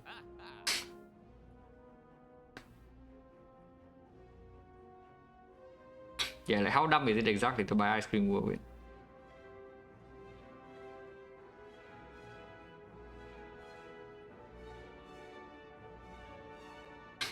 We don't have like penny or anything like that, yeah? So this is what energy on turn 1 is only 6. But we can double tap a whirlwind plus and that kills the spear and shield like instantly.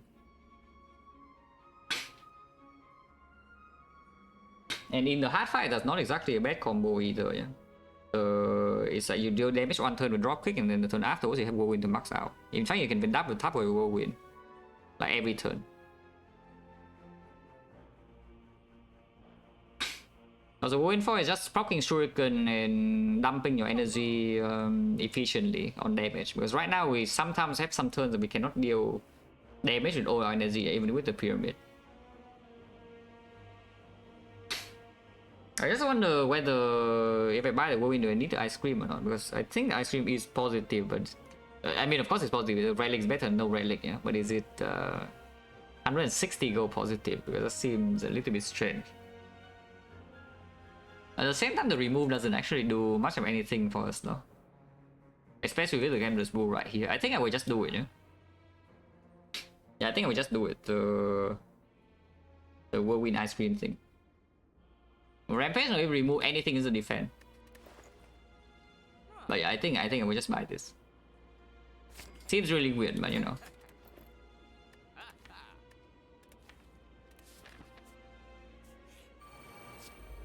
Quality being attack on turn 1, but still the ice cream could play. Struck is probably worth it. Oh, whirlwind. Got weakness. And then, you know, do nothing. And then next turn we have what, 8 energy? With this is 8 only, you know? So 8 energy. Actually no, we have flowers, so we have drawn into double tap where they die. And I can Gambler's Brew. You just try dummy in Strange Shield did not dig. Depends on whether they roll uncommon or not. They could also just not roll uncommon relic. We need to stall of this, right? Because I have 7 energy next turn, yeah? 8 energy next turn with this. So yeah, 9 energy in total, but yeah, 8 energy double tap, so it's 144 and it's barely killing this. With -1 strength. Yeah, 8 energy. Actually no, it's 128. 128. But then it dies with taunts at least. And we can draw into anger. Yeah, and also the Whirlwind Plus as well. There's no reason to block 5 here, yeah. Yeah, Frozen Eye to tell me whether next turn I could kill or not with the ice cream, because with them we don't have the ice cream. Okay, end turn.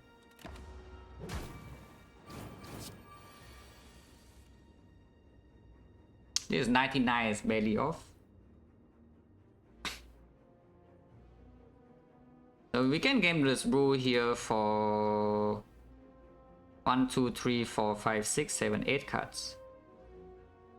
And we could reach either Dark Embrace or the double tap.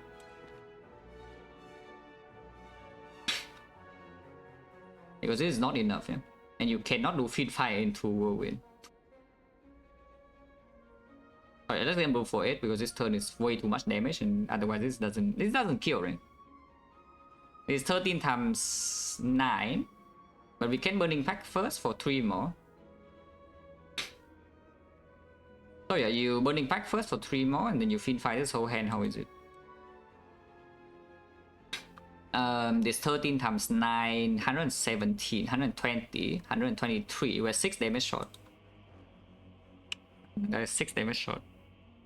The problem with Burning Pacting first, is it a problem? Because I can still, this is Whirlwind Plus in my hand now, yeah? So if I spend 2 energy on Burning Pact and double tap, we still have 7 energy on this. And 7 energy, 7 times 2, yes. So it still kill. Which means I should Burning Pact. I should play the Burning Pact.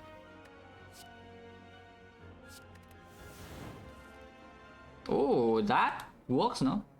That should work. Armor on Fiend Fire. And that is 13 times 1, 2, 3, 4, 5, 6, 7, 8. Yeah. Except it's like 16 plus 1. I mean 16 times 8 is already 128 is dead. And then we have the 3 more. Next time we have Captain's Will against this, yeah? Okay. So let's just do that. Don't need to game the Sprue. Yeah, nice Whirlwind by the way. But we can still top this turn. We have some goons though. Oh, yeah, we can top this turn.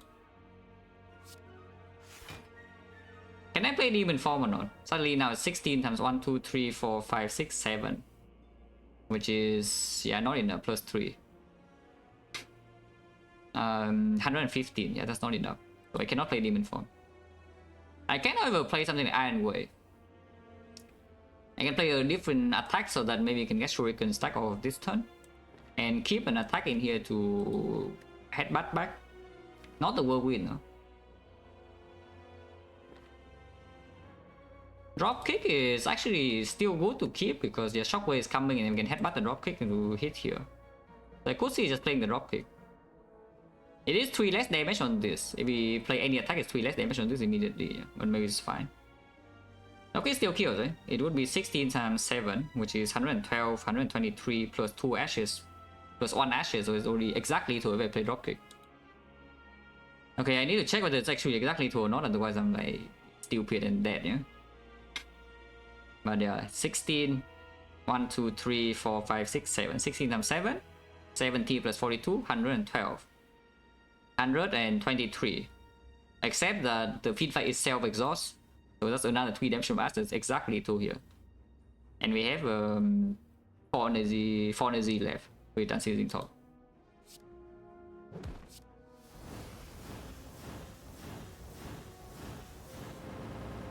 Exact. Okay, and in top, playing flame.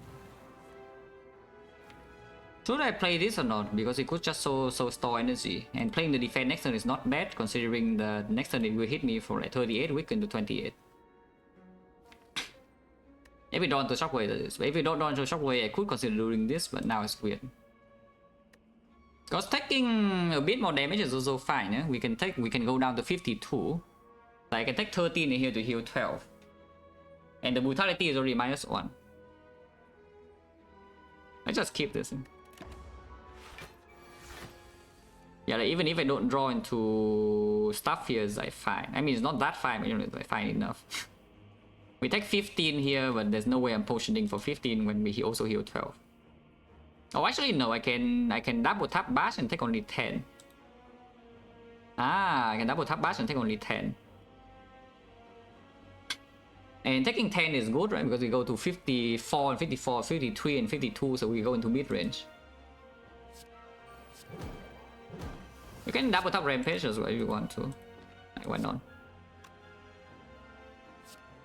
Should not play this defense. Playing this defense is really bad. Ideally we kill next turn. Actually no, ideally we don't kill next turn. Flowers will probably be messed up then because I need to... First of all, we cannot even kill this turn if we want to, yeah? And secondly, I need to get a mid in the board. I think it's more important flower energy.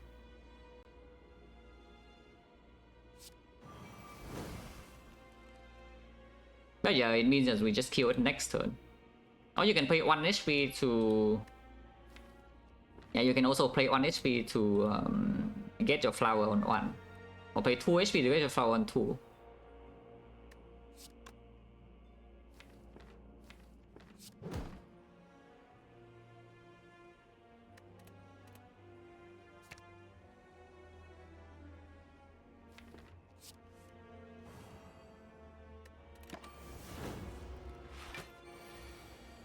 Oh yeah, mid in the bone proc, so we can...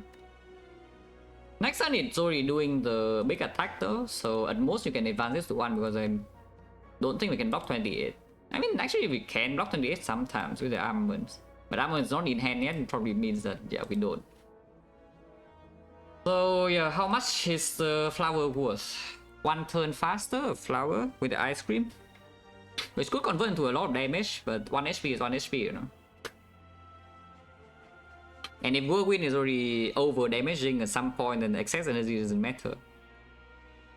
And the Whirlwind does get to the point where it over damage pretty quickly, especially with double tap.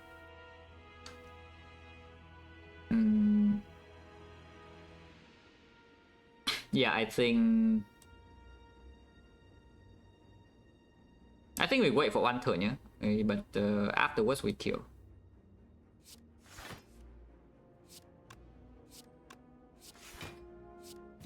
Can play this though. For fun.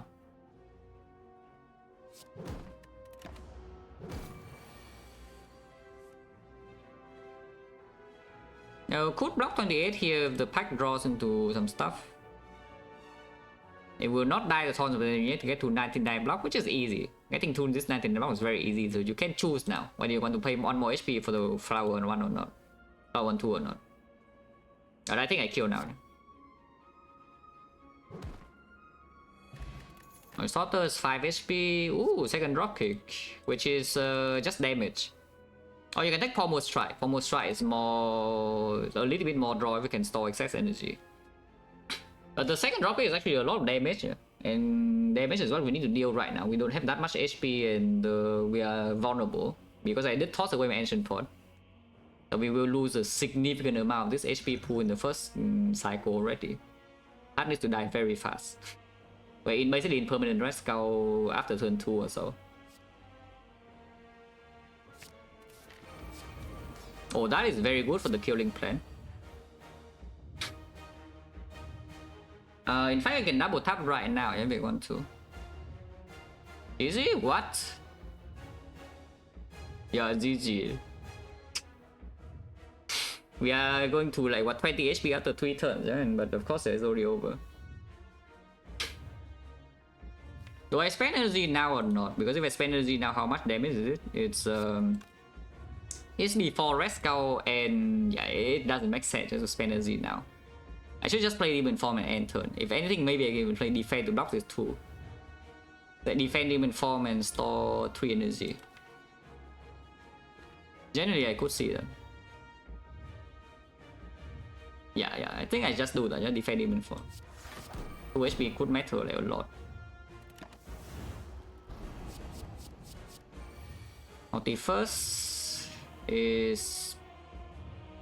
I don't think it's particularly better or worse, it's just like kind of the same. I will Gameless Rune now though, I think. Yeah, I will Gameless Rune immediately. I don't care about this Whirlwind, yeah? This Whirlwind can go. We can gamble away like 1, 2, 3, 4, 5, 6. Honestly, I don't even know whether I should keep double tap or not, but I think it's okay. Could shock first if we don't need the energy. Could shock first to reach 1 card deeper. I think I will. The entire point here is to reach the shockwave like now. So let's do 1, 2, 3, 4, 5, 6. Spot weakness is not needed.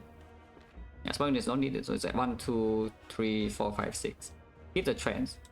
You can also keep the headbutt, but I think I toss a headbutt too.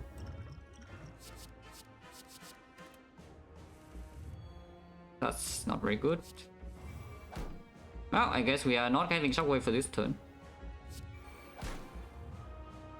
The barricade probably never does anything, so there's no real point. And we are just blocking fairy next turn most likely. Because I did not get weakness down here. So we go to like what, 20 HP afterwards, you know.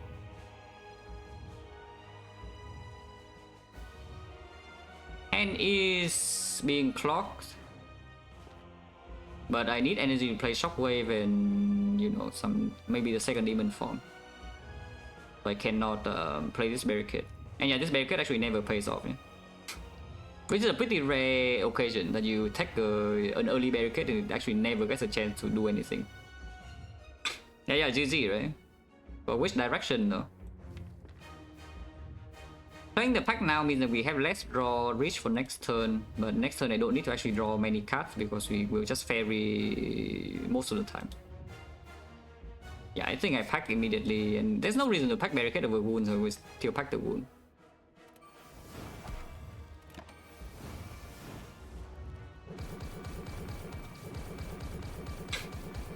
Yeah, Captain's Wheel here, unfortunately is wasted.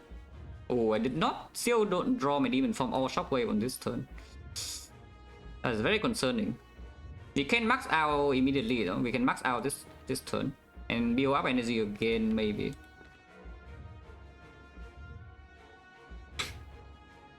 Yeah, like Arma here, and then we do double tap on Whirlwind.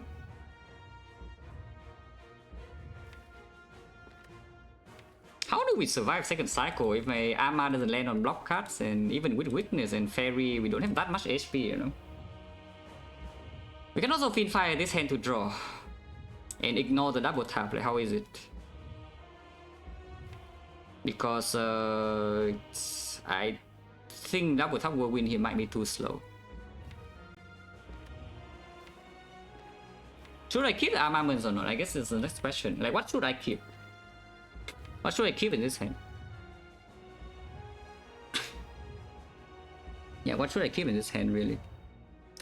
And beat of death in here doesn't really matter, right? Because we can never survive this turn. We can never save the fairy in this turn basically. Because we break on weakness last turn, yeah, that's quite unfortunate. Because we didn't even need the... It's like Bash could also do, you know? But I didn't even get the Bash, yeah? We bought to take most of the Bash and the Shockwave in here, so it's not weakened until to attack 15 extra, and now I cannot preserve fairy. If we could preserve fairy, then we could have done something pretty cool potentially. At least the 50-50, as like next cycle, the big hit comes first, then the multi hit can survive with our fairy HP is at 30 something. But okay, guys, I don't need your lines. Stop. Zip. You can throw a random line, but like please, if you cannot like calculate like the entire file, like please like stop. Because the thing is that we have free reign with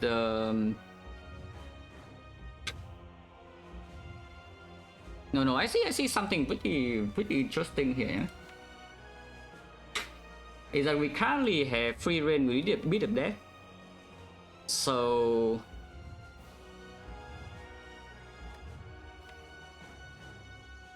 how fast can we kill this? Like turn 3, turn 4, turn 5. We need to block at least one attack in next cycle. Even if we max out this turn, we max out every single turn, we still need to block one attack. But one attack is not that difficult because it's only 45 and we... That basically tells me I need armaments. That immediately tells me that okay, armaments must stay. But afterwards, if we need to deal 200 every single turn while still blocking one time with the 30, then maybe double tap needs to stay too. The problem with double tap staying is very annoying, no? Yeah, the problem with double tap staying is very annoying because I need to double tap like both the dropkick and the angle before I can play the Fiend Fire.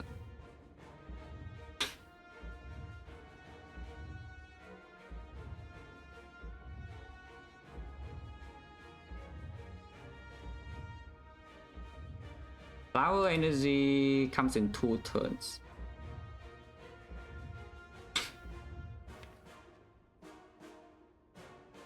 Yeah, this Demon Form will just not be played, yeah, I think, from this position. Oh, so many defense here though. So many freaking defense.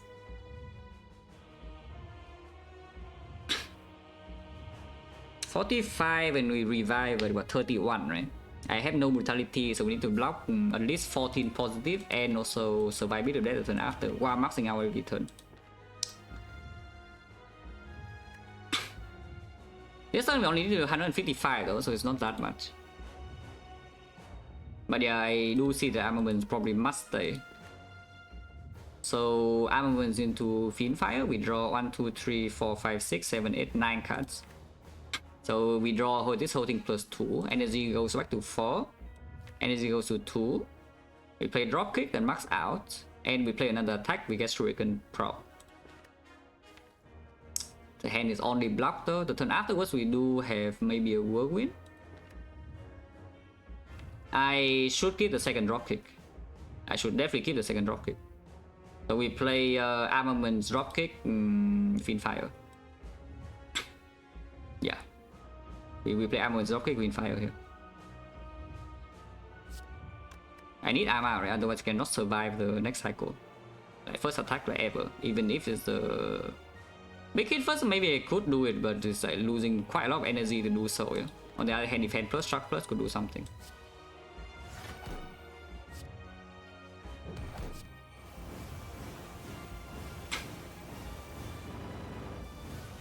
It's already maxing out.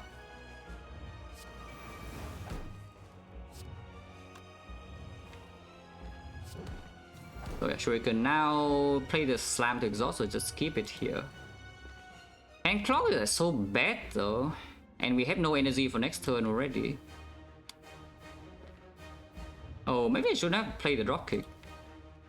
Because now how on earth do we deal damage next turn? Yeah, this just doesn't look like it, you know? We need energy.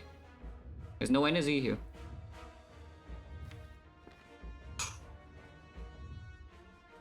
Well, yeah, I should not play that dropkick, but even then it's so difficult. But I cannot play this slam right now, basically is what I see. And we just need to hope that somehow next turn we draw into like some whirlwind or something. Yeah, this is way too many defense. Like that's what I'm saying, is that defense is just garbage. Maybe it should be strikes. But I cannot spend more energy here. Okay, headbutt is a good start. 27, 33, 60. 60, and then we can play slime. So I will have to take some bit of that here, but bit of that is okay, yeah.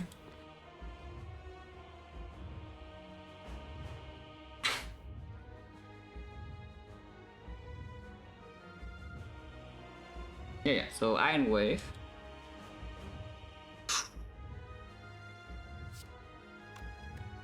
Headbutt the drop kick. Play the slam and here go to 2 energy. Play the drop kick, still at 2 energy. 27, 60, 60 dropkick is 21, this 31. Yeah, 31, 60, 91, 91, 94, 94, 120. 150, that's just barely off. And we cannot even deal damage in bronze scale either. So we actually have to top deck either dropkick the whirlwind here. They do draw quite a few cards, yeah? But otherwise they don't have enough energy. But it still has to be, yeah, Iron Wave first, and then headbutt dropkick, and then draw. But I do think we reach deep here with the slam instead of playing the bash. So yeah, Iron Wave first, headbutt the dropkick.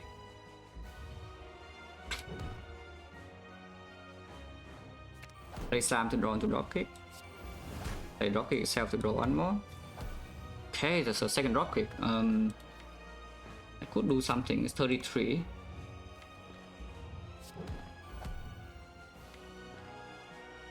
Now I need to trance though. We did draw to whirlwind, but no armaments, yeah. Next turn still need to block a hit while dealing damage, but we have 2 drop kicks, so maybe we could do something about it. So now's the question, because I need to play 2 attacks here.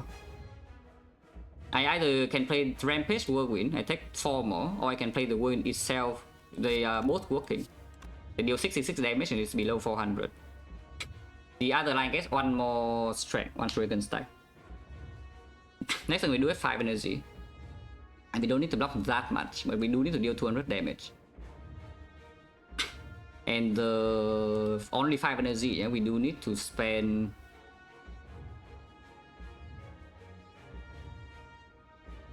We do need to spend quite a bit of energy next turn still to block.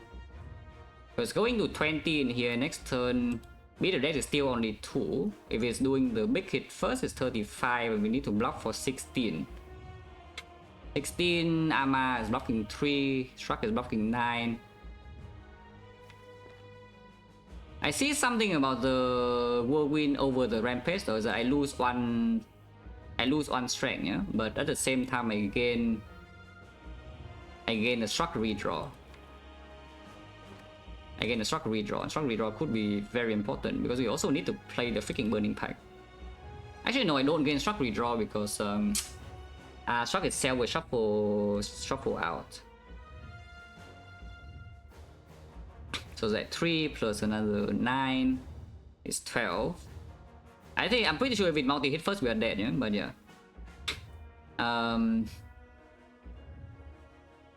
Unless it is somehow full block with 5 energy, but I really doubt it.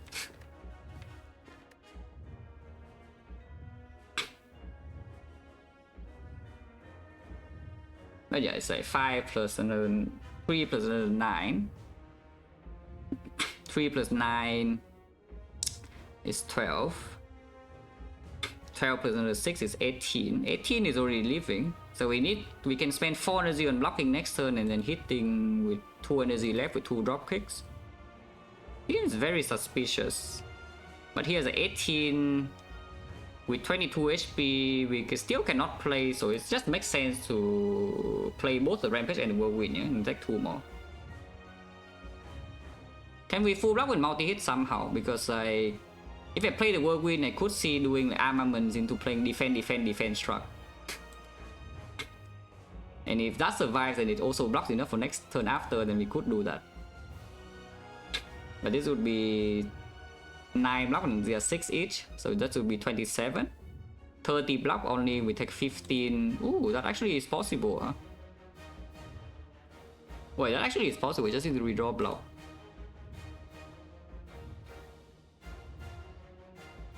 And we would barely live if I just play the Whirlwind. We do need to armament in hand next turn though at the start. Oh yeah, okay. So let's just Whirlwind here and see what attack comes first, yeah? Because if multi-hit comes first, then we need to actually play every single block card to survive.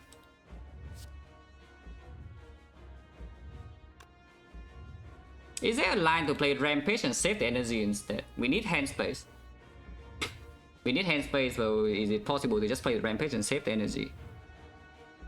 Because then I have 6 energy next turn to block.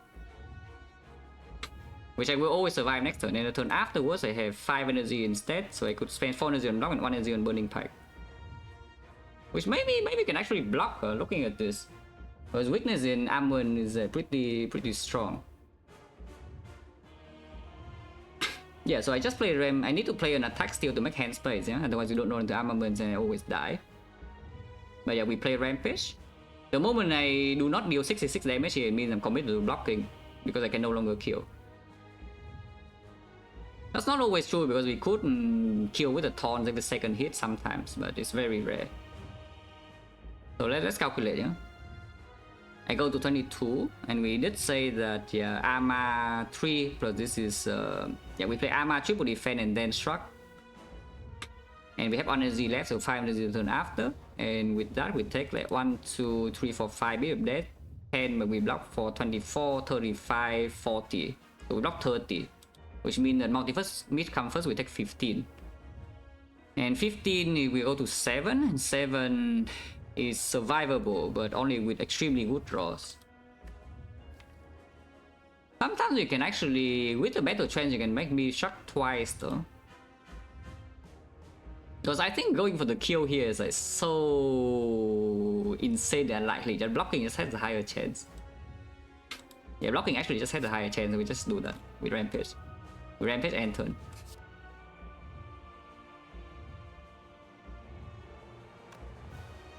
Defense and turn doesn't make sense, right? Because I need every single defense to be green. Well, the first is a bad case, but you know, it's a good case for the line we choose, because if you choose to kill and you see multi-first, you are always dead.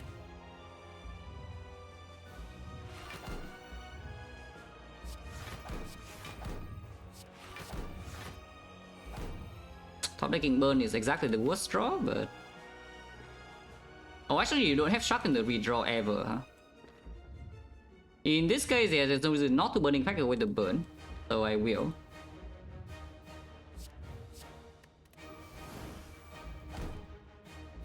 And we take like 17 and go to 5. Should I go to 3? Should I go to 3? Because I can play whirlwind and go to 3. Going to 3 means the next time it hits me 37, we don't have energy to do anything, no?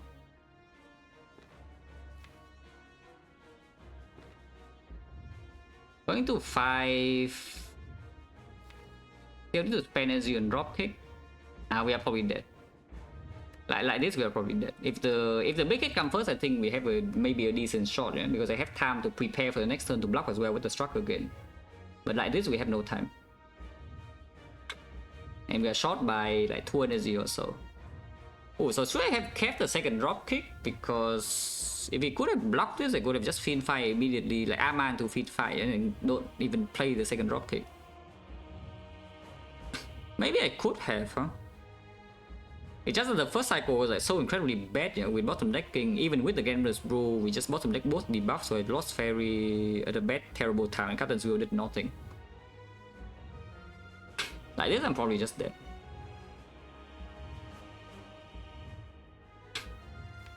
Because right now I don't really see a real way, you know. Going to 1 never works. And with 4 energy maximum, we cannot block next turn, ever. Because this is 6 each only, so it's 18, 18 plus another 3, 21, so we are dying. Yeah. So we are just dead.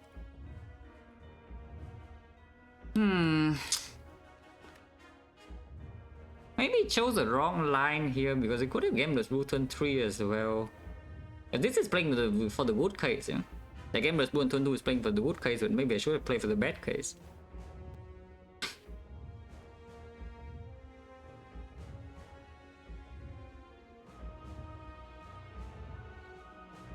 Yeah, like this is there's no way we can win. It's like impossible. Because the first cycle we burn all our resources and you know, everything sucks.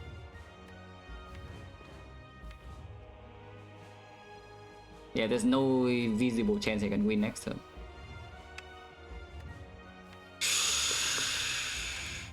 Well, let's play the proper fight and see If I choose a different line, could we win or not? But I mean, I already told you that we have a billion problems in this run, and it's pretty difficult to solve, even with like the relic bar being so long.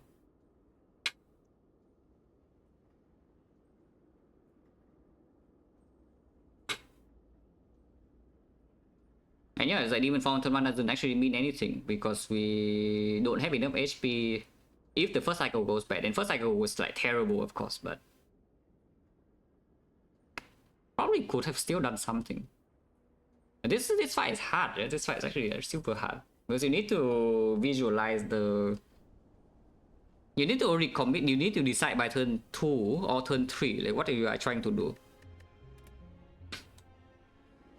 If you don't know exactly what to do by turn 2 and turn 3, you cannot do much. But this is so bad though. Like the bottom decking, both of these even. It's like we dig so far, you know, we draw 5 cards, then we draw 10 cards, we actually draw 20. So we basically draw 20 out of like 30 cards of our deck. With the Battle Trance, with the Burning Pact, with the Dark Embrace. And yet we cannot reach the vulnerable on turn 2. Which is just, you know, quite sad. I mean turn 1 is just correct, or turn 1 this turn is definitely correct. And maybe I should not have, did I play the defense the first time? I don't even remember. Maybe I should not. But yeah, here I even play this, yeah. And the Battle Trance being here is also bad because Battle Trance here means that the Gambler's Brew cannot be used. Then maybe I should have tossed a double tap also. I was thinking about the line where we max out this turn. Or at least getting some drop kicks in play, yeah.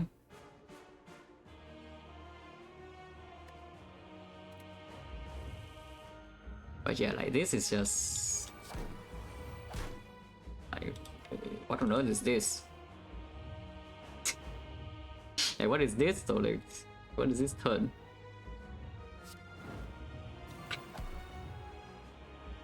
Mostly giving a pack for in hand, but then yeah, it's just worse off, yeah. Like packing now is just better. Is it better? You can dump a lot of energy to pack next turn, but next turn you can only draw into your thing. In fact, like actually maybe this is what I should have done. I play double tap now. Oh no, no, this one's already dead. This one is already dead. But yeah, maybe that is what I should have done actually. I play double tap now because then I could play feed 5 freely and keep the double tap, which is, you know, a pretty freaking important thing. But here we know that we're losing Fairy, yeah? So is it true that we're losing Fairy? Because I could Arma right now, Burning Pact, and then spend energy. Because Burning Pact is still in my hand. I still don't draw into the thing, but now at least I get rid of some bad cards. Yeah, now we can think about blocking or not, because keeping a dropkick in here is not trying to block. We do burn away 1 defense with this line, but there's an Iron Way. There is still, however, a double tap. No, I think we go in, and we go in.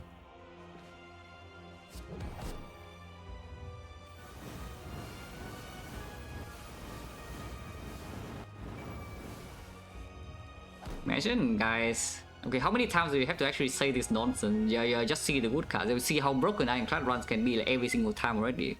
These are the runs you want to win, you know. If you can only win the easy runs, you know, it's just literally every other player. So like nobody cares about that. I mean, I personally don't care about that. Yeah, here, because here I can even play Spot Weakness. Like why do I not play Spot Weakness? Why do I even play Shockwave? No reason. Play Spot Weakness. And now we just try to max out this turn maybe.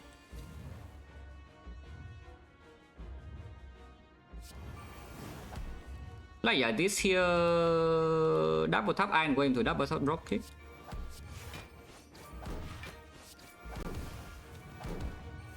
So this actually does give me some block for next turn. And this is still bad though. Yeah, this is still not very good. Even though I do gain Beard of Death protection, it's still not really making enough progress, I don't think. It is still not making enough progress, and I also lose 2.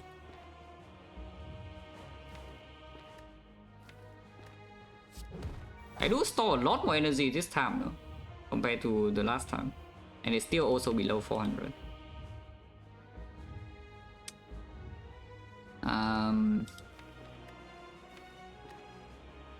We'll see headbutt on the Iron Wave.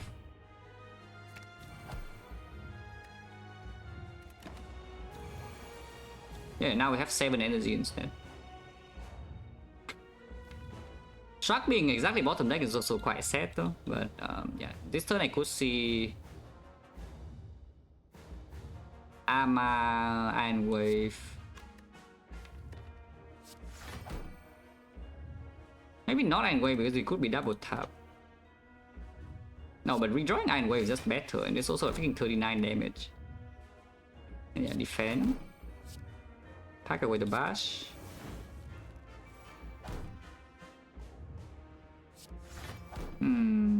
Doesn't look very good. Still need to deal damage though.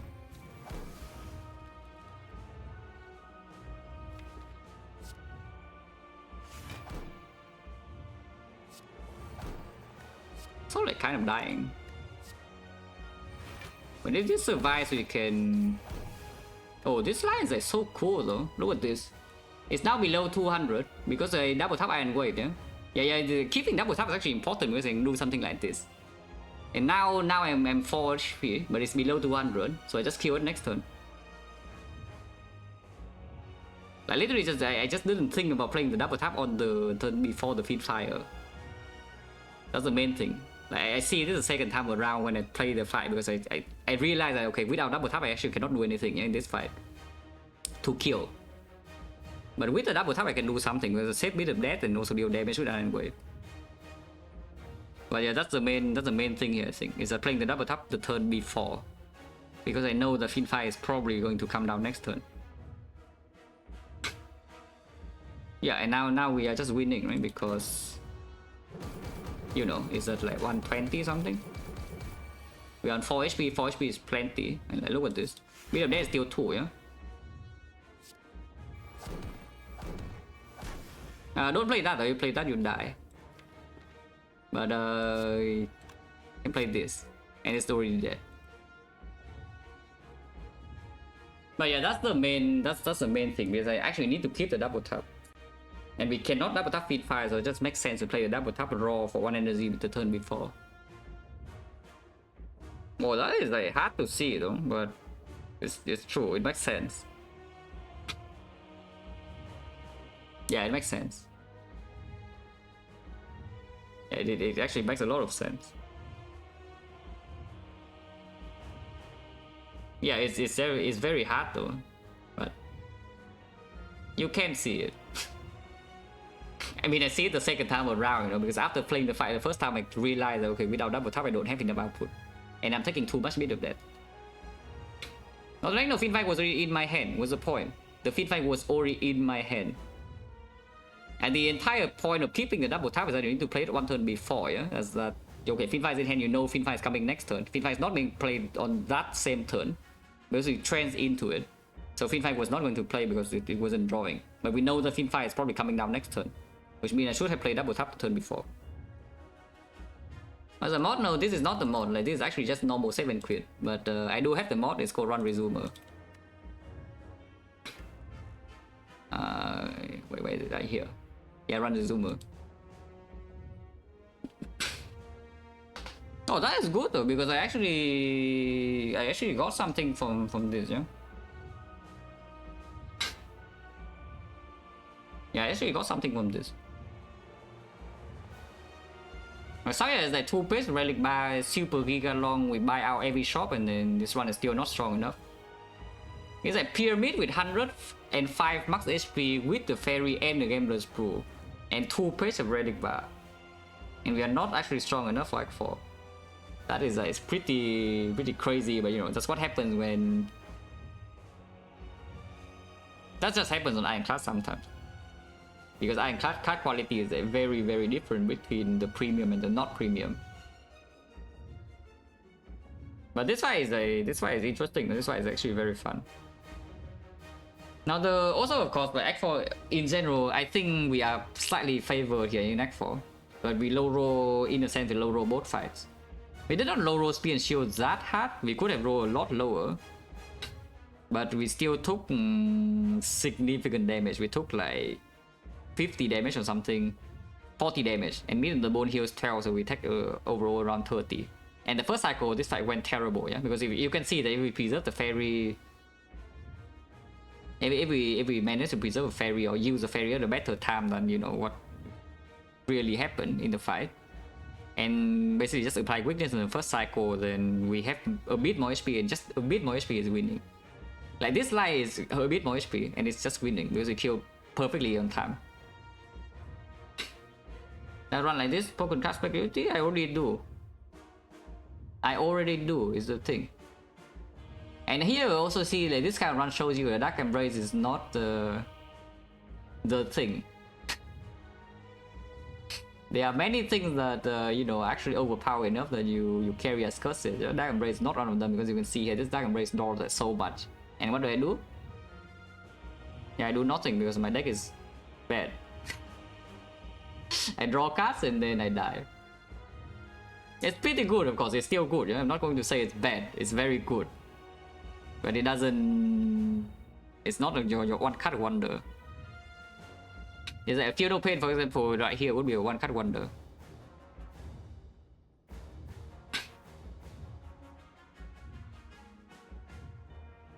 Disarm, for example, would also be a one-cut wonder in this fight. A Reaper, definitely. Like a Feat, yeah, sure. Feat also works. My barricade pick, we were in a strong spot and a back one, so I just pick it speculatively because, you know, we agreed for late game when we're strong in early game. It never played though because I didn't see anything that blocked. So this is one of the times where barricade did not get payoff, yeah? Usually it doesn't happen. But it's just quite sad because seeing this line would be cool. Yeah, seeing this line would be like pretty sick. But we died.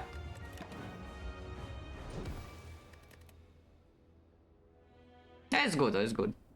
This one actually is like pretty decent. It's not a usual just randomly click and then, you know, dying to knock for like literally no reason. Yeah? This one's actually kind of hard.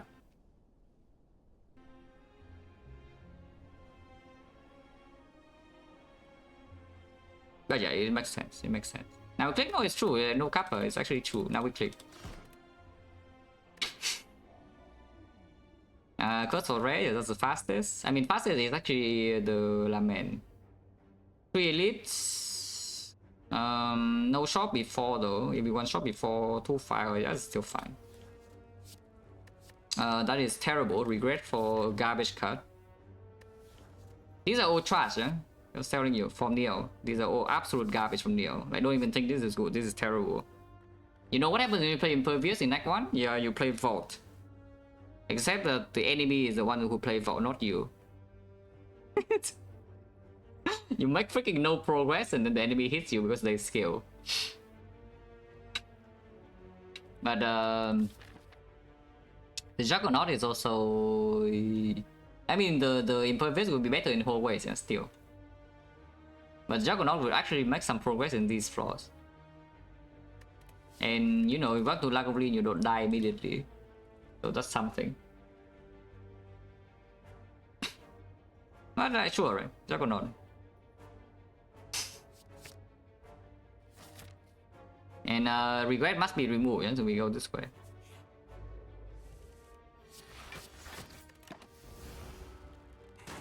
Also Impervious, sometimes the enemy doesn't freaking attack like this.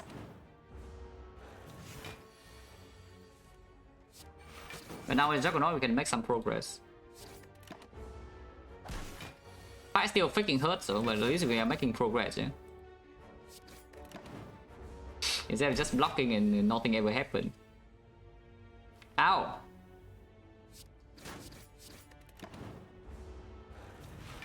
With the Juggernaut is guaranteed lethal here, no matter what we draw. So, I mean, you can already see from the first fight, right? The thing about the Impervious versus the Juggernaut. Like, yeah, sure, you take more damage on the turn you play Juggernaut compared to Impervious, yeah? But if your deck cannot make progress in the first place, by just passing a turn, then you're in big trouble. And Impervious Omnio is exactly that. You play Impervious, you make no progress, your deck is still terrible. You have no attacks, you have no damage, the enemy is scaling. Counter skills, Jawworm skills, Advanced Always, a bunch of them skills as well, and then you're set. And dead. But you know, it's not like this is good or anything, it's just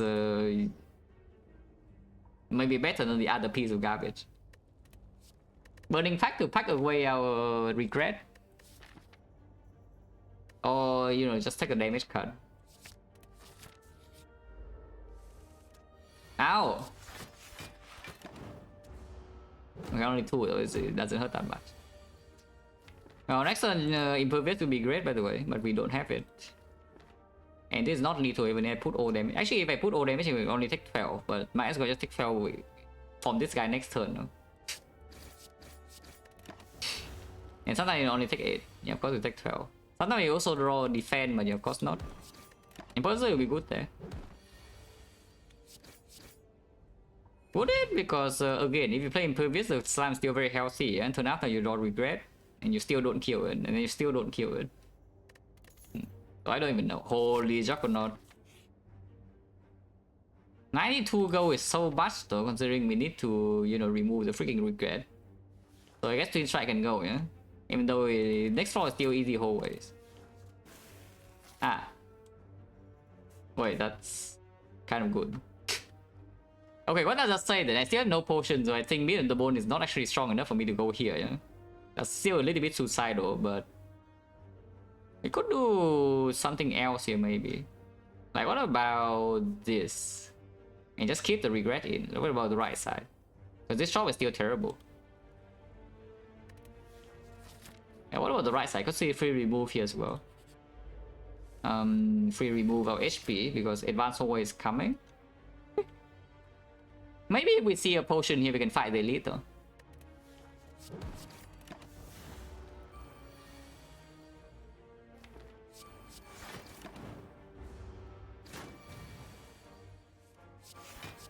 Yeah, making progress. And now I suddenly can kill. Shrug it off, yeah, should probably take, you know, a real attack. We did get a strength potion, so now maybe the elite is more doable. 55 HP with this deck running to North. I don't think much can happen really.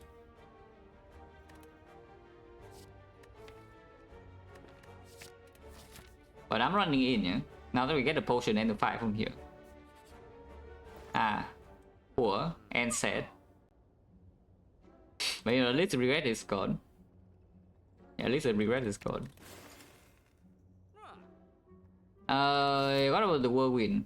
Because sentries fight right now not exactly very pleasant. Energy dump, not very efficient energy dump no, but it's on sale. And you know what the sale about on sale? Must buy. Yeah, do this. Or we can just go with 3 here. Do I strength potion now or not? We can buy a new potion here, common potion. If I could drop a potion.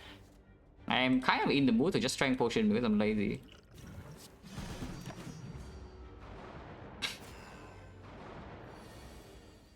Also, we have kill here, perfect, and the attack. At some point, attack like 10 more, and we heal with meat. Yeah. It is 23, so we kill this.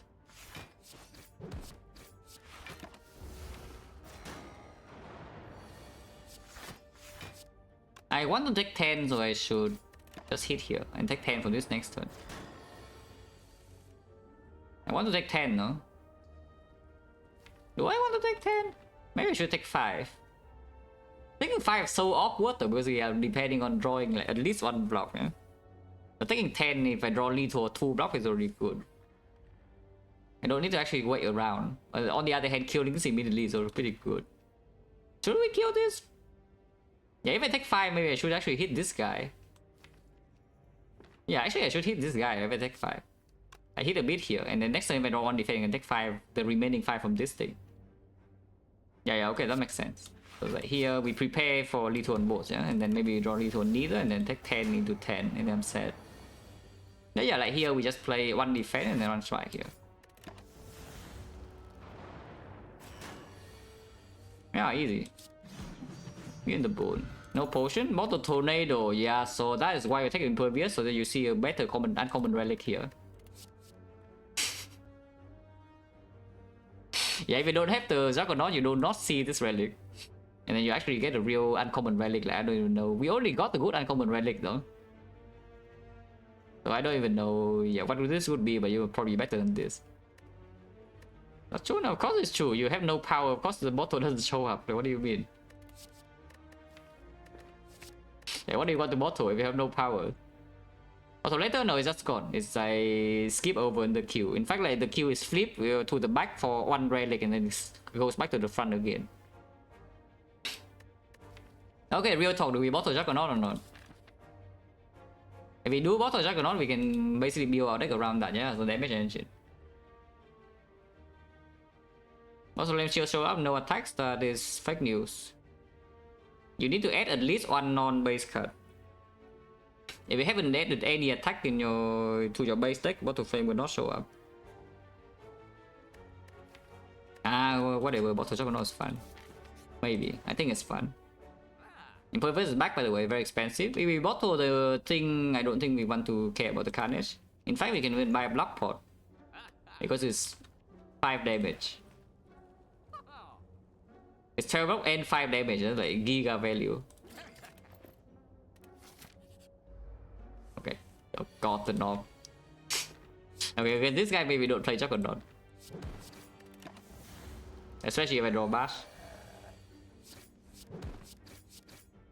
We have mid in the bone though, so taking a hit here, then still fine. Yeah, like mid in the bone, perfect. And boom, doesn't kill. Easy.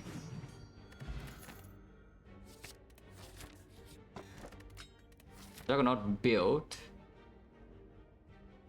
We want to upgrade Juggernaut here and let's farm this, just like one more hallways.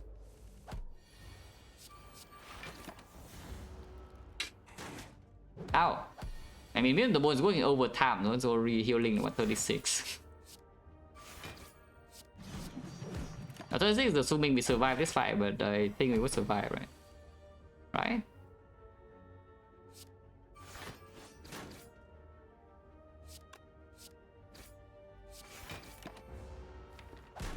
Second Iron Wave will kill there. I guess I could have Pommel first, huh? Doesn't matter.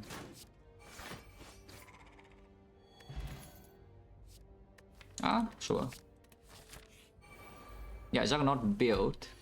Only possible because you actually have this relic, yeah? Otherwise this is going to kill you very quickly. I mean, you can see it, right? Like it will kill you very quickly if you don't have this relic, yeah, doing this. Black Blood, no, it's stronger than Black Blood because Black Blood is only +6. This is +12. Black Blood goes from 6 to 12 is only +6. This is +12. But you know, it's fine.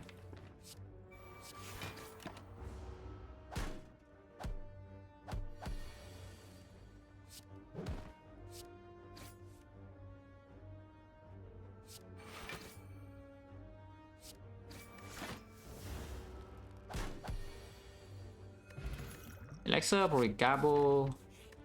Where to giga damage output.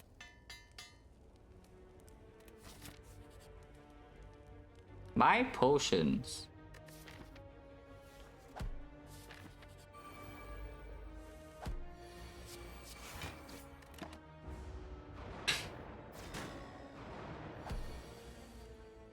I mean, Black Blood Magic Flower, you see this a lot of times now and you still don't pick it. Because at the end of the day, you know, boss fights are what kills you, you're normally not even hallways. I need to take 2 more damage somehow. It's not very easy to take 2 damage, I guess you take 5.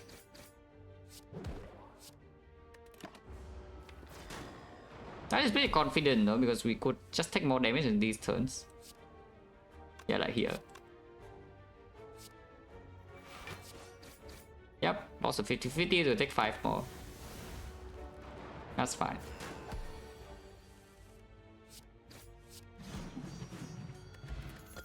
Holy Blood Vial. Wait, Blood Vial. Is that even good? We have no strength. I have no plan to add any strength. I mean, okay, powers or strength or like some demon form, whatever I could get in my deck, yeah? But I want to force Juggernaut. This is happening. We are forcing Juggernaut. And if I'm forcing Juggernaut, we are never getting any strength. This card is not doing anything. I mean, it's doing something, but you know, we already have the relic here. Garbage, just skip. Also, you don't even get to skip Reaper very often, you know, so now we can. You don't actually get to skip Reaper very often, you know. Almost try or Whirlwind. Probably do Pommel. Pommel doesn't matter that much because Juggernaut is already bottled though. Actually, Whirlwind fine.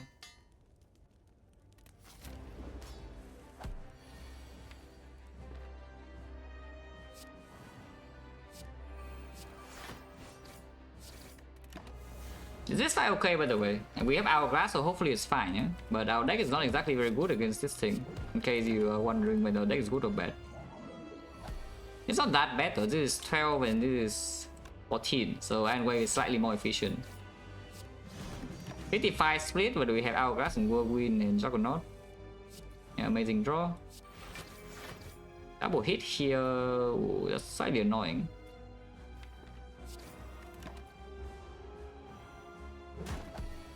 I want to interrupt this though, but it looks like it's just Whirlwind and then everything sucks or what? Hopefully not everything sucking. So not Fiend Fire? No, not Fiend Fire. If just feel no pain and if you play Fiend Fire, why on earth you did Juggernaut damage? Things are already freaking dead. Like so, no, it's like second win. Or if you are having the discount version, Silver Soul can also do. But yeah, Silver Soul Juggernaut is like the bad deck, you know, sometimes having no output.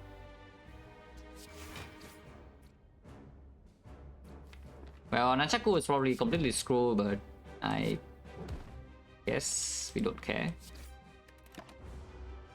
Oh, I should have even done that. Actually, this works. This works. We take 7 and heal a bit. But yeah, I cannot play this because it dies.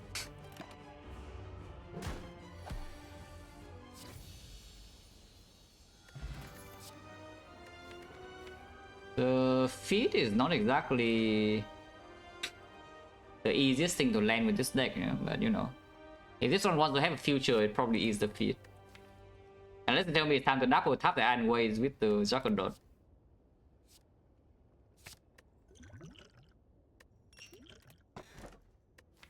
These relics are not exactly very inspiring. But sure. Mark with this deck is not very good, yeah? Because this deck doesn't have dance cards. It needs to play a lot of randomly small things. And then Mark breaks you ball.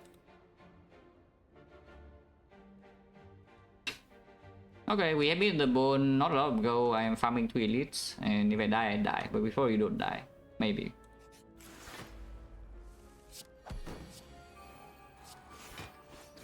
Shouldn't have done that in this order, it's minus 1 plated.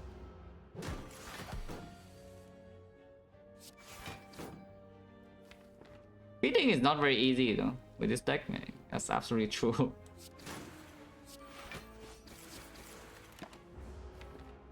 Because we play block when the enemy randomly dies, you know, so like how do you store for the thing? And by the way, what the hell is this? It's beaten the bone, that's what. Yeah, so no reason to do anything.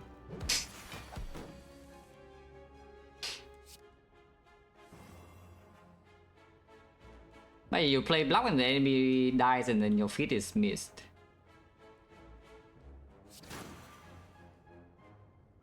You can take 6 more here, but you know, our HP is really pretty low, yeah?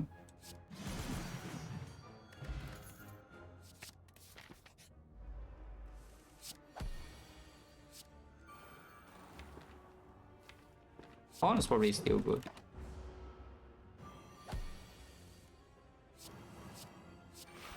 Feed is never landing. Not a surprise though. The feed is not landing with this deck. Normally you draw this hand against Chosen, you're really sad, yeah? But us? We kill. Essence of Steel to triple deal with the Juggernaut. Oh, but the Distill Chaos. Distill Chaos is pretty good though. Yeah, this always playing block is also getting the thing. Yeah, this cannot be good. Yeah. It's a meme. I mean, I know the whole run here is kind of like a meme, but you know, still it could win. So let's not throw away a run that you know could win with the Juggernaut bottle.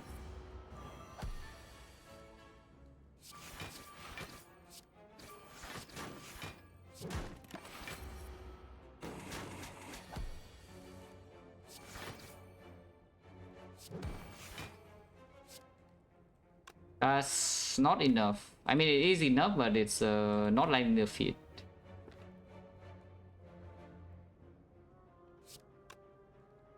With the block card, I mean.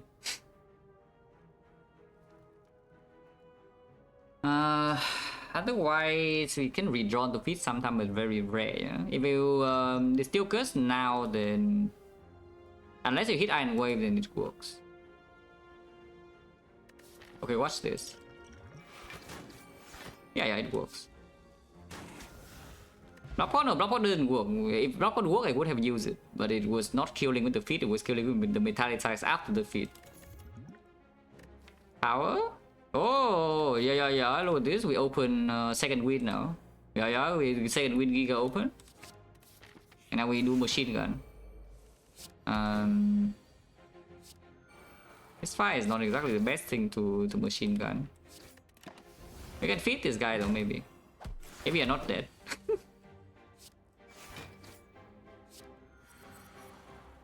Probably cannot feed, yeah.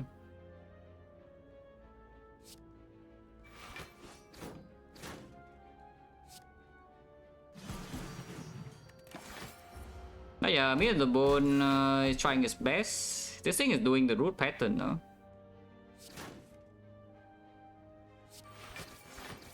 And we draw feed this turn, so there's no feed coming.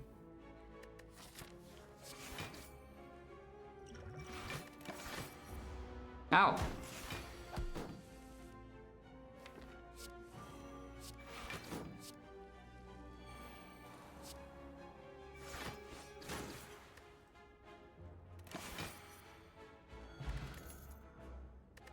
More powers or more block. This power is not exactly good for plan, no? I mean, you can upgrade it as well in net build.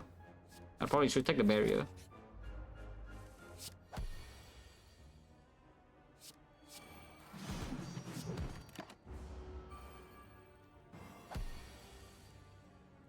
Uh, 50-50? Okay, good. Still could just get owned this turn, but you know. Yeah, that's not too bad. The struck is more self-cycle and like one more damage. This Nunchaku.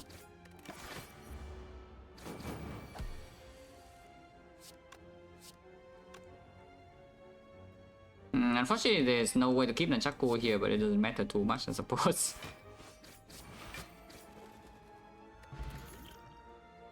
Body Slam.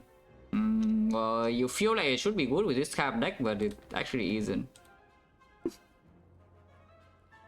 Yeah, you feel like it would actually be good with this type of deck, yeah, but it really isn't. I mean, it has potential though. Like if we see one connecting piece, for example, a second win, then you can play. But right now it doesn't do it because it doesn't line up with these block cards very often. We hit Mark of Pain. Yeah. It is green though. How bad is green?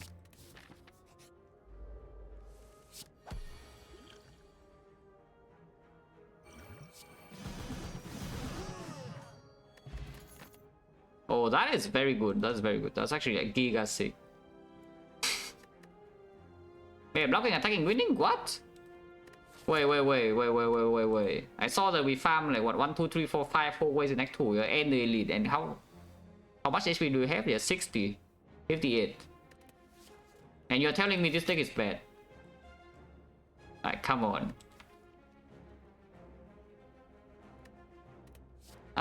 Seeing red because we do have the thing. We do brick with this though, but it plays.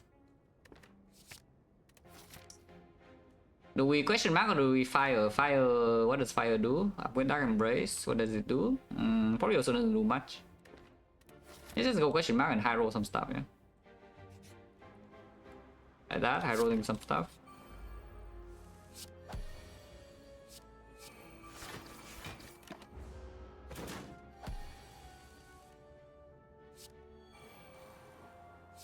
We can break the thing here, maybe.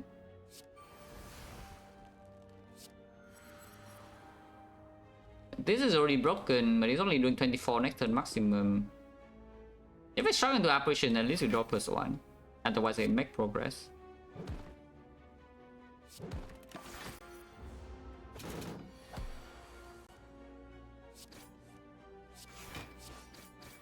Oh yeah, now 2 apparition next 2 turns, and then we're fine. Unfortunately, the feat is shuffle out though, but you know, cannot do anything about that.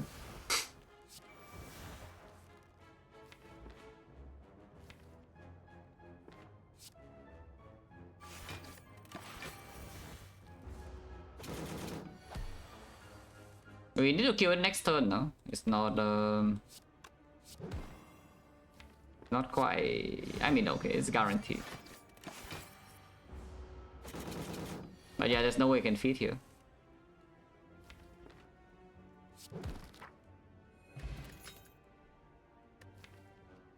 It's now that I have apparition, maybe not super important. Second metallic size doesn't improve the juggernaut damage though.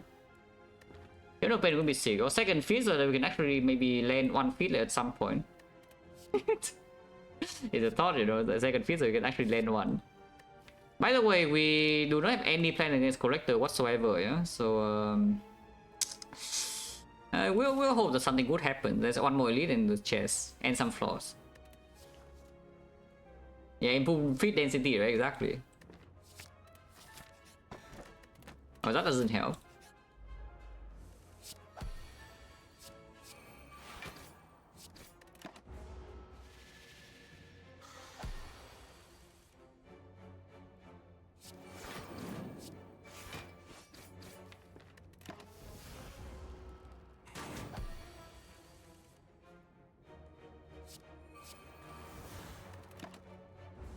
No more apparition.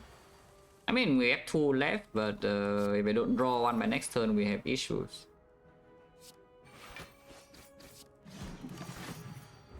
A lot of issues, by the way. 27 damage. Okay, just draw apparition. Yeah, easy.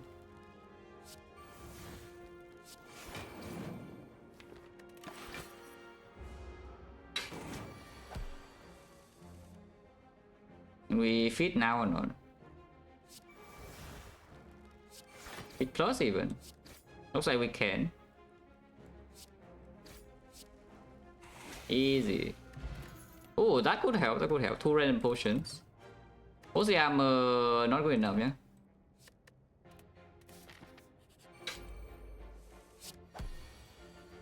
Um, 19 damage is a bit much, but you know. Sure. Ow.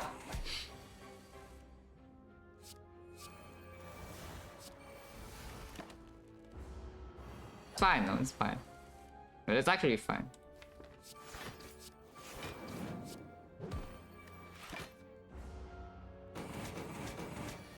Yeah, we just take 19. It's actually analytically okay.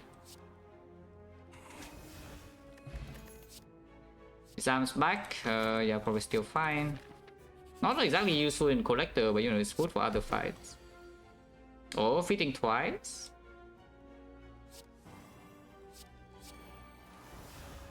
I don't want to play this, but at the same time, I feel like I should not.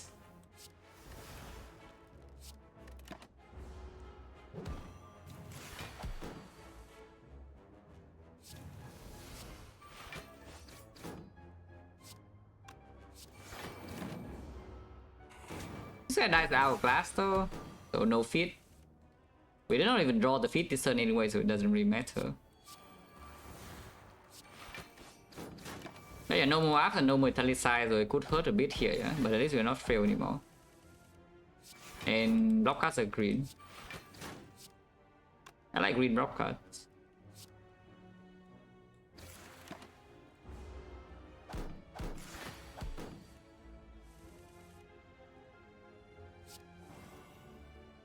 Okay, now we metallicize, no problem.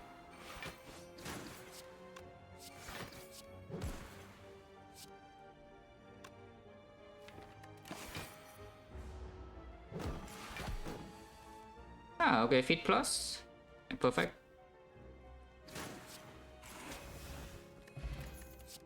Ooh. Still doesn't do enough, but you know, a second win and we are talking, yeah? Yeah. 1 second win and now we're talking. for the Juggernaut damage engine. Block potion, the flex pot, what does it do? Flex pot I guess against the slavers here, but we so don't really care, we have the panic. I guess flex pot against the collector minions, that is a bigger thing. Because the Juggernaut random damage is just not going to work in that fight. Yeah? We need to kill the minions very fast and then... Oh, the Juggernaut damage comes...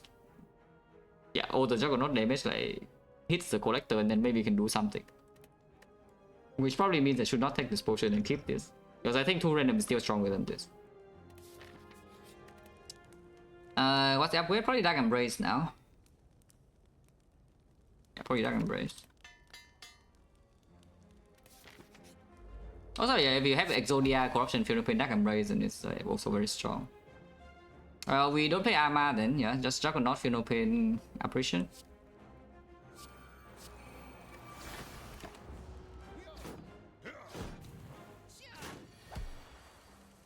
We will be vulnerable. They're also dead if we choose to, though.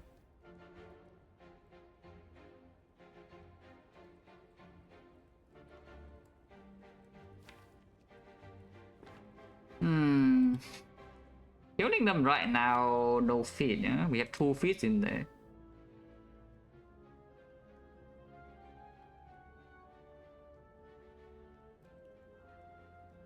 We can do 48.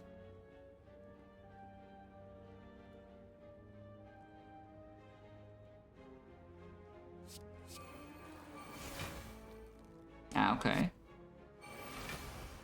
Yeah, like this, then I should still kill both of these though, because I'm not intangible guarantee next turn and then everything sucks.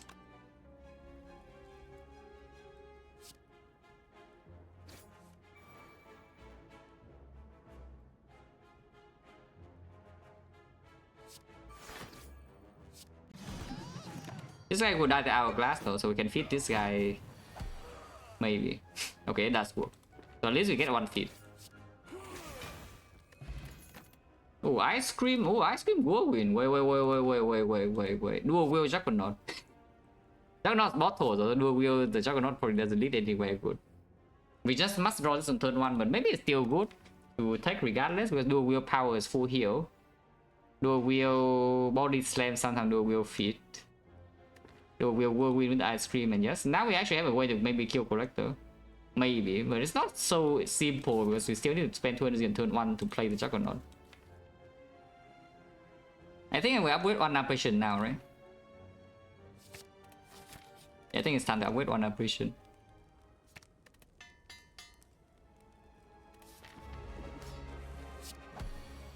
Okay, don't need Phenopain Plus, I don't think, so we do Juggernaut, Phenopain Disarm.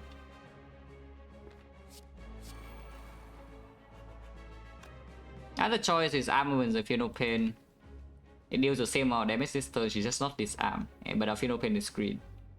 Phenopain being green doesn't actually matter because we don't have targeted exhaust, yeah? It's just, you know, the card exhaust on their own is like these exhausts. We don't have a card that exhausts something else.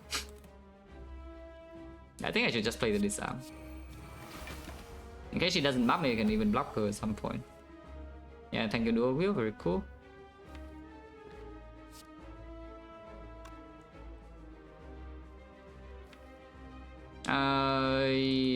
What if I do nothing?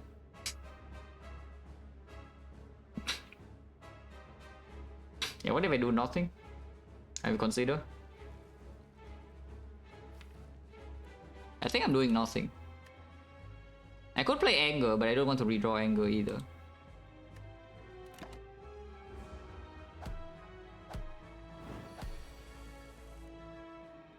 Yeah, and now... Unfortunately, this is the apparition and draw.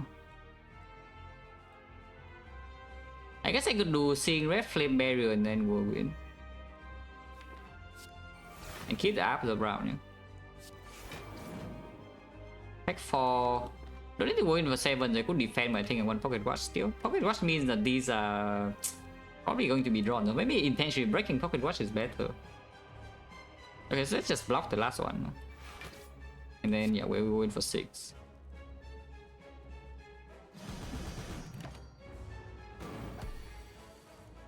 Still draw one of them. It's fine, though. Do nothing. And yeah, not playing the apparition also deals damage, 14. Oh, resummon is rude and bad. Actually, attack this turn would have been quite good, but yeah, see, resummon, so now we need to redraw into apparition or something. Maybe redraw to whirlwind can still kill the minion, but if she hits me, am I dead or is that 19, 29 exact? I guess I could play feet or something to block or one defend. It's not too bad. But yeah, just play body send 0 damage, advance the thing. Yeah. Or you can trance now to shuffle these out. Which I could see. If I draw a second apparition, you can just play it immediately. Okay. Okay, it's time for Ice Cream Whirlwind. That's really bad. Because apparition being here and she does not attack and the whirlwind's not in here means the next turn I probably die. Is that true? Maybe it's not true because I have a lot of energy, yeah? So I could just like armor, flame barrier, block, and then whirlwind still kill this when I'm weakened. And because I have this pot, it's actually probably fine. If I draw whirlwind now, I will just play it. Yeah, Ice Cream Whirlwind actually can deal with the thing. If she resummons now, which is the worst case, I guess we hope for Whirlwind again or one. Do nothing, and then next time we have 8 energy Whirlwind, yeah, which is still killing all of them. Or I can armament this hand, Whirlwind was 7, is still fine with the flex pot. Yeah, I think armament this hand is reasonable. Like, oh no, it's just annoying pattern. Like, draw order is fine, just the pattern is just exactly the opposite of what we want with this draw order. Okay, draw whirlwind here and then we are good. We did not draw whirlwind, so are we still good or not?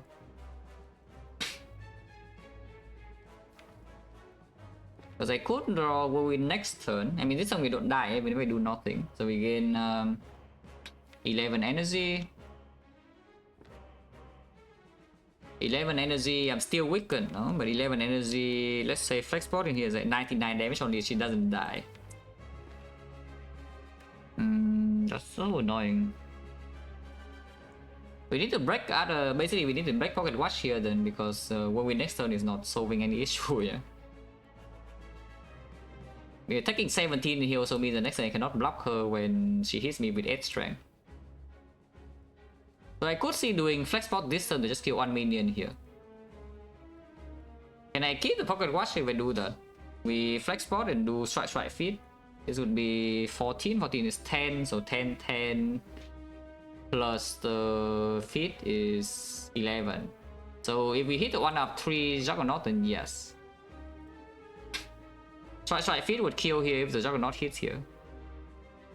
So you could try doing flex pot and feet first to know whether you commit energy on armor and breaking Pocket Watch, or what's the plan after. You can even open the second pot. Well, yeah, sure. In fact, you should probably open second pot now, regardless. Ooh, 5 pot. Okay, if there's a 5 pot, then that's something slightly different.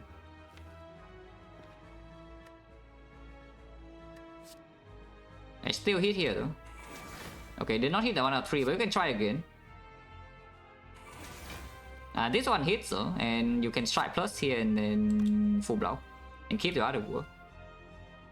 Not other war, but Pocket Watch.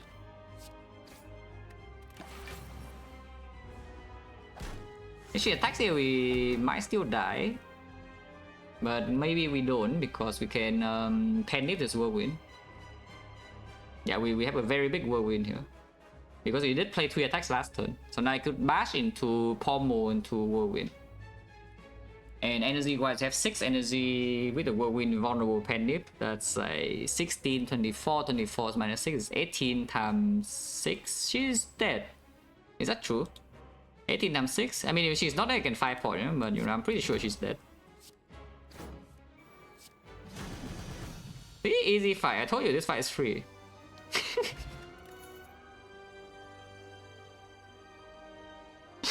But yeah, now we have exhume operations again. Yes, and we buy tap with the Juggernaut to deal damage. Exhume feed as well, yeah, sometimes. Dome with the pocket watch, it probably just 4 energy, but with ice cream it gets better. We have whirlwind to dump. Or you can take anti-cage so you don't brick so much, but what are you caging into really? What are you exactly caging into? Like, what's the plan? I think we just take Dome, yeah? And then we never see the intent. We have operations. Hopefully things are fine. We can buy Spoon, yes. Once again, you can do Spoon operation exhume.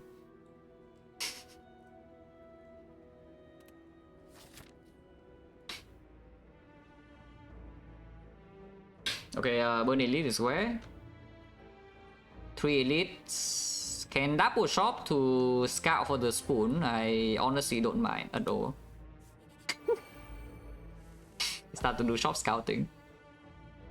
What are they doing? I mean, I know what they are doing. Yeah? It's not very good things. We can fire powder and feed. Watch this. Ow.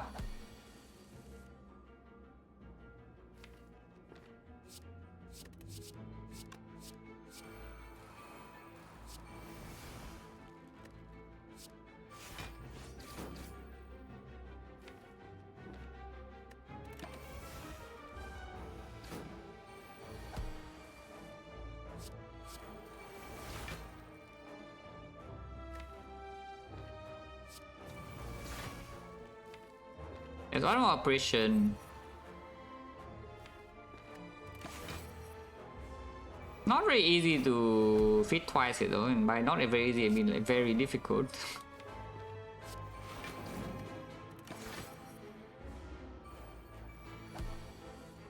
Because the Juggernaut damage, but maybe we can do it. Juggernaut hitting here and then I'm sad though, but you know, can try. Okay, can try again to armor as I, you know.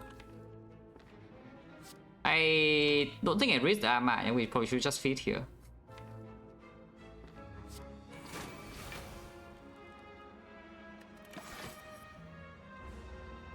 And we need to draw the feed immediately. Okay, it works. And yes, oh, this HP doesn't matter because we have bird face earn the thing, so we triple feed. And trench, well, barricade would be nice if we have one. We don't know, but we will pick one. So like, how bad is this? Calipers out also. Oh, the anchor is here a bit late, and also I don't really think I care about it anymore. We have courier though. We have courier, so let's drop scouting. It's not. Yeah. It's not as good, but also it's not that bad. Can take the game does bro. I think we just move on. I don't think I do anything here. Yeah. Move on. Always madness. That's 1 feet by the way, gone. That is not bad. Truck is very mediocre. 5 energy. I mean, it's like good, but at the same time, Brex Pocket Watch, yeah. Maybe it's still fine. 308 is there another shop? No. Okay, that's the last shop we can go to in this act, so maybe we should spend a little bit. It's Vajra, well, yeah, this deck with Vajra. I mean, to be fair, we do play Whirlwind decently often. Probably not. Yeah, just a remove. Also, yeah, shop scouting for powers and maybe some barricades. And now I can remove. Let's try as a complete garbo. Goodbye. Try as complete garbo. Goodbye. That's a boss relic, by the way. Yeah, just 2 floors. Boss relic.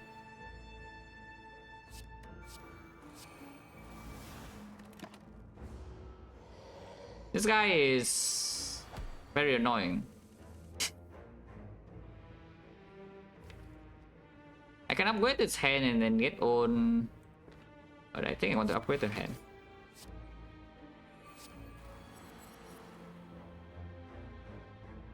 I don't even want to play this after, so I won't. If I take 36 in here, so be it. Yeah? Okay, we're just kidding. I was just kidding.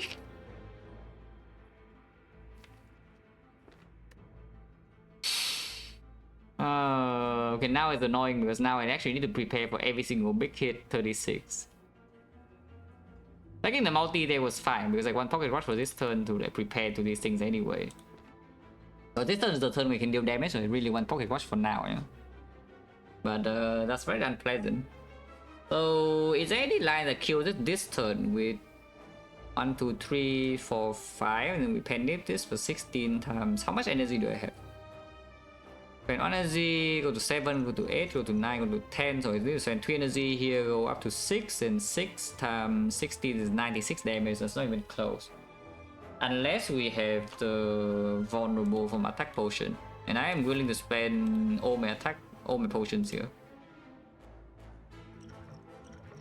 Yeah, vulnerable. Look at that. So is that enough now? Do I need to still open the second attack potion? Because this is quite a lot of damage, yeah? We do a wheel the uppercut and play 1, 2. That's like 7 and 6. And then, yeah, 3. So this is 8 now, and then 9, and then 10. In fact, you can even play the feat. It's 10, so go to 0, so you spend 4 energy here. We go to 4, go up to 5. 5 energy penny is 120. Plus 32, 152, 165, 165 plus another 22, 187. It's dead. Yeah, easy. Not with feet though, but it's dead. Die.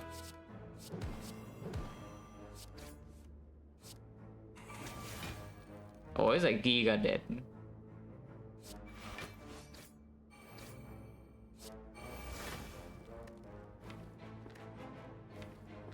Unless there's a way to feed here, because maybe there is a way to feed here, huh? Looking at this. I can try. Yeah. We can feed, right? We can feed. At Flame Barrier, we go to 29 block. 29 block, which is 43, 86. Oh, it looks like 87. Yeah, it looks like it's very easy. And Meat on the Bone still heals up the garbage. Upgraded. Well, Waken 1 fight will be fun, guys. And interactive.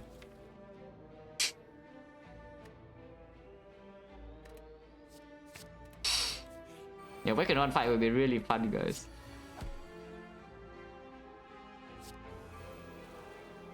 Oh, I meet.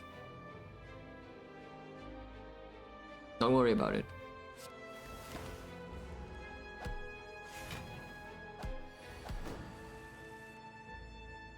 Yeah, do not worry about it.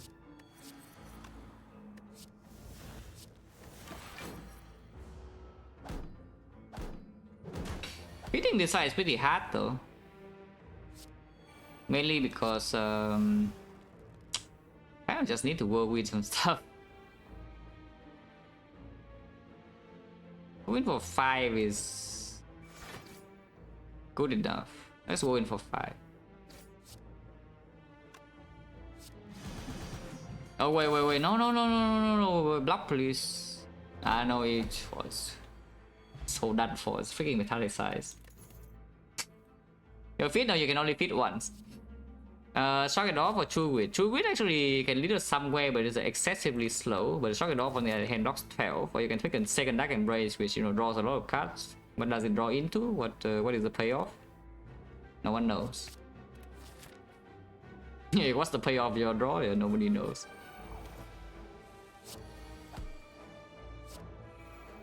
Is this fight okay, by the way? The answer is no, yeah, in case you're wondering. I can tell you beforehand. But I would attempt. I think I should see in red though and just take this hit.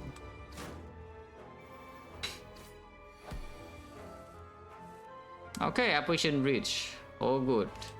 I was never worried. Next turn is still next turn though, for now this turn I'm not worried. And we have the Giga Whirlwind Ice Cream. Yeah, look at that.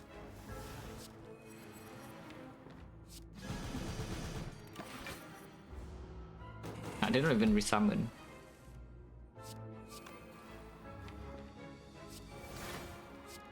Should get another operation and play it. If I already break focus watch, I might as well attack.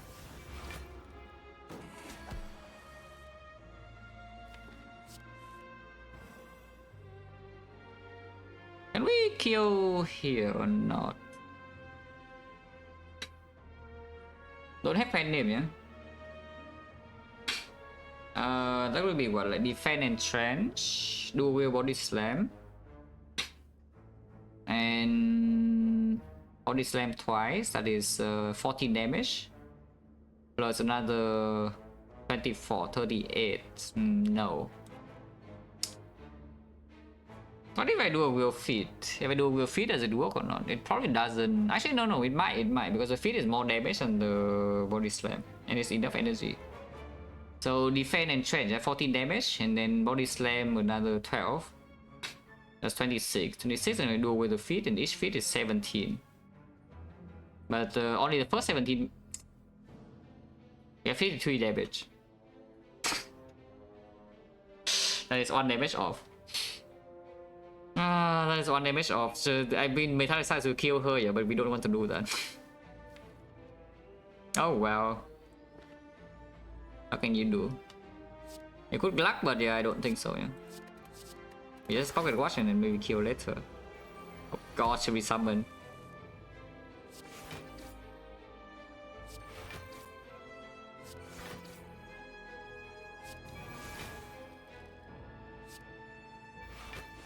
The annoying thing about resummons is that if we want to kill the dagger, maybe we accidentally damage her too much. At the same time, I also need to be slightly worried that she just kills me next turn or something, you know.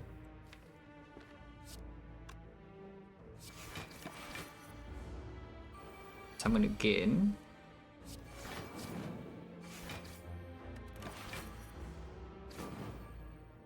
No.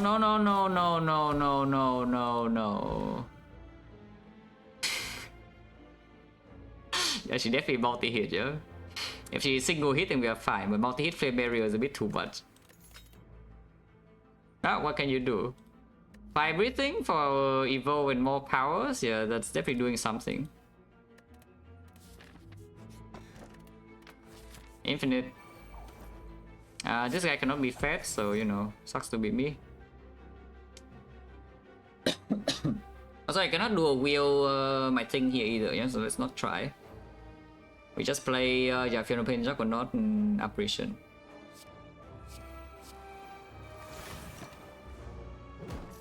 Now this dome is free here. It doesn't mean this fight is good by any means, but you know, dome is free.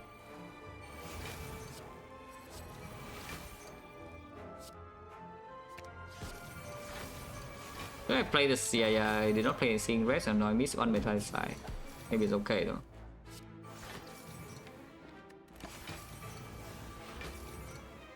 Still intangible.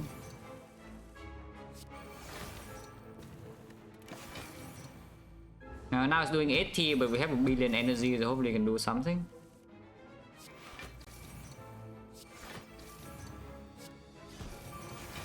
What's happening is that next turn we don't have pocket watch, and then it's going in.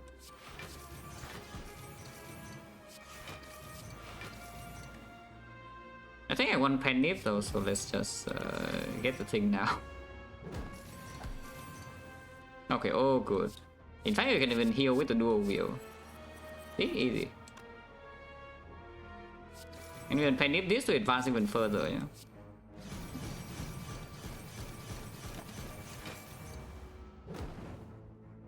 So how does this deck have a future if we don't see something like a barricade?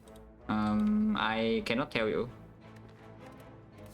This would die to, you know, like this guy. We currently have absolutely zero plan against Zilkin 1, and you know it's coming.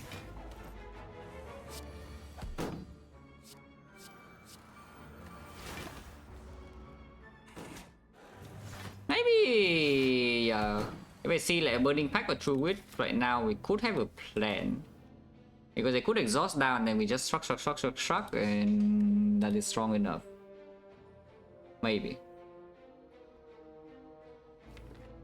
I need to multiple feet here, yeah.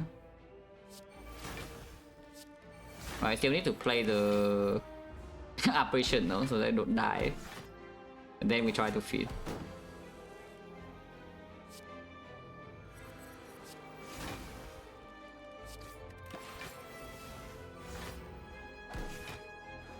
Of course, loop, yeah, it takes forever because the deck doesn't have second wind or fiend fire, so it takes way too long to exhaust. But you know, I can try. Breaking Pocket Watch now, honestly, sure. I only fit 2 anyway, yeah? And I don't even know what the hell they're doing. This guy, I know this guy has 5 strength, so he can be left alone for a bit.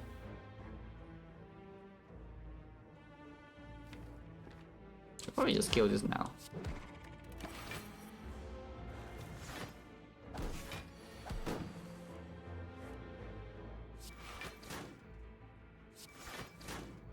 Oh, easy. Because the one feat doesn't kill the other one.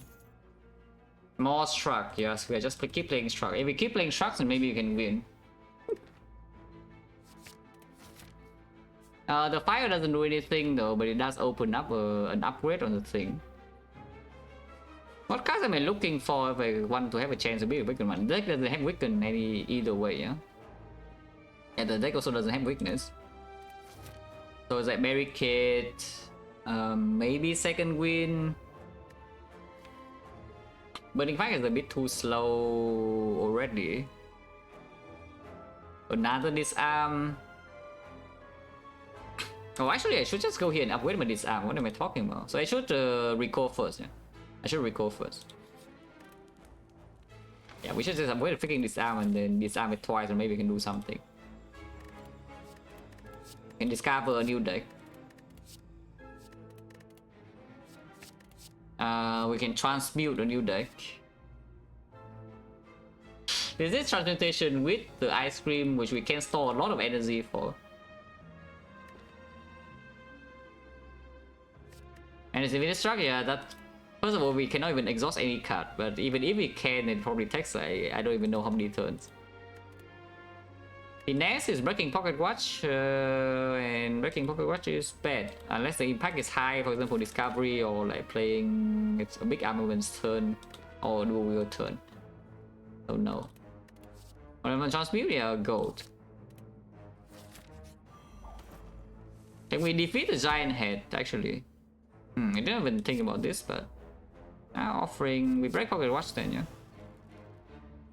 And yes, I will play it first because we want to dual wield the thing if possible. Okay, no dual wield. That probably means I'm storing energy then. We'll take 13 this turn. Okay, did take 13, that's not very good by the way.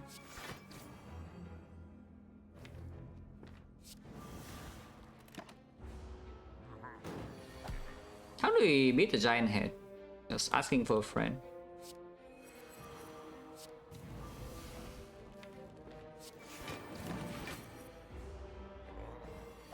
We have a lot of energy, though. We do indeed have a lot of energy.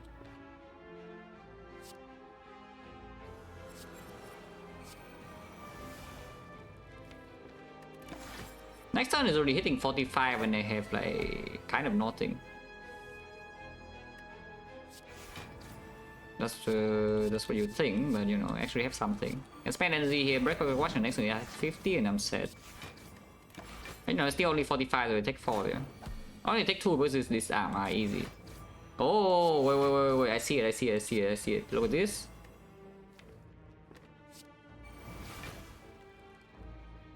We probably should get back Apparition instead of getting back the Discovery to try to do some nonsense.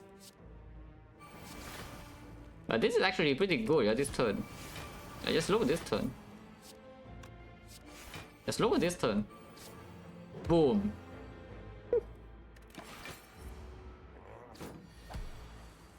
See, I told you this one is free. It's not actually free yet, by the way, but we can already go into kill next turn. I want to feed. Oh, we can feed, right? We can feed, right?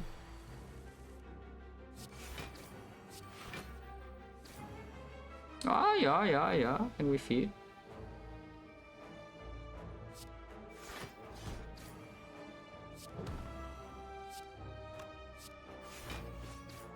You can, no? See? Easy. Ah, no potion use, or there's too much gold that we cannot spend, guys. Probably dying rich. Wait. You know, the most garbage out of the options is still an option. yeah, the most garbage of the option is still the option, you know. And now what? Upgrade this arm, yeah, that's what we said.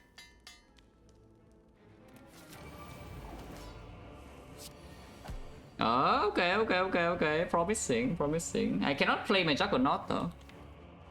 If I don't play Juggernaut, like when we have damage, I guess I can work with. But yeah, this is definitely Dark Embrace to do this arm, double this arm, yeah.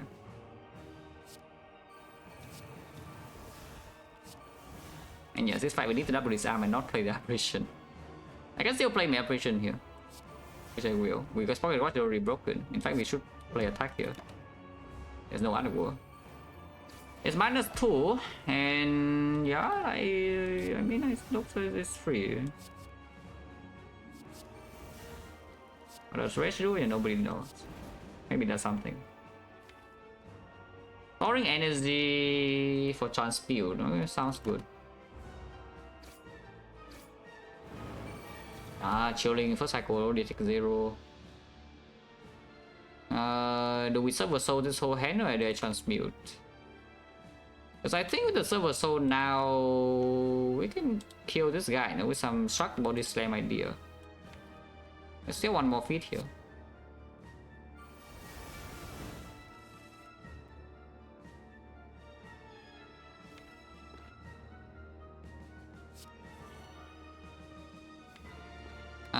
Should the Funeral Pain be played or not?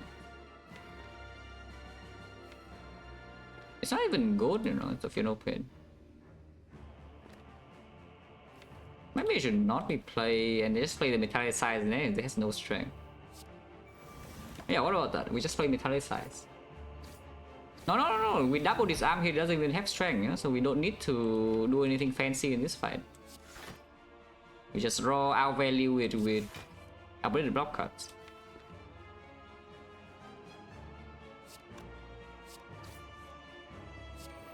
It has no strength now, so the multi hit is only 24.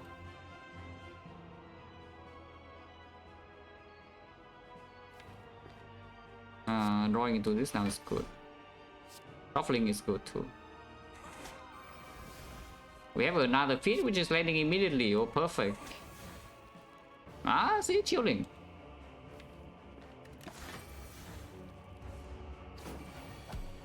And we just ignore this power, yeah, and then we store up block with the thing, and then we one shot with whirlwind.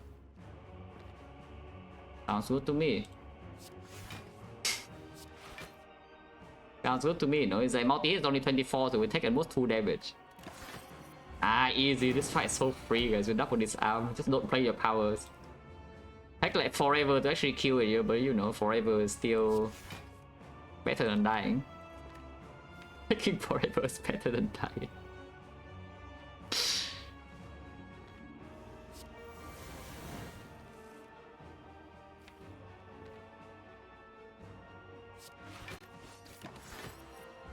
Should I play Juggernaut though? If we don't play Juggernaut, I feel like we are not actually making any progress with damage. So maybe I should play Juggernaut. Yeah, sure. If we already break the thing, then might as well go all the way. Yeah? Energy is not so needed. This third body slam is in hand, so I want to draw into Entrench. Okay, no Entrench. And no Penny on this either, but we make a lot of progress with damage. And also full block. Easy. Well, now suddenly with the Juggernaut deploy, we have damage and we are outpacing its regen. See, it's free, no? It's free. Isn't it free? Multi is only 32, yeah? It's not even that much. We already full block with 3 block cards, everything's green. In fact, you can even split right now if you want to.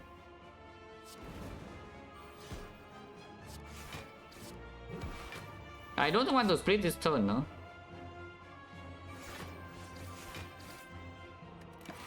Yeah, we split next turn, then I can take Pocket Watch. See, it's free. We can even play the Feel No Pain. Oh, so it's super easy here. Like, why would anybody ever be worried about this fight? Like, it looks like completely free. But honestly, Smooth Stone with the upgraded block card is just really good. And then Entrench, yeah, look at this Entrench, look at this Entrench go, look at it. Look at it right now.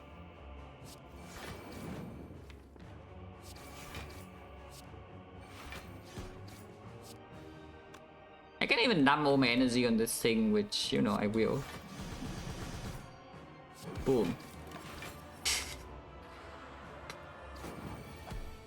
See, we are so strong now, look at this. Like, why would anybody be scared? This is what, 36? Ah, 36, complete loser. Okay, if it's actually 36, I lose 3 though. But yeah, now it dies, and now it dies. And we even have the relic set up for next fight. Oh, completely free. And just go 9 because of the ice cream, so 3 attacks. Only fat. See? Super free. Yeah, upgrading this armor to exhume this armor is definitely the line. Yeah? Against this guy also like, roughly the same. Can discover a card. Ooh. That's not take Pocket Watch and also takes a million damage potentially this turn, but you know I have to do it.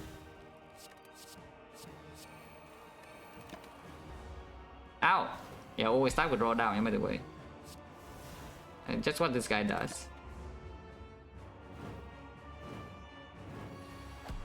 So we are a bit on the bone, but you know, that's fine.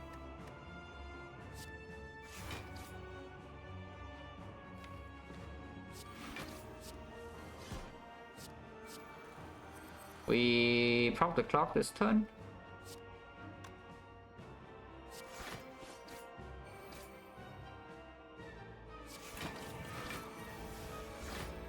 And I mean, my passive damage is good. Look, there's 14 Juggernaut in here going in.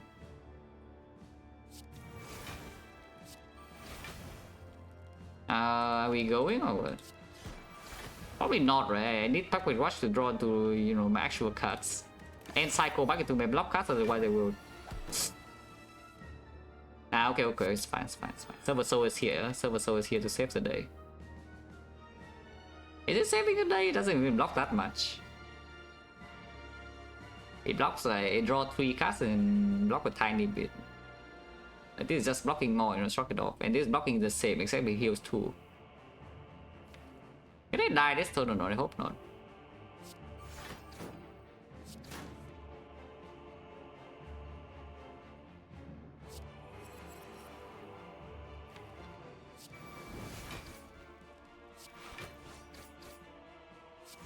But we split though. Worst come to worst, we do split.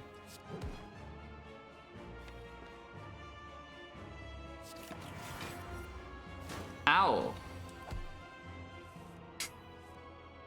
Our feet density, yeah? 22 plus 1 strength, no weakness is very scary. We see like zoom operation. And I can maybe go into that. Go down again. Is it time?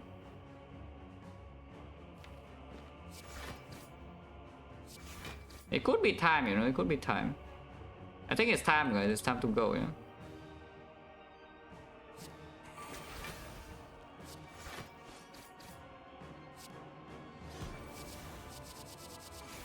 Okay, Apple Hand of Greed, I do see. That is in redraw though, we can exhume operation and then go next. Mayhem seems a bit weird.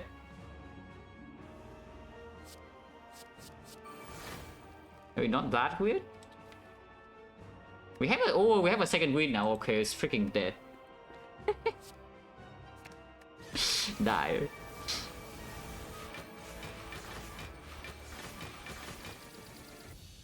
Ah, free.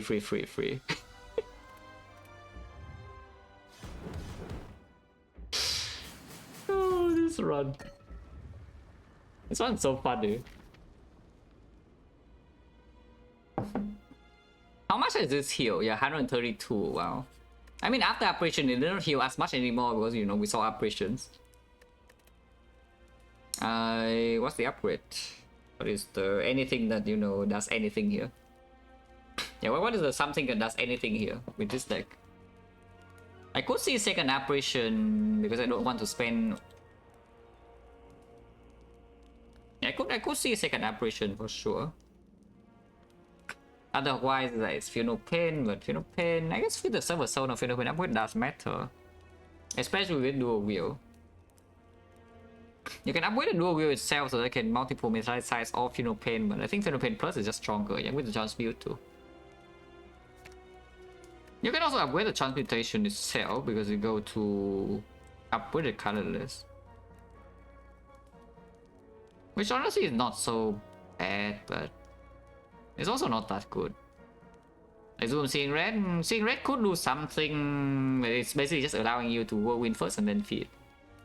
Otherwise, I don't think it does much. We just do this. Pretty likely that we die too hard, but you know. A Brimstone. Well, this deck suddenly deals damage with strength, guys. We have the Choreo though. Unfortunately, these relics are way too expensive and also garbage. So if I want to see relics, I need to dig deep. We can buy Evolve first and see. Okay, that is not the power I want, so we stop there.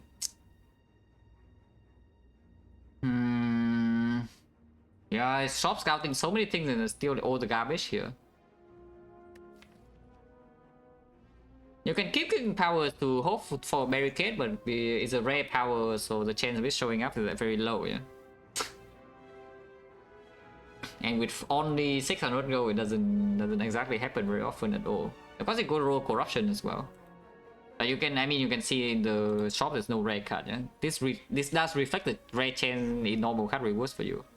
Like right now, rare chance is probably pretty low if there's no rare here. So yeah, just what, buy blue candle or buy strike dummy? Well, strike dummy, what does it do? Pommel strike, bit of damage. What does the blue candle do? Nothing, but it's 5 gold cheaper.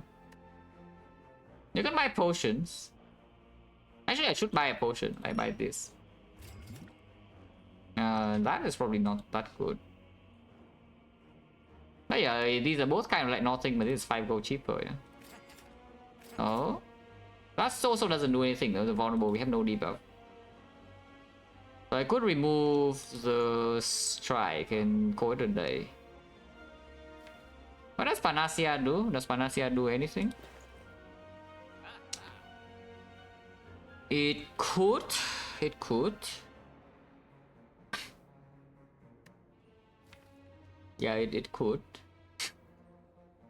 Like panic button on transmutation, speed potion from this, blocking vulnerable in turn 1, but you know, pretty unlikely.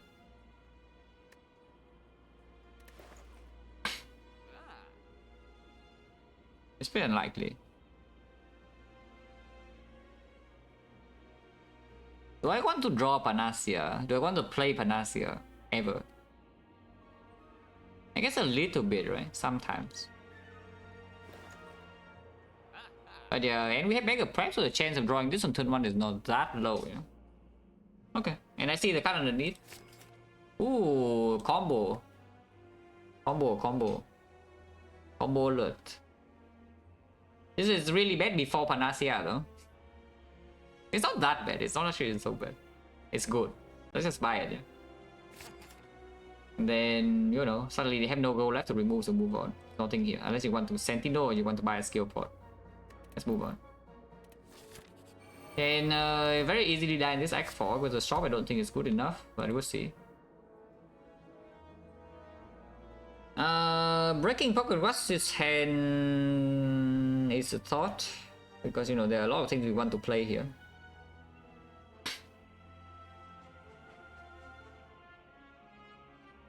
Yeah, I think we can break Pocket Watch, yeah. Okay. So I guess we are dual wielding a metallicize plus or what? I don't think I will play Panic Button, no? Because if this guy attacks us, it's already the good case. Panic Button only makes sense if this guy is attacking right now, otherwise next turn I cannot even struck and such, yeah? And this exhaust, it can also be a Panic Button. So let's just do a wield to metallicize, play... Ooh, it doesn't make sense because, you know, I don't have energy.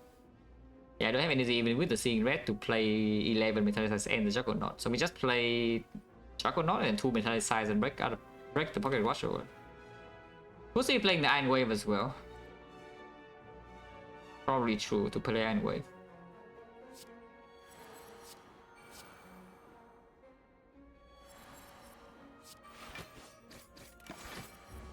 Okay, being attacked here is actually fine. Yeah? We know we never die this turn, but we're hurt though. But we have the Million in the Bone and the Apparition for the hard fight. And I think the hard fight is a lot more difficult. Yeah? So we will just buckle up and take a hit here. And we still draw a card. Could be something. Oh yeah, thanks. How much am I taking? I'm facing 44 and I'm blocking for 17. So I'm taking 27. It's still mid-range. Yeah, we have another power. Yeah, that's still actually mid-range. There's no need to panic. And my setup is basically complete. In fact, it's mid-range with feed, yeah? It's mid-range with feed, so it's like totally fine. Oh, no, that's fine, that's fine. This is already better than what could have happened.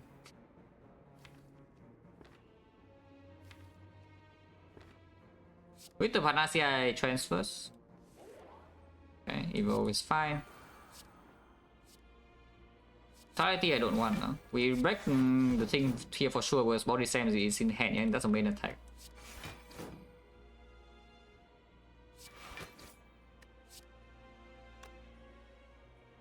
On this slam will be quite a lot of damage with the Penny, and then we can feed this.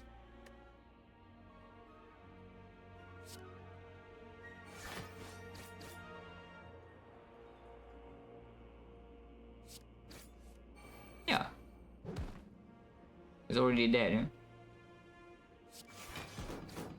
Okay, I forgot that to burner for a second, but it's fine. We did not really hit there.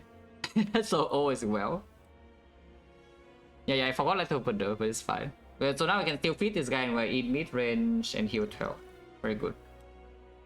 Unless we get owned by this guy, hopefully not.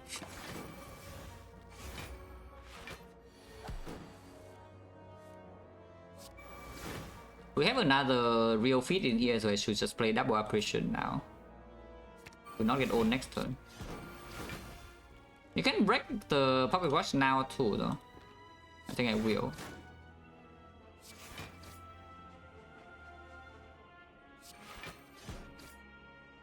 Oh, this will kill it though, so that's too much damage. Never mind. Play this. Get more Panacea. Oh, yeah, Body Slam is actually too strong. Panacea blocks the thing, but still intangible. It is getting 99 block right now though.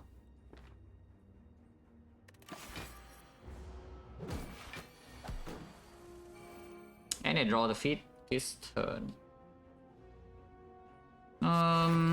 Maybe we can still do it. Just a dual and waves a lot of damage and we have energy.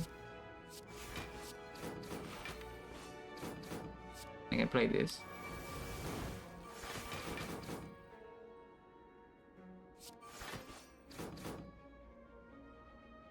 Not quite, huh?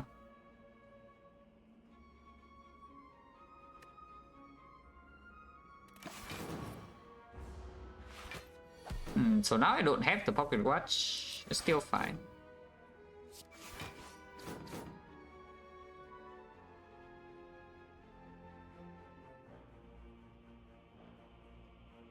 Seven, 10, the 13. I need this to have HP, otherwise they're not even struck this turn. Okay, feed plus is here, so we get to actually double feed. And get the... Yeah, double feed and get the Nunchaku on 9, that's perfect. Oh, easy. See, this fight is at free. Kunai. Oh, Kunai can do something. The heart is not weakened at all, though. And we have the dome, yeah? So blocking third cycle is going to be very hard, so we need to actually kill it in time. How do we kill it? Yeah, now it's weakened, though. Okay. Hold. Hold, please hold. Just seeing red shockwave, yeah? I think it's pretty clear.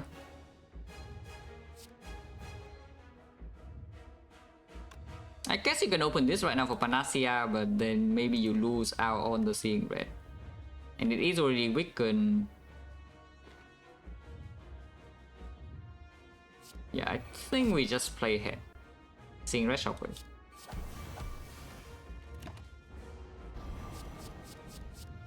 And you disarm. Disarm this turn will be sick. Okay, I just say disarm will be sick, and here's disarm. I still need to play my app though. Do I? Do I need to play my app? I mean, I can double up this turn. I can double up this turn, which means I should also open Catalyst Spot now because it's upgraded with armaments. And we also see the other card. Jack of all trades. 2 random cards or transmutation? More random cards than 2. You want 2 random cards or 0 cost? This doesn't actually give you 0 cost, no. But you know, it costs 0 to play in the first place, or you dump all your energy into this. But I think I still want my energy. Yeah? And then you open this. Oh, power potion! I love power potion. Demon form. Yeah, we suddenly a strength deck now, but or we evolve plus. Are we playing demon form plus here, guys? Because we can. And it's vulnerable. It is vulnerable. You can even form plus with the pendulum. Or you can berserk, yeah? You can also berserk and get energy, but energy payoff for this deck is not... It's not bad though. 6 energy per turn is not actually bad. It's just that it wastes the armaments upgrade. But these actually benefit from the armaments upgrade. A lot. Nah, we are demon forming, yeah? We suddenly change our plan. We have demon form. We are strength deck. yeah, all this time to do Juggernaut just to pivot back. I will take 2 to play the Funeral Pain first though, because I want to open this card spot, the other card spot this turn as well, to upgrade the armor. Oh, okay, everything's green. Unless you tell me it's time for the Chrysalis. I think everything being green is pretty good though, to be fair. Yeah, I think everything being green is pretty good. So let's everything be green. Okay, everything's green. In fact, you can even upgrade the 2 Jack of all trades cards, yeah, like here, like operation. And now we play the armor first. I guess you can uppo first. Yeah, you uppo first. Yeah, play the demon form. Play this. Ooh, magnet. Magnet. Disarm. Exhume apparition. Play the apparition again. And then, you know, body slam here. And you can even flame barrier in case it's multi, it deals 90, yeah? Or you can store 2 energy now.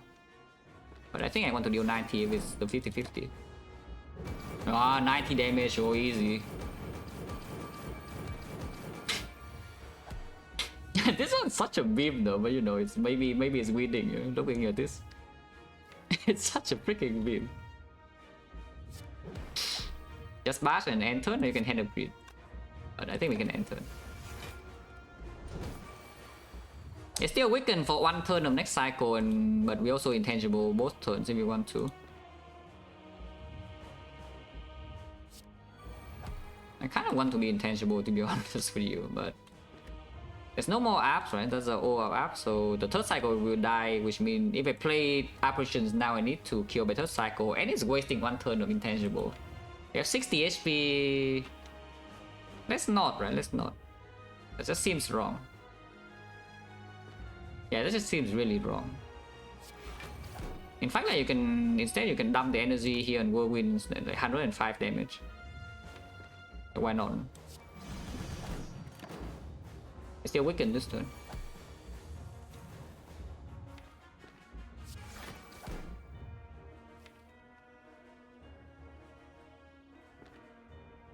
Next one is only 60 maximum. How bad is this really?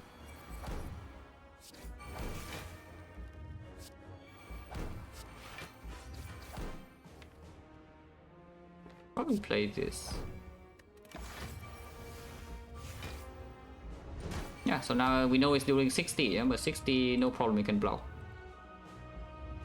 Yeah, it looks pretty chill to me, you know. Looks pretty chill to me. 60 no problem. Or 60 no problem. Yeah, 60 is definitely no problem. Look at this, like it's giga free and we have 2 operations left and it's also below 200. Yeah, 60 full blow. Discover? Second wind. Okay, machine gun, yeah. Don't even know whether that's good or not because we can draw 2 operations now, but it's also dead in 2.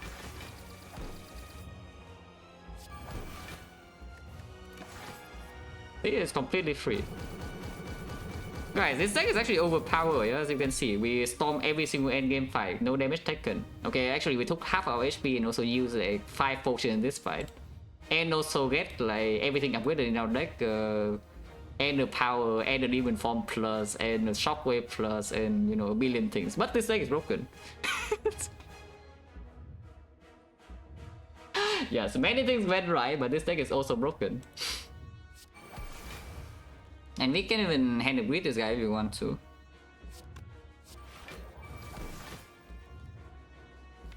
I want to feed though, I want to feed.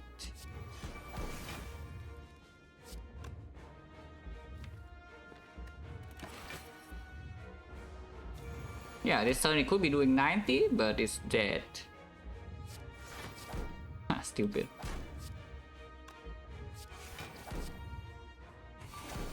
See? Completely free.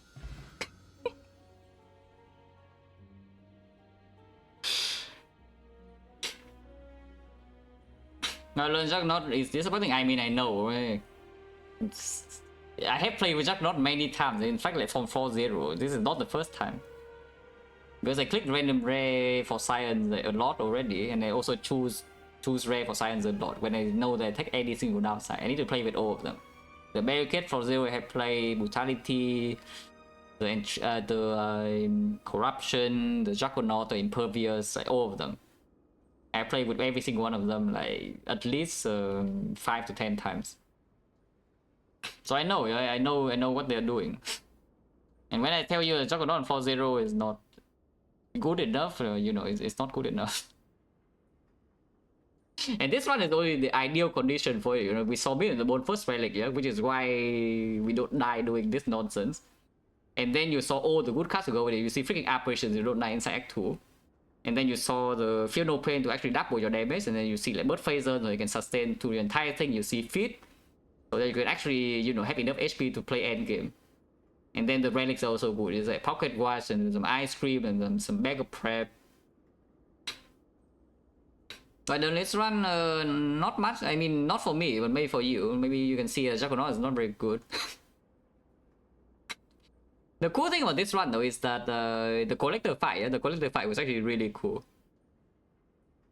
That I could survive the collector fight with the deck at the time was great.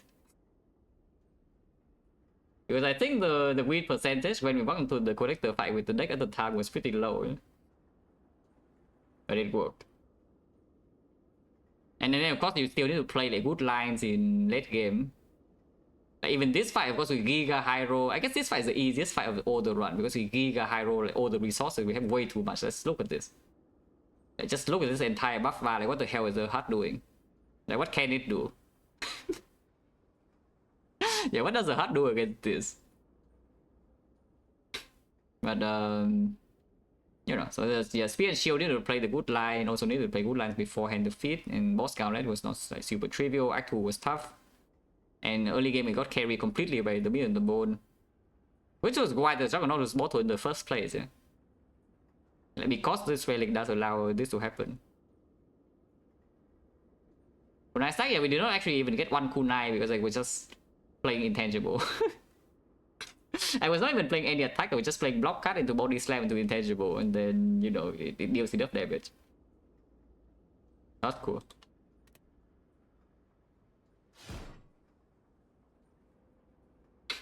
Honestly, good runs today though. Not even giga clicky, yeah. The runs are fast, but they are, I think the quality is pretty high. Yeah, I think overall quality of the runs today is actually pretty high.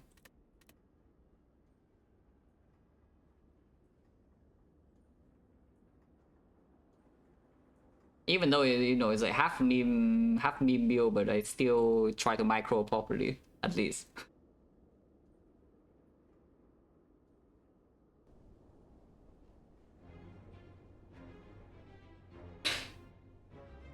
But I mean, you can see the difference between Juggernaut and Demon Form, yeah? As in, how much stronger the Demon Form is compared to the Juggernaut. Although we saw a lot of question mark fights here. All of them in fact, but I don't mind. I don't mind question mark fights in this run. But like the Mortal Juggernaut, you just have very huge damage problems in early game. And honestly, even in late game, you just need the Feel No Pain, otherwise your deck doesn't function. Like without the Feel No Pain, your Juggernaut just doesn't do enough damage. And then, you know, in this one we will have like multiple other things, like the Pocket Watch to draw into Metallicize and the Disarm to buy time in this fight. Otherwise, without the double Disarm here, I'm also like in trouble. How much Bird Poison heal? 6. Yeah, okay, it's just another Burning Blood, kind of. It heals more than this, though. It's like 153. This one only heals 144 because we have operations. We don't go to below half so often afterwards. This is also the single best event we have seen, by the way, in this run. So, you know, another Giga Hero.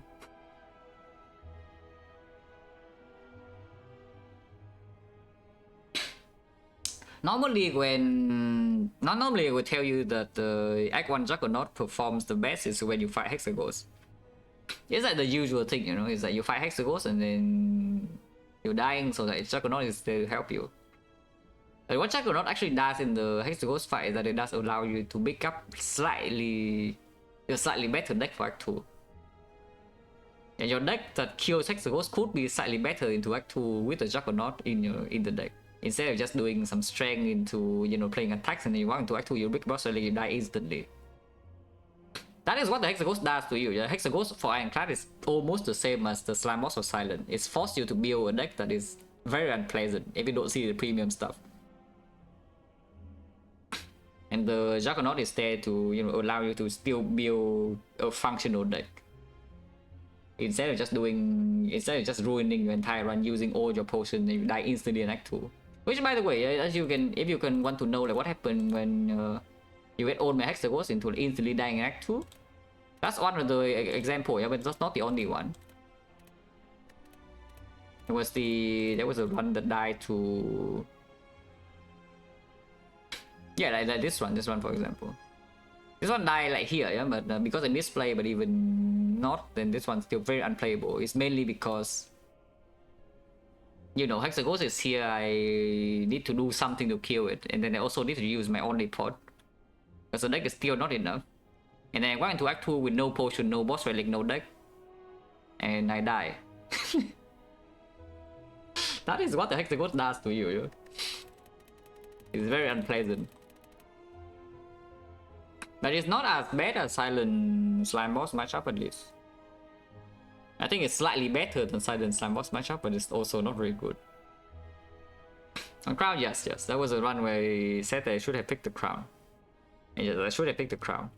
That's fine. Playing fast, like, not seeing the Crown is not a huge problem. Because those are the decisions you miss when you play fast. It's like the small micro fights, and it doesn't matter. Like you miss 1 HP, 2 HP, whatever, who cares? But you miss the more, like for example here, this decision, like the decision in this hard fight, for example, to play the double tap before the thing, yeah, if you can see that in like 1 second or something, then yeah, you are like amazing.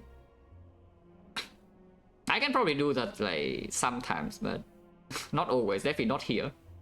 I missed the line the first time we played this fight and then I just died because there was no way to win.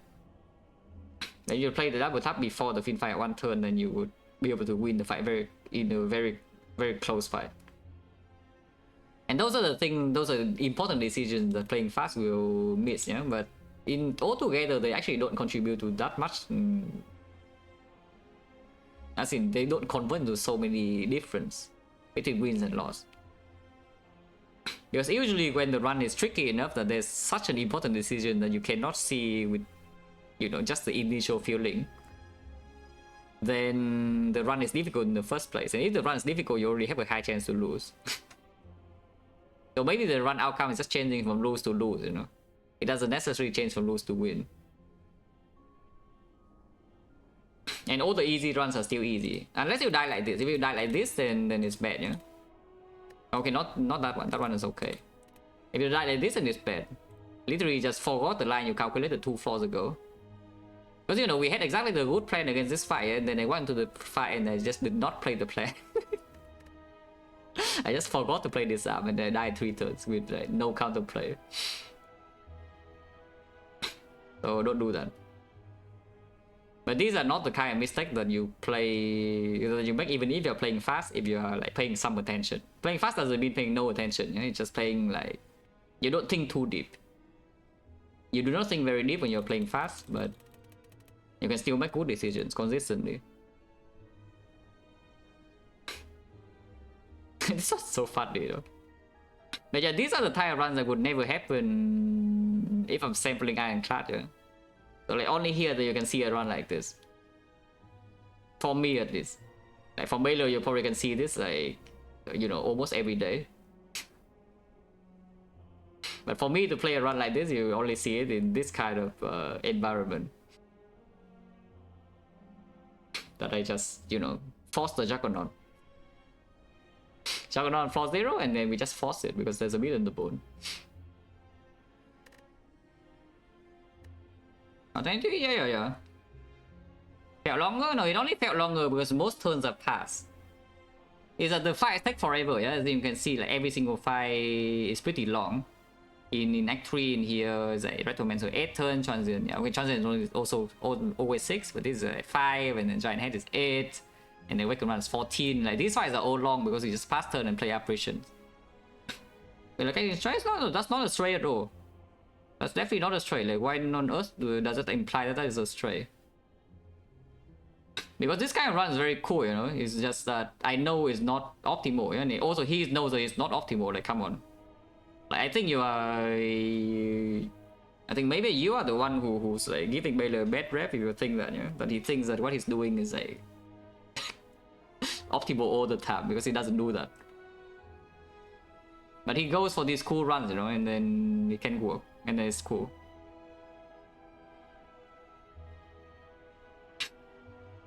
But yeah, I mean, playing these runs once in a while is great because it also tells you like some things that normally you don't see.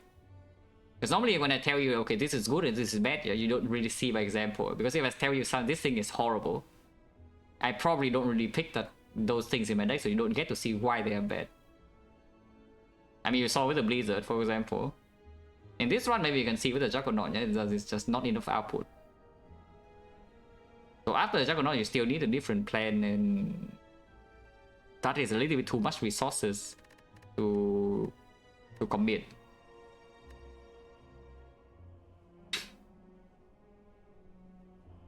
Okay, let's get out of here. I just know that is impossible for me. I will straight up say that is completely impossible, yeah. And it's not even because English is not my native language. Like my brain is not wired to make like language jokes on the fly. I may do see them once in a while, but it's like I cannot just come up with something on the fly. It doesn't happen. If I meme runs seeing things about the Juggernaut, have learning, need to play with deck. At this moment, I think I'm good enough to, you know, understand how the deck functions. It's the main thing. Like if you don't know how to play a deck, it's just because you don't know what the hell the deck is actually doing. It's like you know the deck, you're confused. Like what the hell do I need? Like what do I need? What is it strong at? What is it weak at? Like what does it do? What can I not do? What is the threat? If you don't know these things, then you can learn a lot. But at this point, I would say they are not super productive for me because I do see usually. If I miss something, it's not because I don't know, yeah? It's just because I miss it at that moment. I don't actually get new information. Because, you know, I have done like a ton of science already for this game. Like over several years, I have done a lot of weird things. Off stream, so I don't see it. But I have seen like many strange situations, so I kind of just understand how the deck functions as a whole. Which is why, you know, like the on the fly evaluations, you know, like what like situational awareness is I think I'm pretty good at that. Simply because I understand how deck performs most of the time. So I don't really confuse even if my deck looks really weird. What I do, I mean, I play... I don't know, you have to be asked more specific questions than that. Because I have been doing science for this game since I started knowing what I was kind of doing. You know? So it's like 2021. Around mid 2021, I was already doing science, and I played like what? I mean, I can show you my off-stream profile. If you are new and you have not seen this before, I can show you like how many runs I played. So honestly, I basically yeah, you just have it's a normal science process. You have a theory. Is that you think that okay, makes sense. This is something new I haven't thought of. It makes sense, but I don't know how correct I am. Like how much does it actually make sense? So you just play runs with it. You test it out. Like for example, you think yeah, like Spirit Shield on 4-0 is broken. Or you think, okay, Wish on 4-0 is not that bad. Then what do? Yeah, you just play like what 10 or 20 or 30 runs with that, and then you know. Modify force lines, yes, I play filter the spire a lot. When I'm doing science, it's just filter the spire like a lot because I can filter for specific boss swaps, I can filter for specific neo bonders. Like you want to test bad rare cards, yeah, you always have it. You want to test shot first shot, yeah, you have that as well, but I haven't done that. That I will tell you I haven't done. I have done a lot of things. How many runs in total have I done here? Yeah, you can see. A lot of these are abandoned, so and you can tell from the survival rate per act. It's just abandoned in the act 1. But like these are the, you know, started from, you know, yeah, September 2021 until now.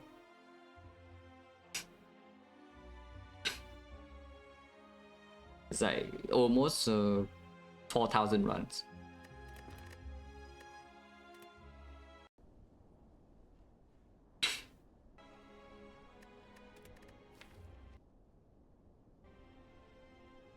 Apple, yeah. I mean, Apple on silence just broken because you play Apple, you can still block always. And the main thing you are scared of with apotheosis is just that you are taking too much chip in the whole way fight. Yeah? The moment you play Apple, you have damage. So it's just about like what happens before you draw Apple and on the turn you play the Apple. And the effect based deck is only doing damage, so of course it's worse. Which makes sense, but if you don't know, then you need to test that, and then you see that okay, it's just correct. So now you know. Not that you would not pick Apple on the effect on 4-0 though, but you know, it's just cool to know. Okay, let's get out of here.